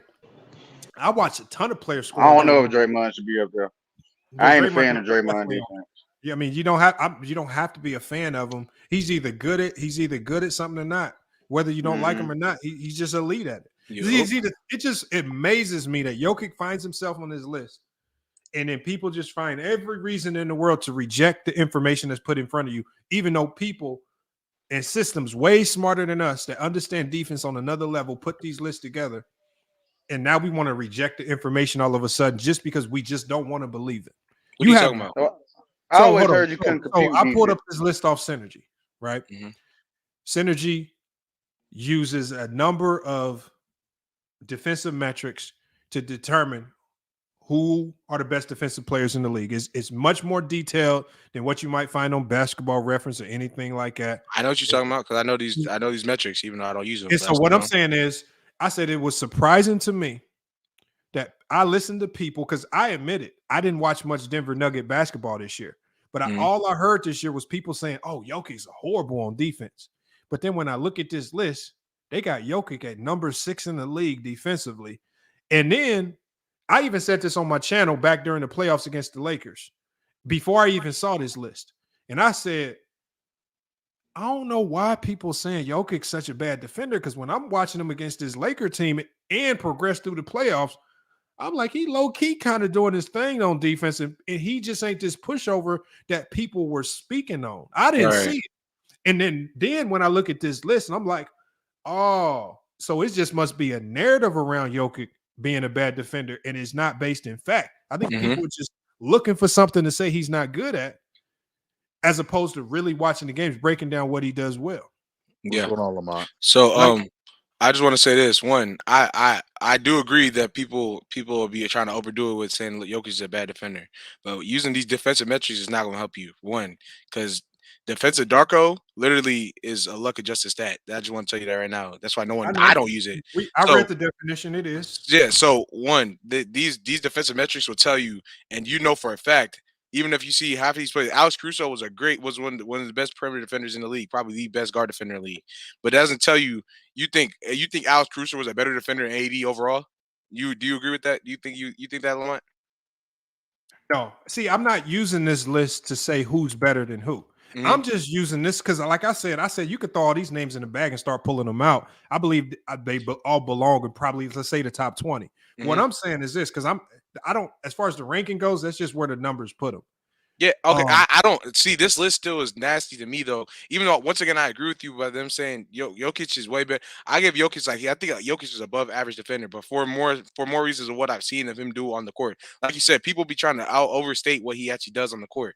But for them to go and try to say by this list, just by the list, I'm not saying you saying this, by this list, if Jokic is at number 6 over AD and under Jaren Jackson Jr. is capped. I'm sorry, he's not in any of their realm of criteria when it comes to playing defense at all.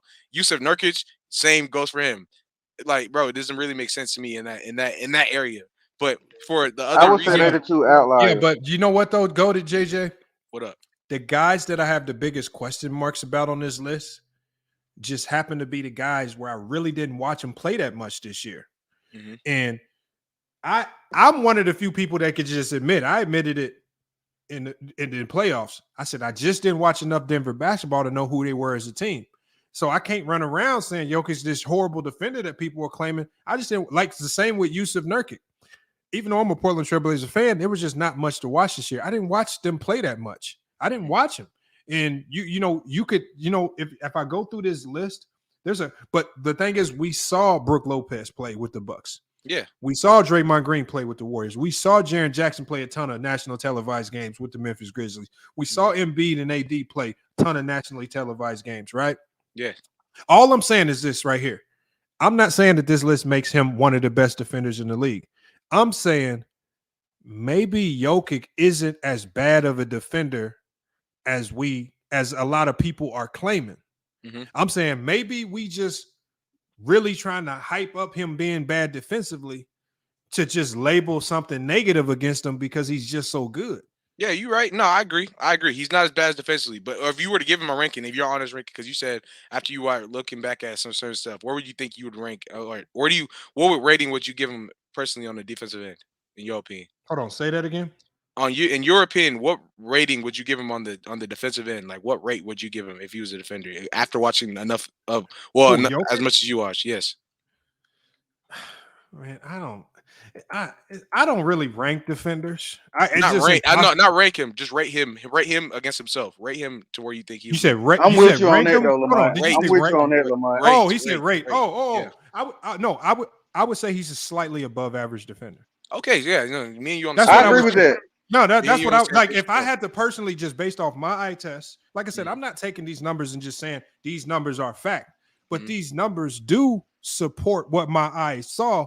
So when I know I'm not crazy, when I watched that Lakers series, and the first thing I said was, "Damn, Jokic ain't as bad of a defender as what people saying." Like the way people describe it, he's a cone. He ain't doing nothing. He ain't moving. He getting scored on. And when I watched, I'm like, oh, I ain't seeing. He a hustle player. I just think this list I think this list overly supports what most people like me and you are seeing. I think this right here will give viewers and people that try to down Jokic even more of a reason to down him because of these numbers right here. Well, like, I mean, once again, any list like this, like you can go to Steph. I can find a list that say the opposite. You can go to Allen Iverson and Steph leading the league in steals. That could misconstrue the case for them being good defenders. I mean, we definitely use the eye test with those guys. So there's no stat or metric that's just going to prove one point.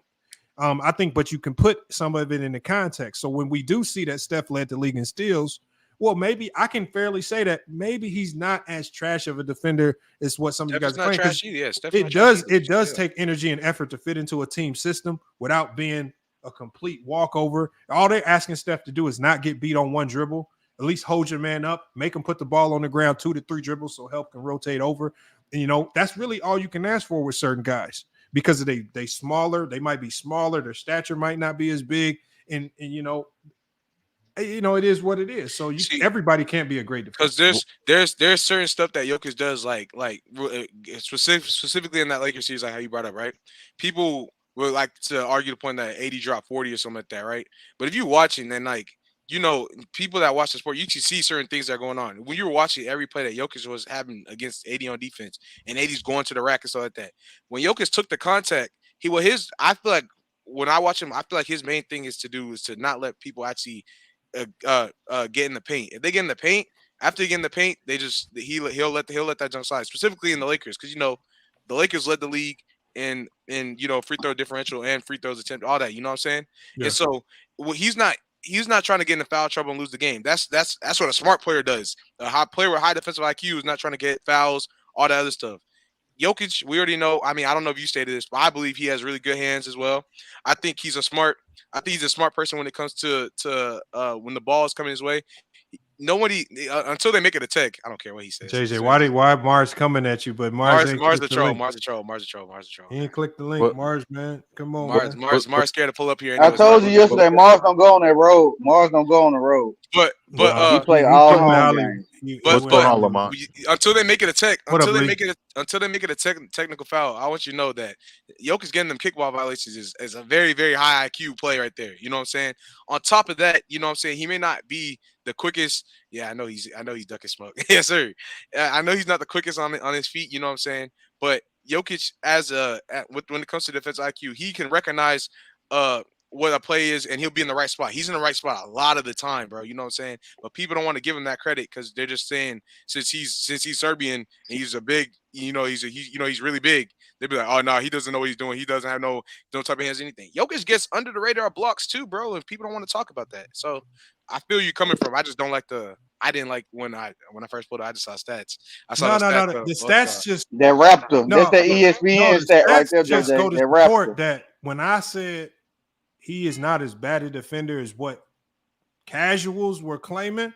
What people that really don't know how to really break down the defensive side of the ball is. And remember, at the NBA level, which is much more detailed, if you don't really know how to break down what you're saying, then you can run around and say things like certain guys. Like, remember, there was a whole summer where I'm literally having to listen to people tell me that Rudy Gobert is a trash defender. Mm-hmm. Like, imagine this right here. Like, and I really imagine. And it wasn't just one. I'm talking about hundreds and hundreds of people are saying that. And it's just like, y'all doing this because y'all watching guards score on him at the rim but you're not looking at why is these guards even getting to the rim? Why is he so out of place to where Can you guards highlight can Tyson's comment? Can you highlight Tyson's comment real quick? What did he say? Because he Right said here? so letting the player. Yeah. So he said, so letting the player score when they get in the paint as a center makes you a good defender. No. But That's what not the happens point is, I'm making. I did a reaction video to when Rudy Gobert was with Utah. And what I did was I would play and break down the entire sequence, which led up to guys scoring at the rim. And what you would see is, remember, they would put that Dallas team, and I used that Dallas series. Dallas would put Maxi Kleber on Rudy Gobert. Why? Because he's a shooter. So not only will Rudy Gobert have to worry about being spaced out and shaded towards that corner to contest the three, right? Because Donovan Mitchell and Jordan Clarkson and Mike Conley, these guys were getting obliterated, blown by. That's fact. Not in one dribble. And Rudy Gobert, obviously, he has one or two things he can do. He can stay home on Maxi Kleber, or he can actually do what he's supposed to do and try to go fly over and contest the layups. Unfortunately, when you're asking him to cover that much ground and you're putting no resistance up defensively, he can't get there in time. So, of course, now this is not the 90s where big men could just stand in the paint and there's no defensive 3 seconds. And then you don't have to worry about your man shooting threes because centers in the 90s didn't shoot threes. So you didn't have to worry about being spaced out. You didn't have to worry about that. Right. So it's a little bit, what he's asked to do is different.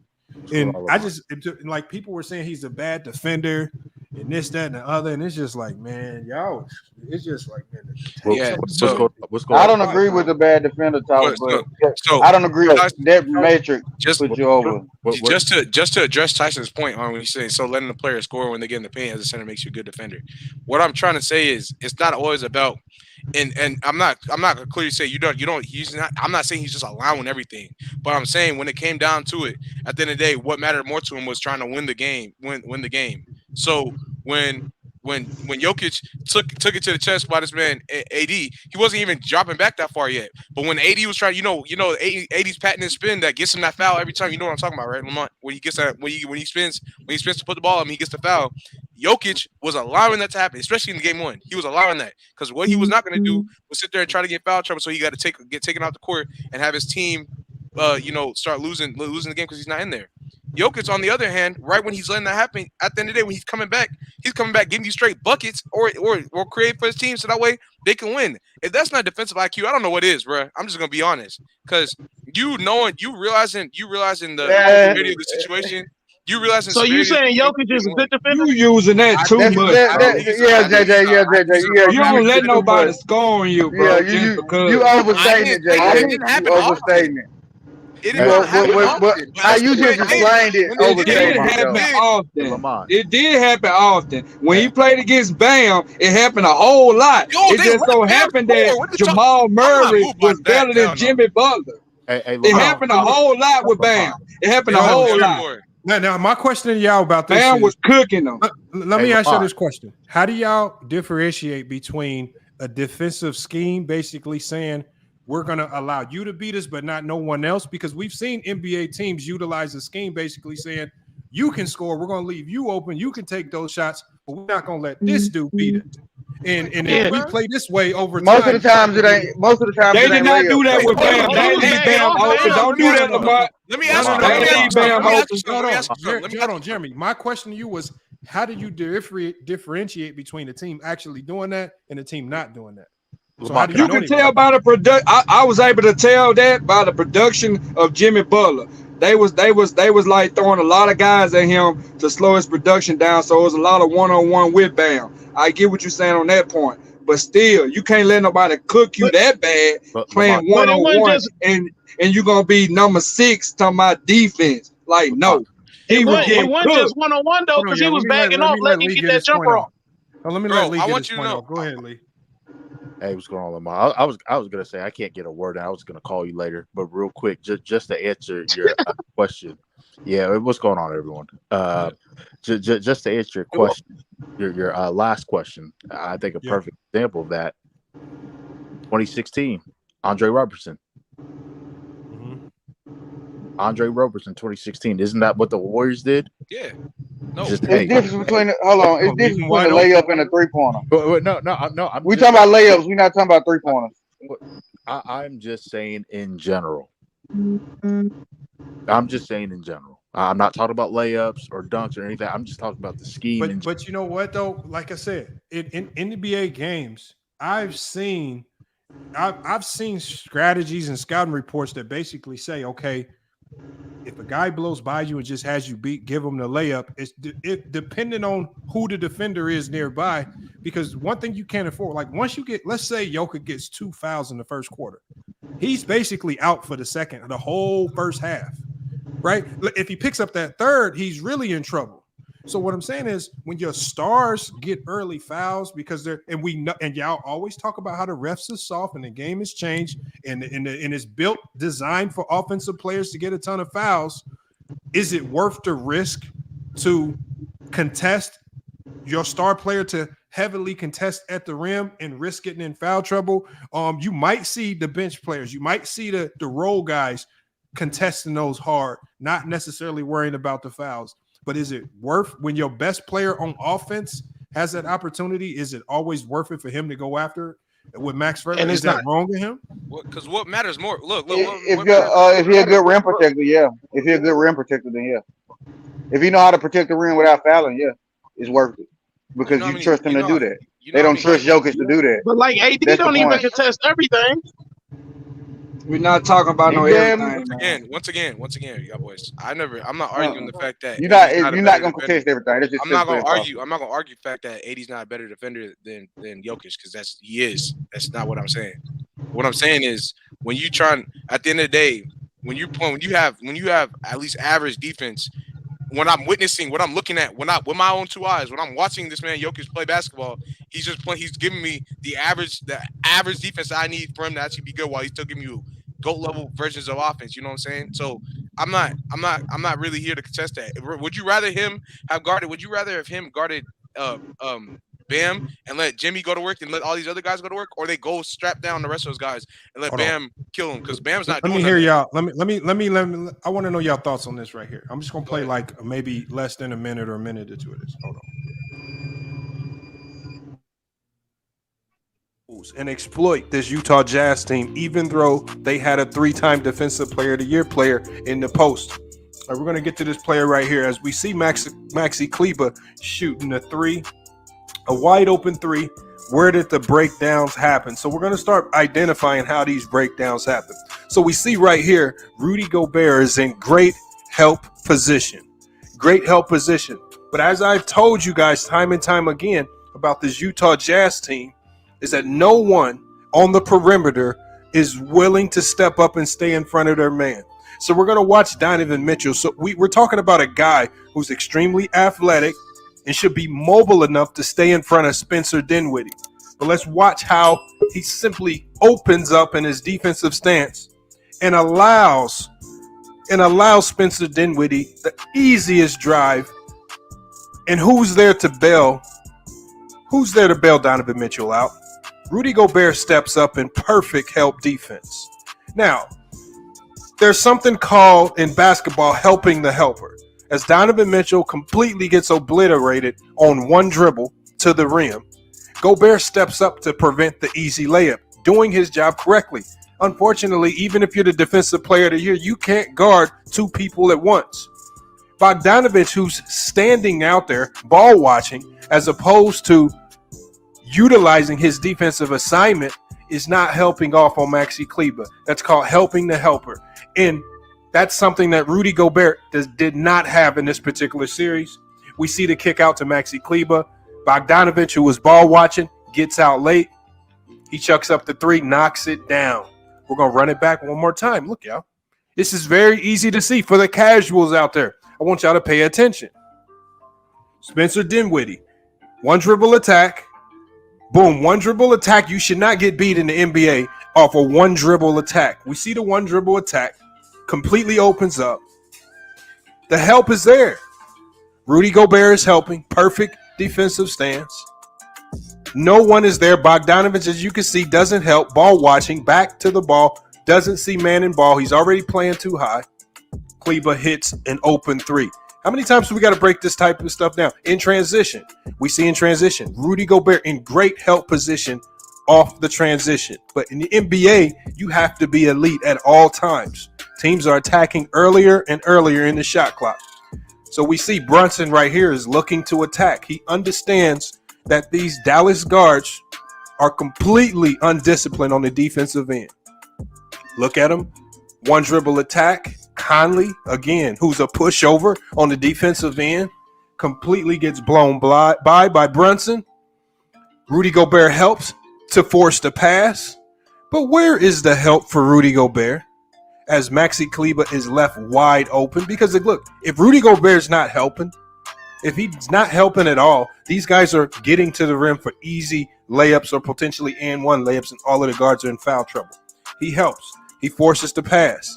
Let's look at it again. All right, look, what is Mitchell doing? Mitchell is already ball watching. Mitchell is attached to his man so much so that he doesn't understand his help philosophies.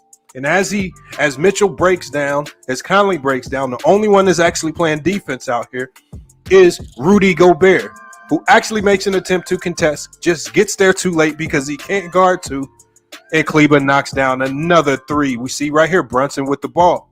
Really, no, these are not pick and rolls. In a league where pick and rolls are happening almost every possession, these guards on the perimeter for Utah are getting blown by in one dribble. Blown by.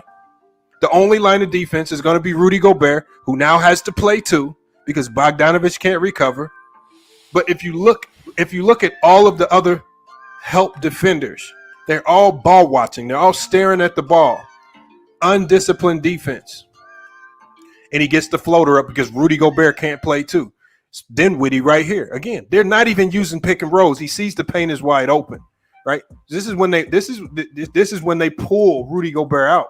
Rudy Gobert can't help because at this point in time, Kleber's already knocked down. Bad rotations. But bad rotations can make an elite defender look bad. Right. And this is the playoff series. It was after this playoff series where casuals were running around saying Rudy Gobert is overrated on defense. Yep. They didn't say it about Conley. They didn't say it about Mitchell. They didn't say it about Jordan Clarkson. They blamed the defensive player of the year. That's the saddest part about it. He said, show the Jokic tape. I can show the Jokic tape. I don't have no problem with showing Jokic defensive film. Because I guarantee you, if I pull it up, it's not going to paint the picture that you're talking about. I'll pull it up. Y'all must not know what we do over here. I have no problem with pulling up Jokic on defense. Hold on. Tyson ran when I came up here, man. Like they be thinking they think they can just tell me to pull up footage like I'm not going to. I will pull it up.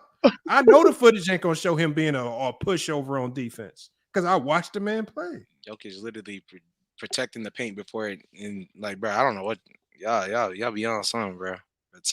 I ain't tripping. I'll pull up the footage. Just make sure y'all don't run when I pull up the footage.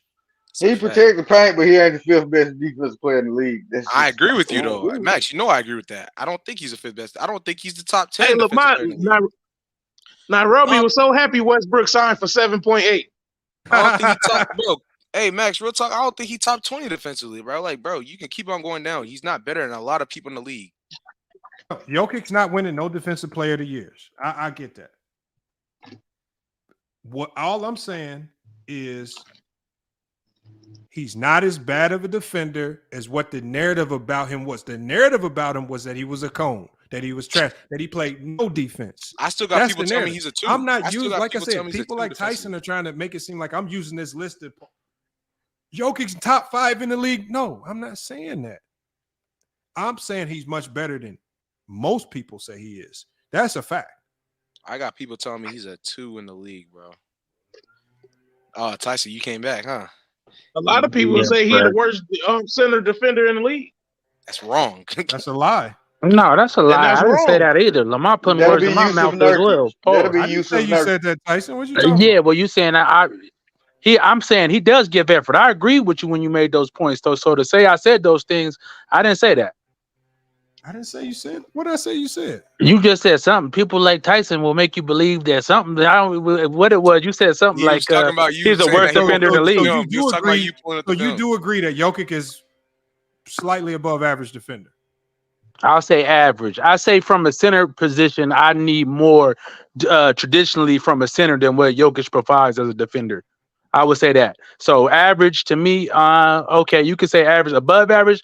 I wouldn't say above average. I got a question to ask you though, Tyson.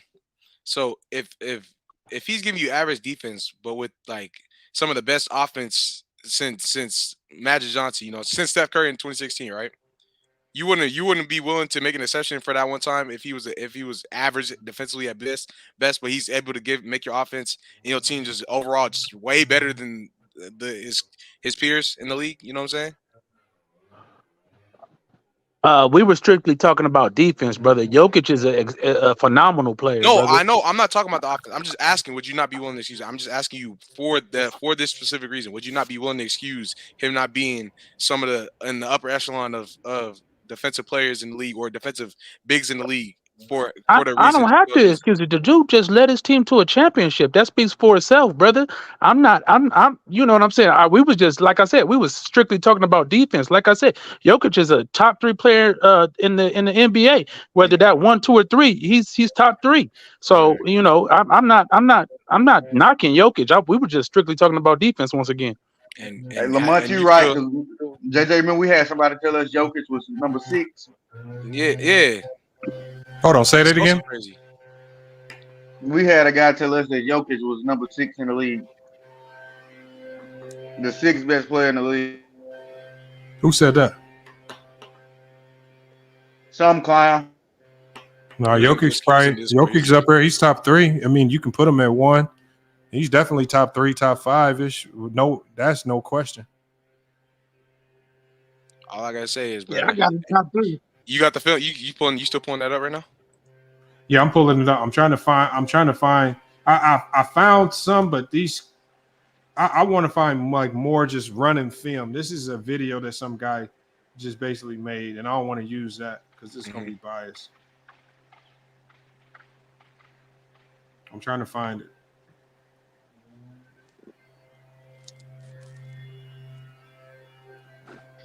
Nah, Tyson, bro. What's up though, bro? Why it looked like you was running when I Yo, can y'all hear me? Is my mic good? Nah, bro. I had to go pick up good, my daughter from daycare, bro. What's up with you? You good? It's just saying, Tyson. It was that boy Sturdy called you out earlier, man.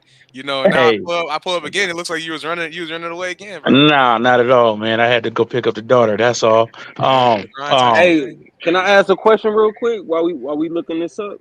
Yeah, go ahead. So since we talking about defense and everything, what do y'all value more? Do y'all value the perimeter defender that can, keep a great score from, getting to the rim or getting to a spot, or do we value the paint defender that can alter shots, block shots? You know what I'm saying? What do we value more in the NBA, especially today when it's easier to, easier to score? No hand checking, things like that. What do we value more in the NBA? Versatile wing defenders are probably the most valuable defender in the league right now. Right. The way the game is being played. And the crazy thing is, even if you are an elite rim protector, the guys offensively are so good with all they practice all summer is a million ways on how to counter 7-foot centers at the rim. That's all they practice. They will spend 8 hours in the gym every day all summer just trying to figure out how can they counter you in the air. How can they make contact with you in the air and still finish over you using different angles on the backboard. It's just gotten too hard for good rim protectors to consistently be great right there at the rim. You might get a few blocks every now and then, but it's just going to be hard. So I think the wing defenders are always going to be more impactful because if you can stop a guy from getting to the rim, if you can hold him up and allow your defense to come. Damn, they going crazy. Yeah, something wrong with Tyson connection, man. He keep getting kicked in and kicked Yeah, out. because if you can break down your defender, especially if you got a stretch big, the rim protection don't mean nothing for real. At that point, you get beat off with one dribble. So yeah, no, if you are getting beat off one dribble, that's true. But I feel like, for me personally, I agree with what Lamont said about where the league is going. But at this moment, because there's still, if you look at how the league is, though, there's still enough. There's still, while the guys aren't, how do I say it? While some players aren't like elite wing defenders or even great wing defenders, as long as they're solid enough to be able to play with a guy that's like an elite paint protector that can like still step out even to the mid range. So the paint protector still has to be able to step out to the mid range. That's just one, but most of them can do that. But as long as they can do that, and you have just like solid guys, I value that more than what's going on. That might sound crazy because I was just defending Jokic, but so is it crazy?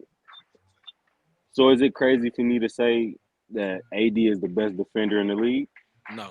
Being that he's a rim protector, but he's also, I don't want to say he's a elite perimeter defender, but he's good enough to stop, you know what I'm saying, a player like Steph Curry, making him drive to the rim instead of pulling up for three. We saw him do it in the playoffs this past season.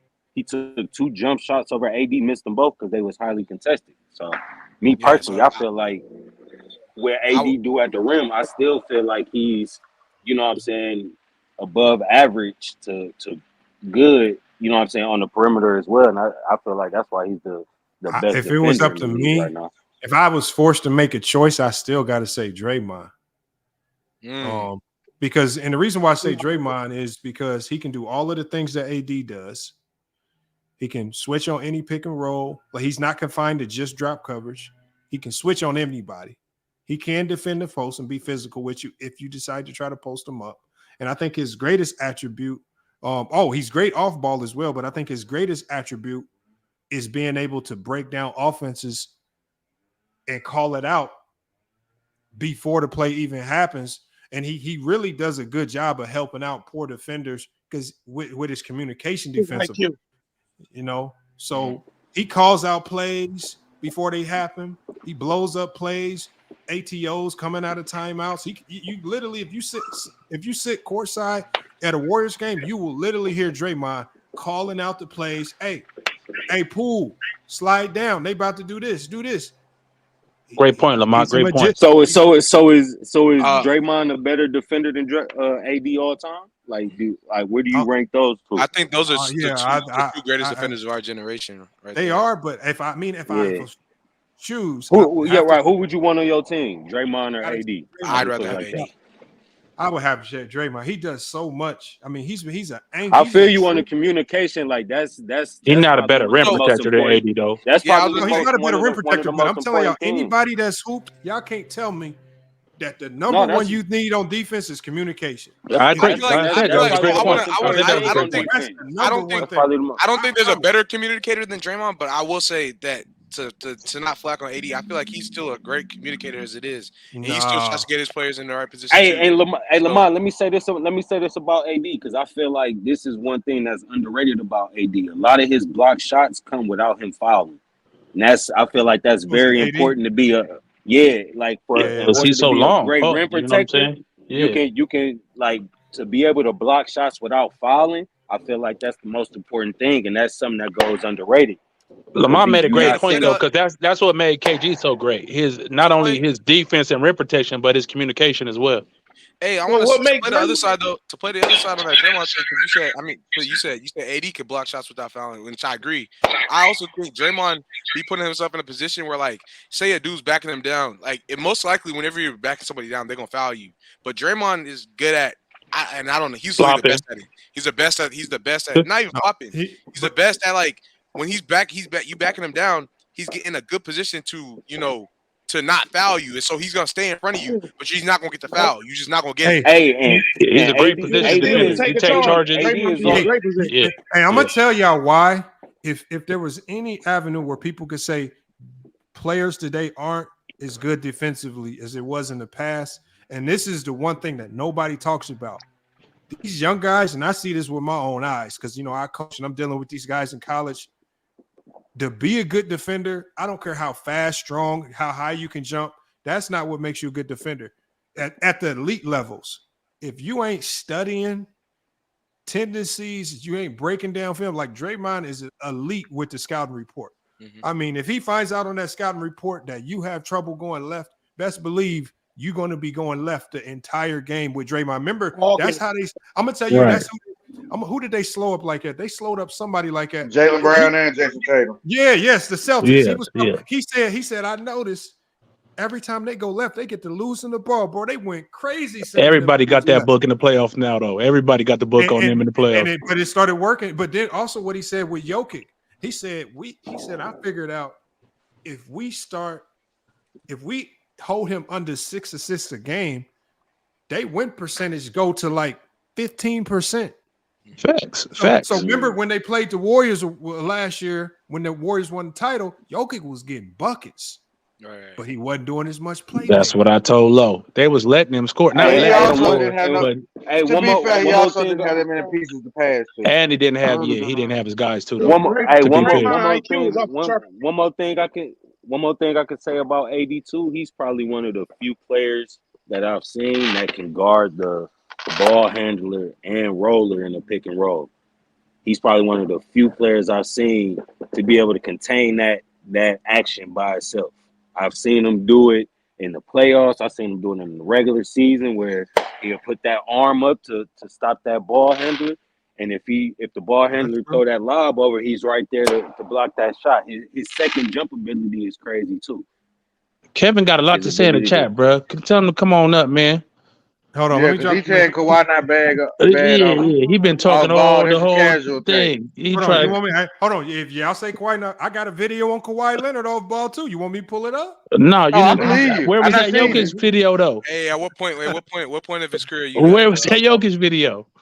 No, I can't find it. I ain't gonna lie. Oh yeah, man, they got Jokic video. Just play a game tape and break it down. Watch him out there getting cooked. I don't know if he's. Find a Denver Nuggets game, especially a playoff game, preferably. I can't play it too long because if I play it too long, they're gonna skip to like the second quarter or something. No. They are like stop the stream until I stop playing the video. So I gotta be careful how I play it. All right, yeah. Hold on, let me see. I respect it. Game 2023. Let me see. Yeah, we have to do that in Discord somewhere. We have to do that offline. Yeah, man, because this dude, come on, man. It's just an eye test. To say whatever that synergy got him top 6, bro, come on, man. No, but we all know not to go off the stats to rank him. That's all I was saying. No. That's all I was saying. All I'm saying is the stats. I'm saying the stats are telling me that my conclusion about his defense wasn't crazy. Like when I said, after watching the play against the Lakers, I said, he ain't as bad defensively as what the narrative is. Okay, he maybe not that bad, and he's gotten better. I understand that, and he does get in good position for what they're trying to do. They want to leave certain shooters open, and stuff like that. So he'll drop and get in his position. He'll get some hands on some balls, on some passing lanes, stuff like that. But just when it comes to, you know what I'm saying, rim protection and switching out, two very important things for a center, he just lacks at that. Yeah, but the narrative is that he don't do nothing on the defense. No, nobody said that. I didn't say that. At least that's okay. Not you. Tyson, you know what that narrative be around. No, facts. That's all it is. Narrative. Tyson, you see what Aaron said in the comments, man? I stand behind business, though. I'm not gonna lie, so I'm not scared. I'm not scared of whatever he's saying out there. Give me on that card. I want man. Come on, man. I've been waiting patiently, brother. You know. I want Pope, Lamont. I want Pope one-on-one. Tyson, you will 100% be in the next debate. I'm writing it down now. Put me on there with Tyson. That's my dog, man. I can't. Tyson's not a casual. So I can't put him up against a scrub. Tyson, what's up? I can't though. Look, I'm gonna be lying. I can't lie though, man. You lie? Hey, I respect Reed. I can talk ball with the best of.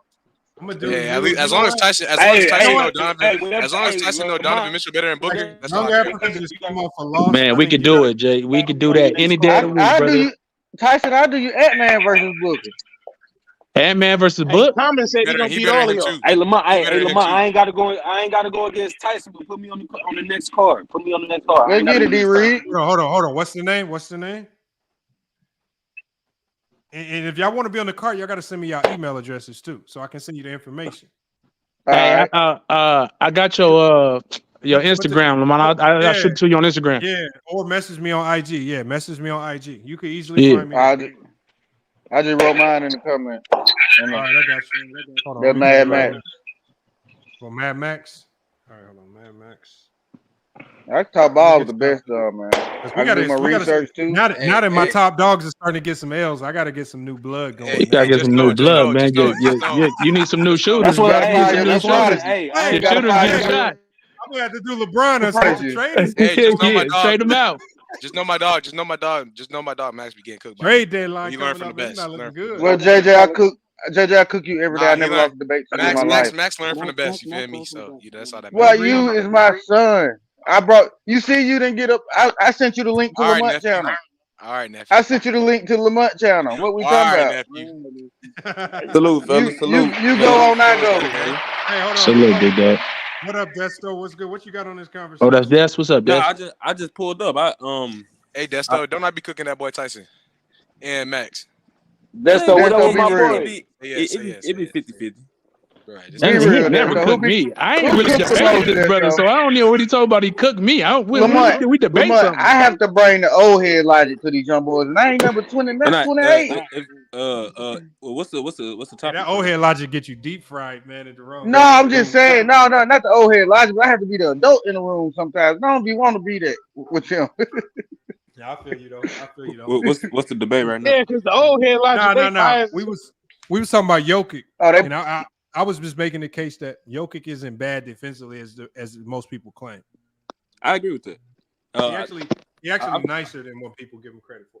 That's actually a video of Draymond basically talk about how good Jokic is on defense. Yeah, we talk about how he uses his hands and stuff. I've seen huge strides from Jokic from I want to say 2020 to now as an offensive player and a defensive player. Literally, for sure.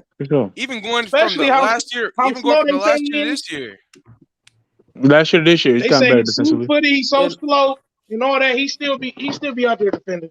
I'm gonna be honest. That stretch he had at the end of the game where they were just like, I don't know. They had like slow feet. They were just kind of cruising into the playoffs. That's when the Spurs had a layup line on them. Yeah, that's when. They was obviously in tank in rest mode. Yeah, exactly. They kind of just like, punted the end of the season. And give us a little bit of tape, man, just to show, just let us quantify what's going on real quick, man. Just a little something. Now, Luka might have the worst defense in the league. Bro, Book is better. Mitchell's better than Book, bro.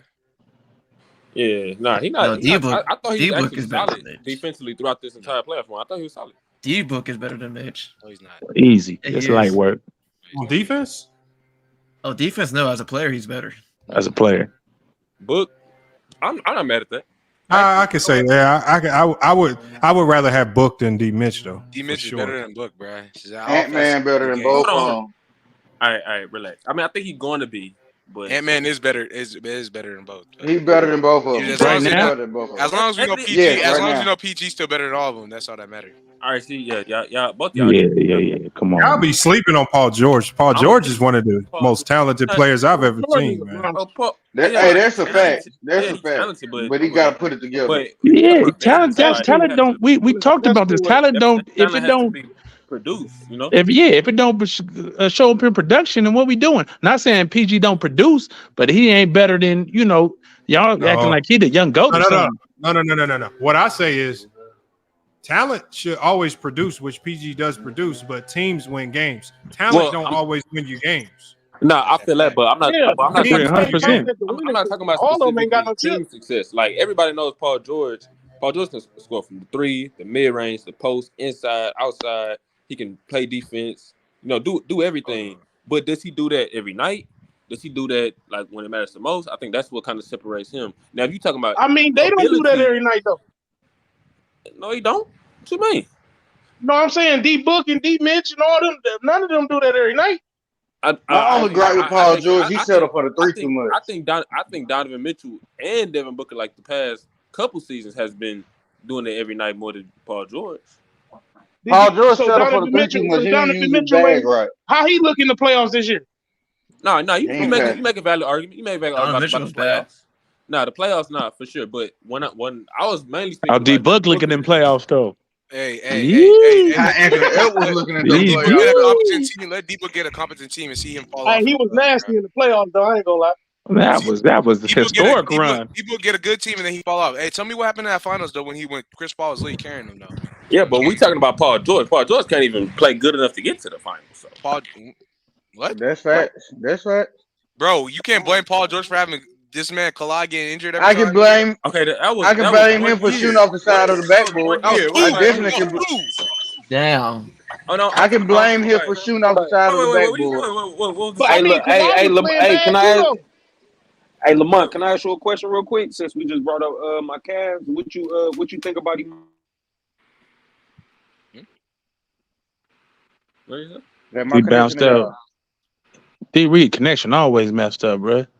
But I know you ain't talking, Tyson. Yeah, my shit been messed. I got to call the cable company tomorrow, man. I paid too much money for this Wi-Fi for it to be tripping like it has been lately. Hop on your computer like you usually do, bro. You won't have the issues, bro. I know, man. I got to get the laptop cracking too. Too lazy. StreamYard lag on my computer. On my laptop, StreamYard lag, but on my phone, I do perfect. I don't know why. I was just say Duke got a great point. We all know OKC Paul George is the best Paul George, and this Paul George that we got is not that far off from OKC Paul George, and Paul George is still better than all these rest of these guys. I know that. I watch. Y'all don't like Pacers Paul George? I love Pacers Paul George. Yeah, Paul George is hooping with the Pacers. That Pacers, that was a demon right there. Paul George was like that for like a season. If you want to talk about it in totality, one season. Hold on. Because if you talking about, because he only played with OKC 2 seasons, and he was good both seasons. Yeah. Are we talking about playoff translation? Because what did he do in that playoff versus the Jazz? He got humiliated by Donovan Mitchell. I like him on the Pacers when he was attacking that rim. Hold on, JJ. I don't see your name. But that's the point I was trying to make, Q. That ever since Donovan Mitchell, that boy Luka cooked him up. Come on, man. What are we doing? Bro, we're not disrespecting. PG don't take the rim. Tolerate no Paul George disrespect, bro. So y'all better. You ain't gotta tolerate it, but you can leave, bro. But we just speaking facts. Hey, you better cut it out, bro. I mean, hey, I know that's your guy, but let the truth be known, man. He's not him. He's not him. Yeah. Lamont, what these boys talking about, bro? Damn, bird chest. Watch that. Cut your camera on, Max. They said Ticket and Dub is on player choice crying about the debate. Yeah, that's what made me come over here. They're live. Go pull up. Hold on, Desto. What they mad about? Well, not really. Dub. I didn't hear anything Dub said. It was Ticket. Ticket was just saying how everybody hates him. Oh my God! He always trying to play the victim. I just seen him say. Hey, did y'all see? Y'all see how he did me before I even joined? He when I left the channel, I cooked it. Hold on, let me hear what Desto had to say. I want to hear what all you. Yeah, no, that's all he was talking about. He said everybody hates him. He said he came over here and cooked, and the whole panel was on his side. And I don't know. I was just, and I never been on your channel. FYF. Desto. This is what happened. This is what happened. Ticket came over here. He had a debate with Young Africa. Mm-hmm. The chat did a vote. He won in the chat. The panel did a vote. He won in the panel. But one of the votes that he got that decided if he won, that decided if it was going to be a tiebreaker or not, it came from Dub. And so what I like to do is when I ask people, the first thing I tell everybody, tell us what you thought about the debate, who you got winning and why. I always ask everybody that. And I said before the debate started, I said, so it's non-biased. I said, make sure that you only judge the people debating. Don't judge what you feel. Don't judge any. I said, only judge what the topic. They did. Yes, just judge how well they did arguing their case. Mm-hmm. And so Dub said he missed that. I think Dub came in and he said he watched the debate, but then he admitted later that he didn't watch the debate. But he said he voted for Ticket because he's heard Young Africa in the past on other channels say certain things. And he didn't like it, so he said, "I'm voting for Ticket." And it's just like we basically everybody got on was like, but then I asked him. I said after listening to some of Young Africa and Ticket debate, if you ask yourself who's the better player, they were debating Penny Hardaway and Jamal Murray. I was like, who won the debate? Just on the face of the logic, he was like, "Well, Africa won, not Ticket." And it's just like, well, you pick Ticket. And so he basically picked Ticket off some emotional stuff because I don't think he likes Africa. And people just called him out on it. No, he cool with Africa. He cool with Africa. But you know what I said? Cool I said your Africa. votes still count. I said Ticket still won. But I said if you make a crazy vote over here, you're going to hear about it. Like, I don't care. I mean, if you want to cry about it, I don't care. I mean, Ticket got a controversial win. It happens all the this is not the first time we debated. We've had hundreds of debates and we've had multiple controversial decisions. It's not the first time it's gonna happen. It's not the last. So it is what it is. It happens. Hey, Ticket got to win. Africa just got to bounce back. Were y'all talking about the Spurs when I left? I don't care. No, I'm asking because he brought that up. I just heard him. He said something about like something about the Spurs. And then he said that's why Lamont was mad that I won or something like that. Spurs. Yeah, I don't know why he brought the Spurs. He brought the Spurs. I just heard it though. So that was but no, first of all, what's the first thing I said? I said, yeah. I said Ticket won. It is what it is. Ain't nobody mad. Well, it don't affect me no way. I don't care. It don't bother me. Like I don't get nothing. I don't lose no. I didn't make no bets. I don't care. I mean, I said Ticket won. I gave him my. But hey, Lamont, I thought Africa won the debate, but that don't mean nothing. Ticket to come on the panel and go at everybody on the panel. Then people get to going back at him. He like, oh, everybody against me. Bro, hold on. When he was over here, like, bro. When he was over here, he was extremely cordial and peaceful. Yeah, he was. It's surprising that he runs over there, and now all of a sudden we was attacking Ticket. No, it was not like that, man. You got to stop, man.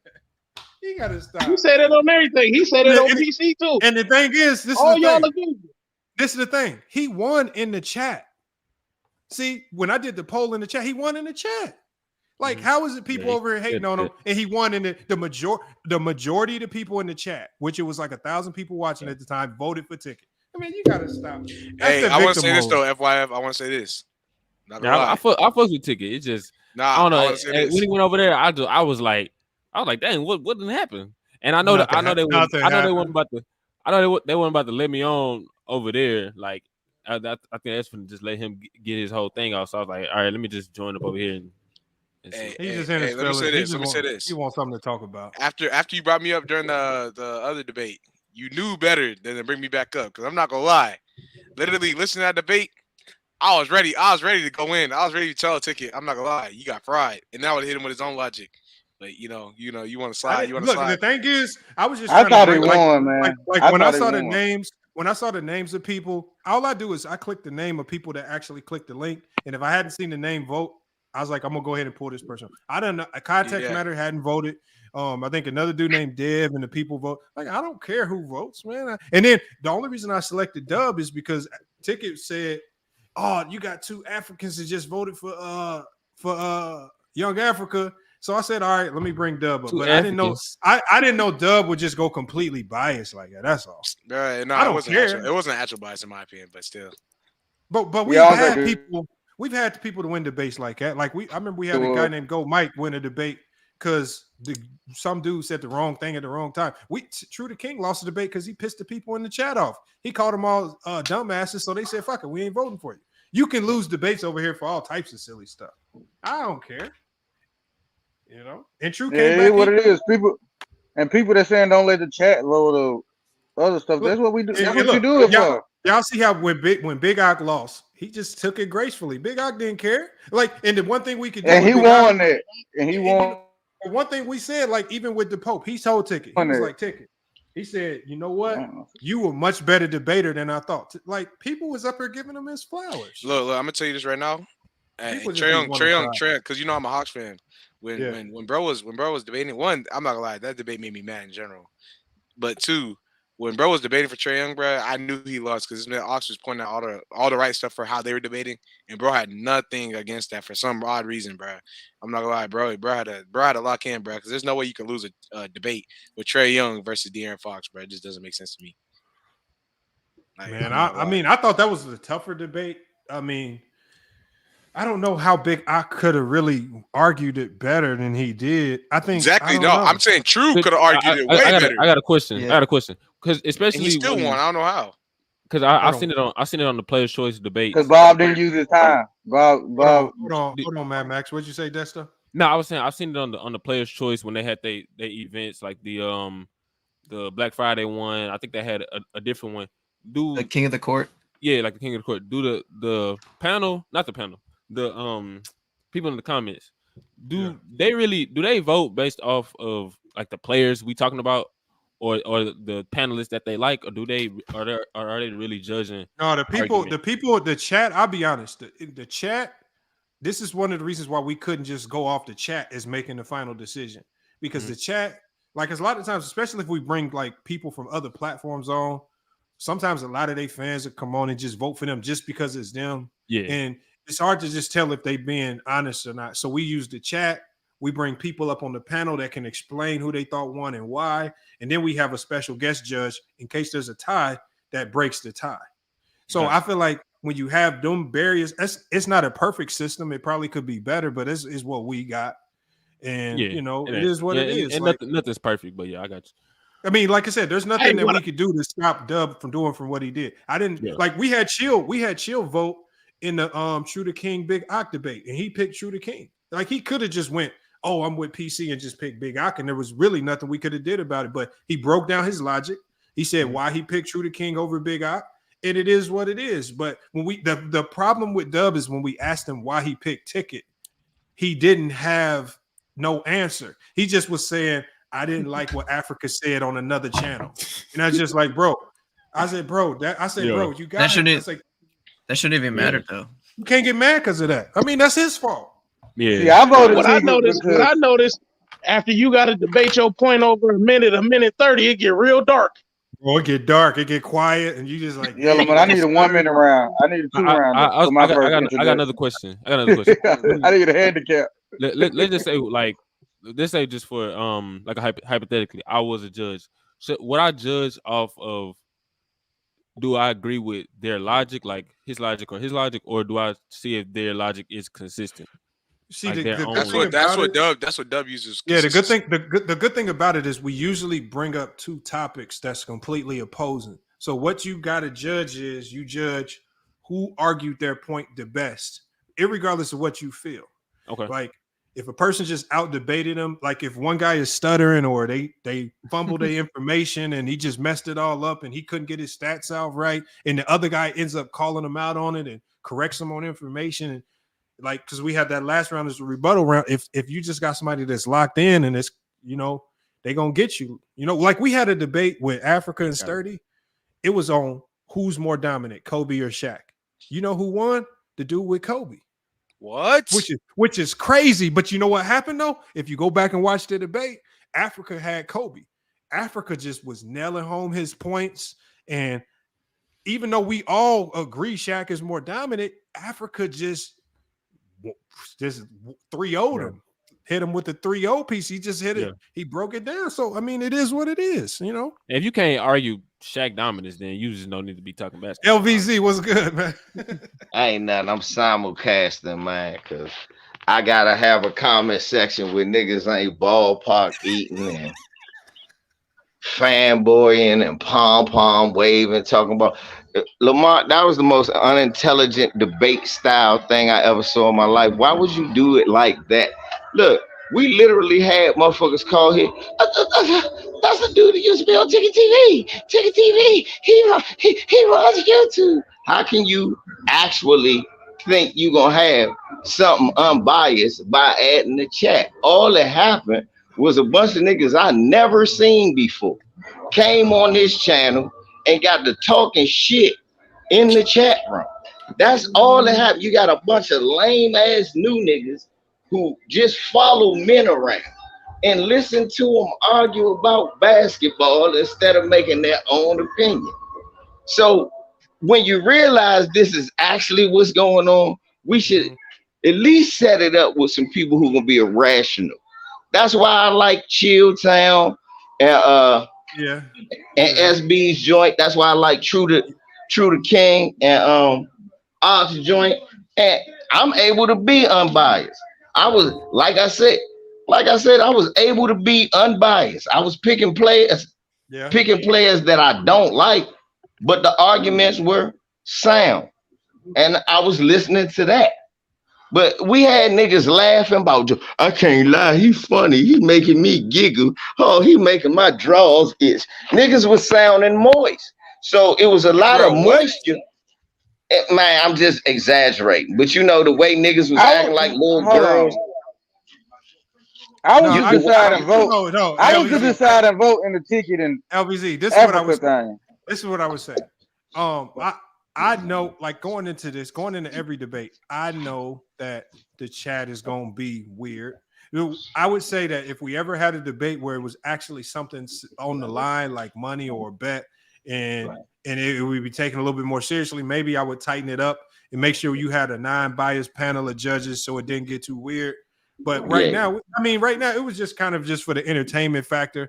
And sometimes I don't trip off throwing the poll in there, just letting people get their rocks off. And it's funny sometimes when the chat really punish people for being, just unsavory characters, and they don't like them, so they just vote again. Sometimes it's kind of entertaining.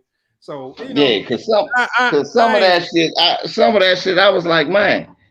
That I was still trying to figure out when the young boy had ever said that winning doesn't matter. What he said was exactly what KD said. Hey, if we talking about individual accomplishments, we putting too much stock on team success because we are not always holding into account who was on that team, who coached that team, this, that, and the third. So with that being said, man, I feel like Shorty wasn't getting really heard. At the same time, I think he could have made a more cogent argument. I ain't getting there one of them to win. I was like, man, Ticket went on. That was my only point for vote for Ticket, bro. My fault. I was like, at the end of the day, the people who Ticket fans have been there, they were screaming, oh, Ticket, he smoked them 3-0. There was other people who was just mad at Ticket. I was like, honestly, ain't nobody win. I was like, because for real, we was talking about Jamal Murray being better than Penny Hardaway. He didn't prove that. And my man, young Africa, he stayed more on topic, but I don't think he stressed a lot more of what he could have stressed about. Like, hey, yeah, Shaquille O'Neal did leave, but Penny still took them to the playoffs. We don't know what Jamal Murray can do without Jokic. And then when you're talking about what Jokic did, talking about what Jamal Murray did, well, Jamal Murray was bad as hell in the bubble. He was killing in the bubble. That's when he faced this stiffest competition. But if we being honest, this last year, yes, he did good on the rebound. I love it. But if you think about it, it was the path of least resistance for a point guard. When you figure Steph and fucking Fox playing each other, Ja over there playing against LeBron and them. You got to deal with Mike Conley. Yeah, you're going to heat him up. Then the next round, you got to deal with CP3. Shoot, by game 2, we already know he injured. You're going to heat up. You're going to heat up the backup point guard. Then you go to the Lakers. Their strength is not a point guard. Then you get to the Heat. Their strength ain't a point guard. So, it was arguments he could have made that I feel like he didn't stress. So I couldn't say nail one on one, but I didn't leave thinking that Murray was better because he won a championship. The first thing I thought was shit. If that's the case, Derek Fisher better than Tim Hardaway because of that goofy shit. You make sense. I feel like what FYF was saying though, we're not judging how we feel about the players, because how we came in feeling about the players is how we gonna leave feeling about the players, or most of the time when we go into these arguments. But I think it's about who stresses their point the best, at least. Like if he was thinking Jamal Murray was better than Penny Hardaway, and he explained that better than the other dude who thought Penny Hardaway was better than Jamal, but he should win the debate. LVZ, there's the funny thing about it. The one guy that was that made the most controversial vote, the guy from Players' Choice. I don't know if you was here when we asked him. I said, let's act like let's act like we erase our minds. We don't know who Penny Hardaway and Jamal Murray are. I said, who do you feel told you who the better player was the best. And he was like, well, if that's the case, then it was Africa. And I'm like, and that's how we should. That's how it should be, right? I said, then Africa. Then why didn't you vote for Africa? But like I said, and he kind of muddied it up because he said he voted for Ticket because of something that happened on another panel. He said something else, and then I was just like, oh no, that's like now you just murked it up right there because that's not what I tried not to get that in there. I probably shouldn't have let him vote. I didn't know he would do that though. I thought he was gonna have some type of integrity about it, and he didn't. So, it is what it is. It happens. I just felt like, Africa left a lot of meat on the bone, and I feel like you didn't get to ask me that question. I walked away, got the feeling like they both around the same player, but Jamal Murray translates to winning because Young Africa didn't do enough of breaking it. You know what I mean? He would get to the general point, but he didn't boom, boom, boom. But here's the thing. Quick. Boom, boom. But here's the thing, though. See, the problem with that is the conversation like that. If you translate to winning better is a different conversation. Like a guy like Allen Iverson, his style of play didn't translate to a ton of winning, as opposed to a guy like Chauncey Billups. But one could easily argue that Allen Iverson is much more talented individual player than Chauncey Billups, even though Chauncey Billups' style of play translates better to winning. I think those are two different arguments. But I still came out there with because Ticket. We act like Ticket then. Y'all like I ain't got nothing good to say about this motherfucker. But everybody was acting like he didn't say nothing of substance about Jamal Murray's game. He said a little stuff that'll throw you in there to where he made his little side jab, and now he throwing his hook with the winning.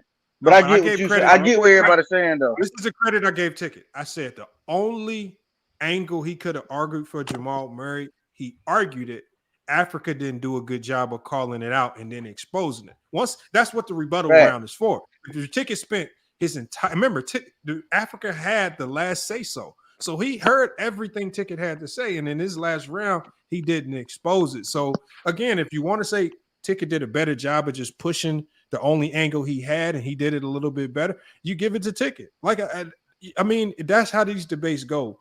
Win, lose, or draw, man. It is what it is. Everybody had fun. The debate was debate. I don't feel like people came over here and was shitting on Ticket, cussing them out. It wasn't none of that going on. So I don't know why he's on PC crying like we was killing them. It's like we kind of just laughed, really. I mean, it was kind of funny, but if anything, I don't care. Ticket versus the world. I look, you want to go fry him right now, though. I'm not gonna lie. He been that all extra sensitive over there. We was over here nice. I want to fry him on his winning bias still. I'm not gonna lie. Bill Rush should be his go. Bro, I think he was mad at me. I think him spewing about me right now is because I went on Player's Choice early today and lit him up about Damian Lillard. He mad. That's a fact.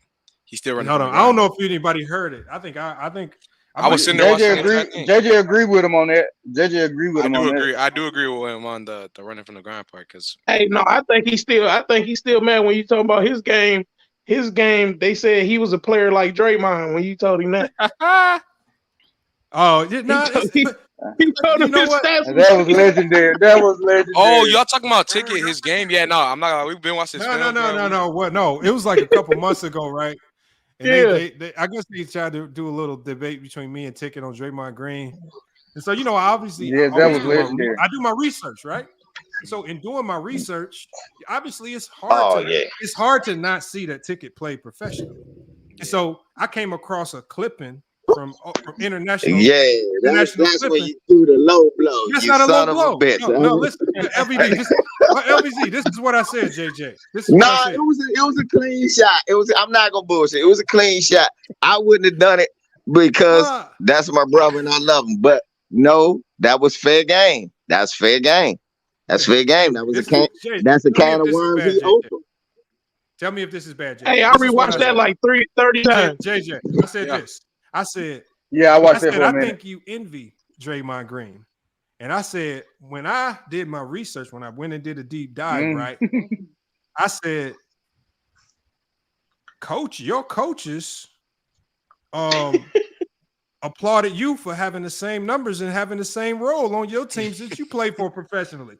I said, and, you know, so I said that I was basically saying you got the same love and appreciation as a professional player. You had the same triple single stat line as Draymond as a professional player. Yet you hate on this man. You literally the same role: facilitator, defender, can score when needed, right? Triple single stat line. They didn't bench him because of that. They played him, and it's just like, how do you hate on a man? And you essentially did the same thing, and that's what he had the whole panel laughing. That's not low, because I'm not gonna lie. I didn't even know you did that because I've been talking to Max. Ticket is. Ticket didn't let me finish because it really wasn't meant to be a diss. I honestly did not intend for it to be a diss, but people took it like that because then people start putting triple single Ticket in the chat and stuff like that, and it's just like. No, I told Max. You want to do this, Lamont? You want to do this, Lamont? We can go there. We can go there. I be talking to Max all the time, right? I told Ticket. I told Max. I said I'll go on there one day. I said Ticket ever has another Ticket versus the world, which is lucky why I want to pull up. It was I'll go on there one day, right?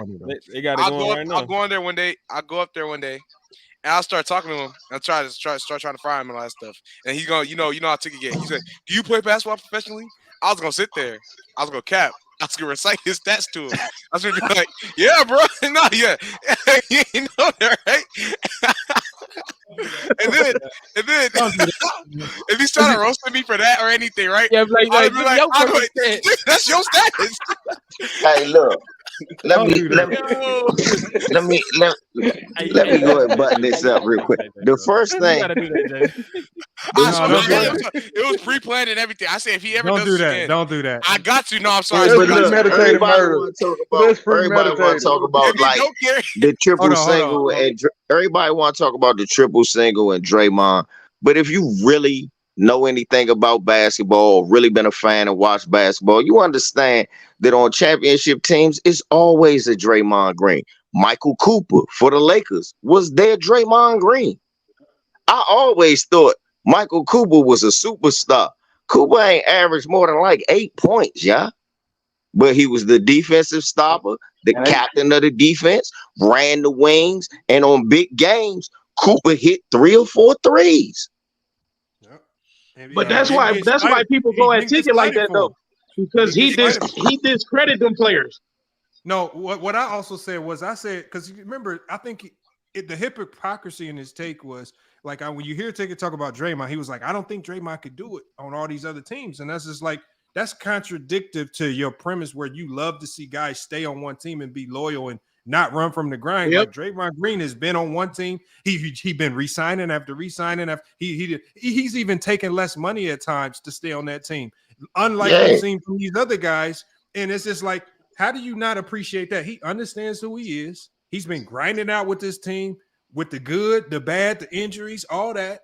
He's had a ton of success, and it's just like he sticks to his role. You know how many guys in this league can't accept a role? Look at DeAndre Ayton. The man couldn't accept his role, completely dismantled and disrupted the Phoenix Suns last year because he didn't want to take less shots. KPJ can't handle his role either. So so I mean, it's just. But they got him in the wrong role. It's just like, why do we trash these guys? Like, why do we get on these guys? You know, and then I think the icing on the cake is that Ticket said Draymond Green wouldn't get another $100 million deal. Well, what $100 million man?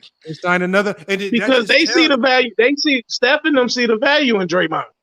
I mean, they all see the value in Draymond. If he would have hit the open market on free agency, he would have had at least 15 teams trying to sign him. At least.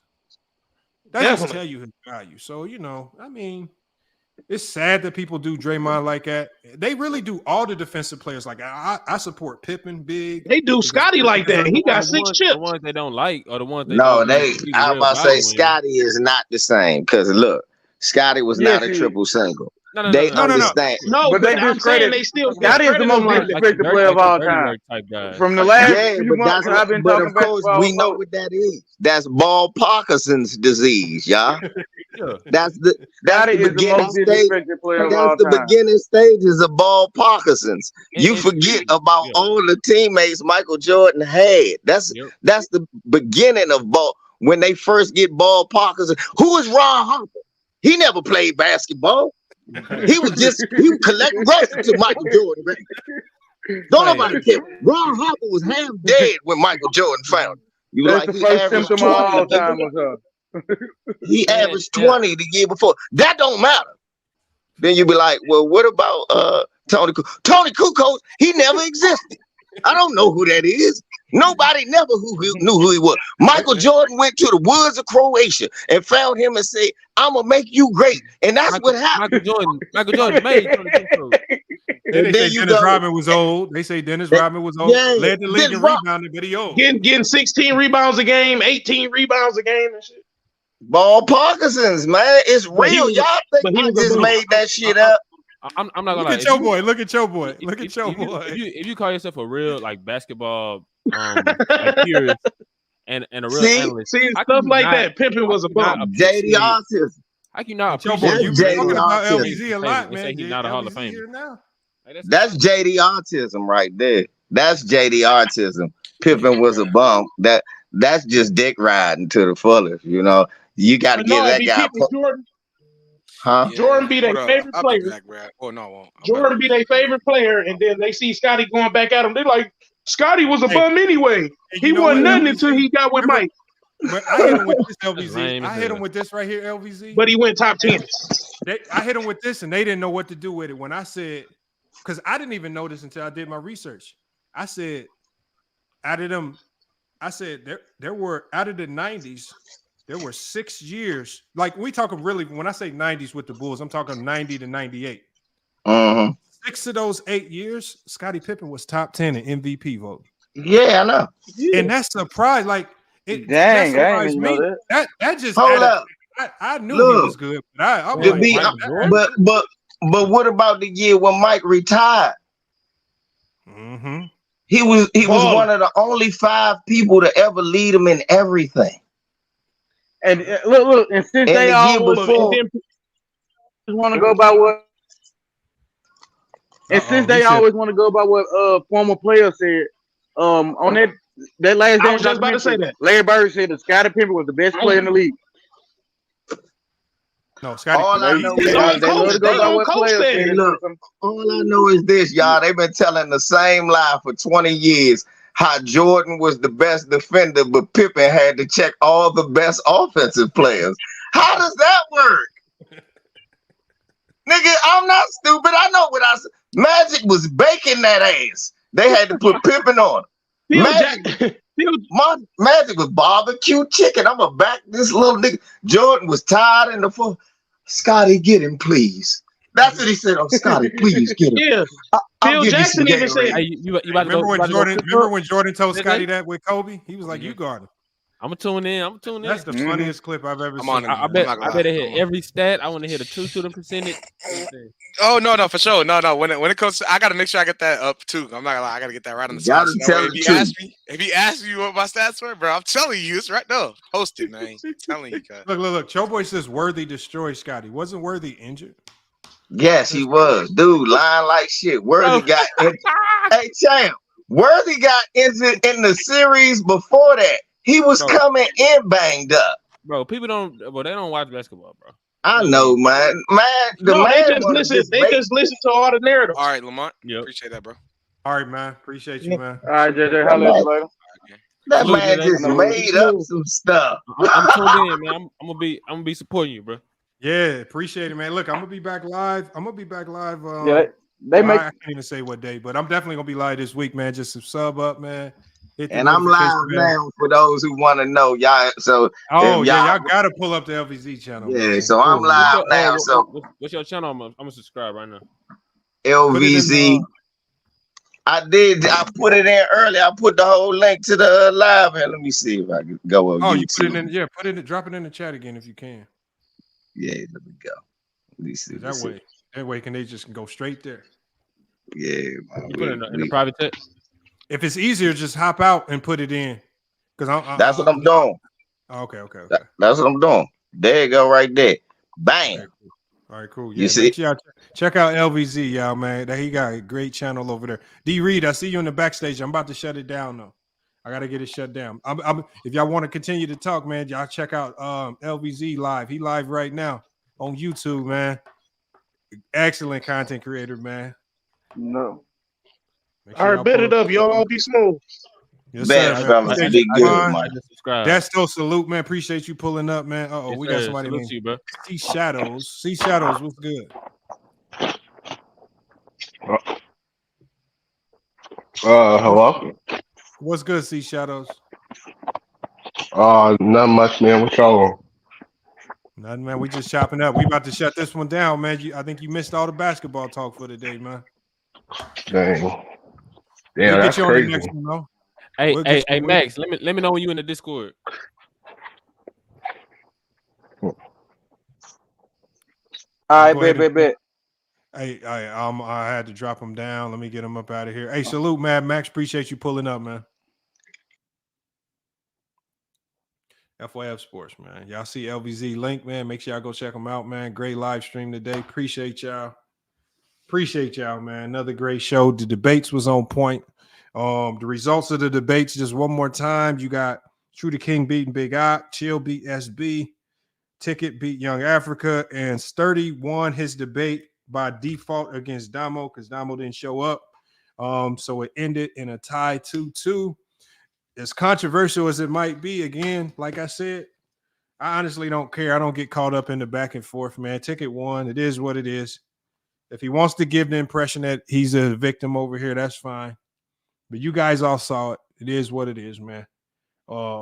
We tried to treat him with kid gloves. Like I said, I think the biggest villain of the day was Dub with his vote because it was clearly biased, man. But, I'm not tripping about it. People do those things. They make those decisions.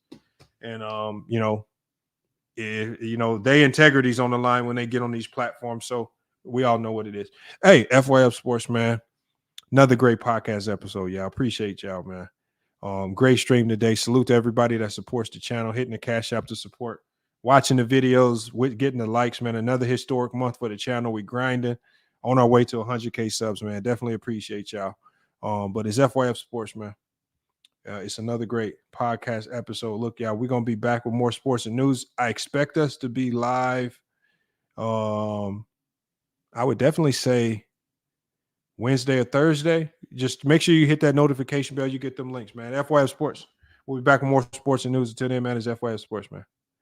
And we out.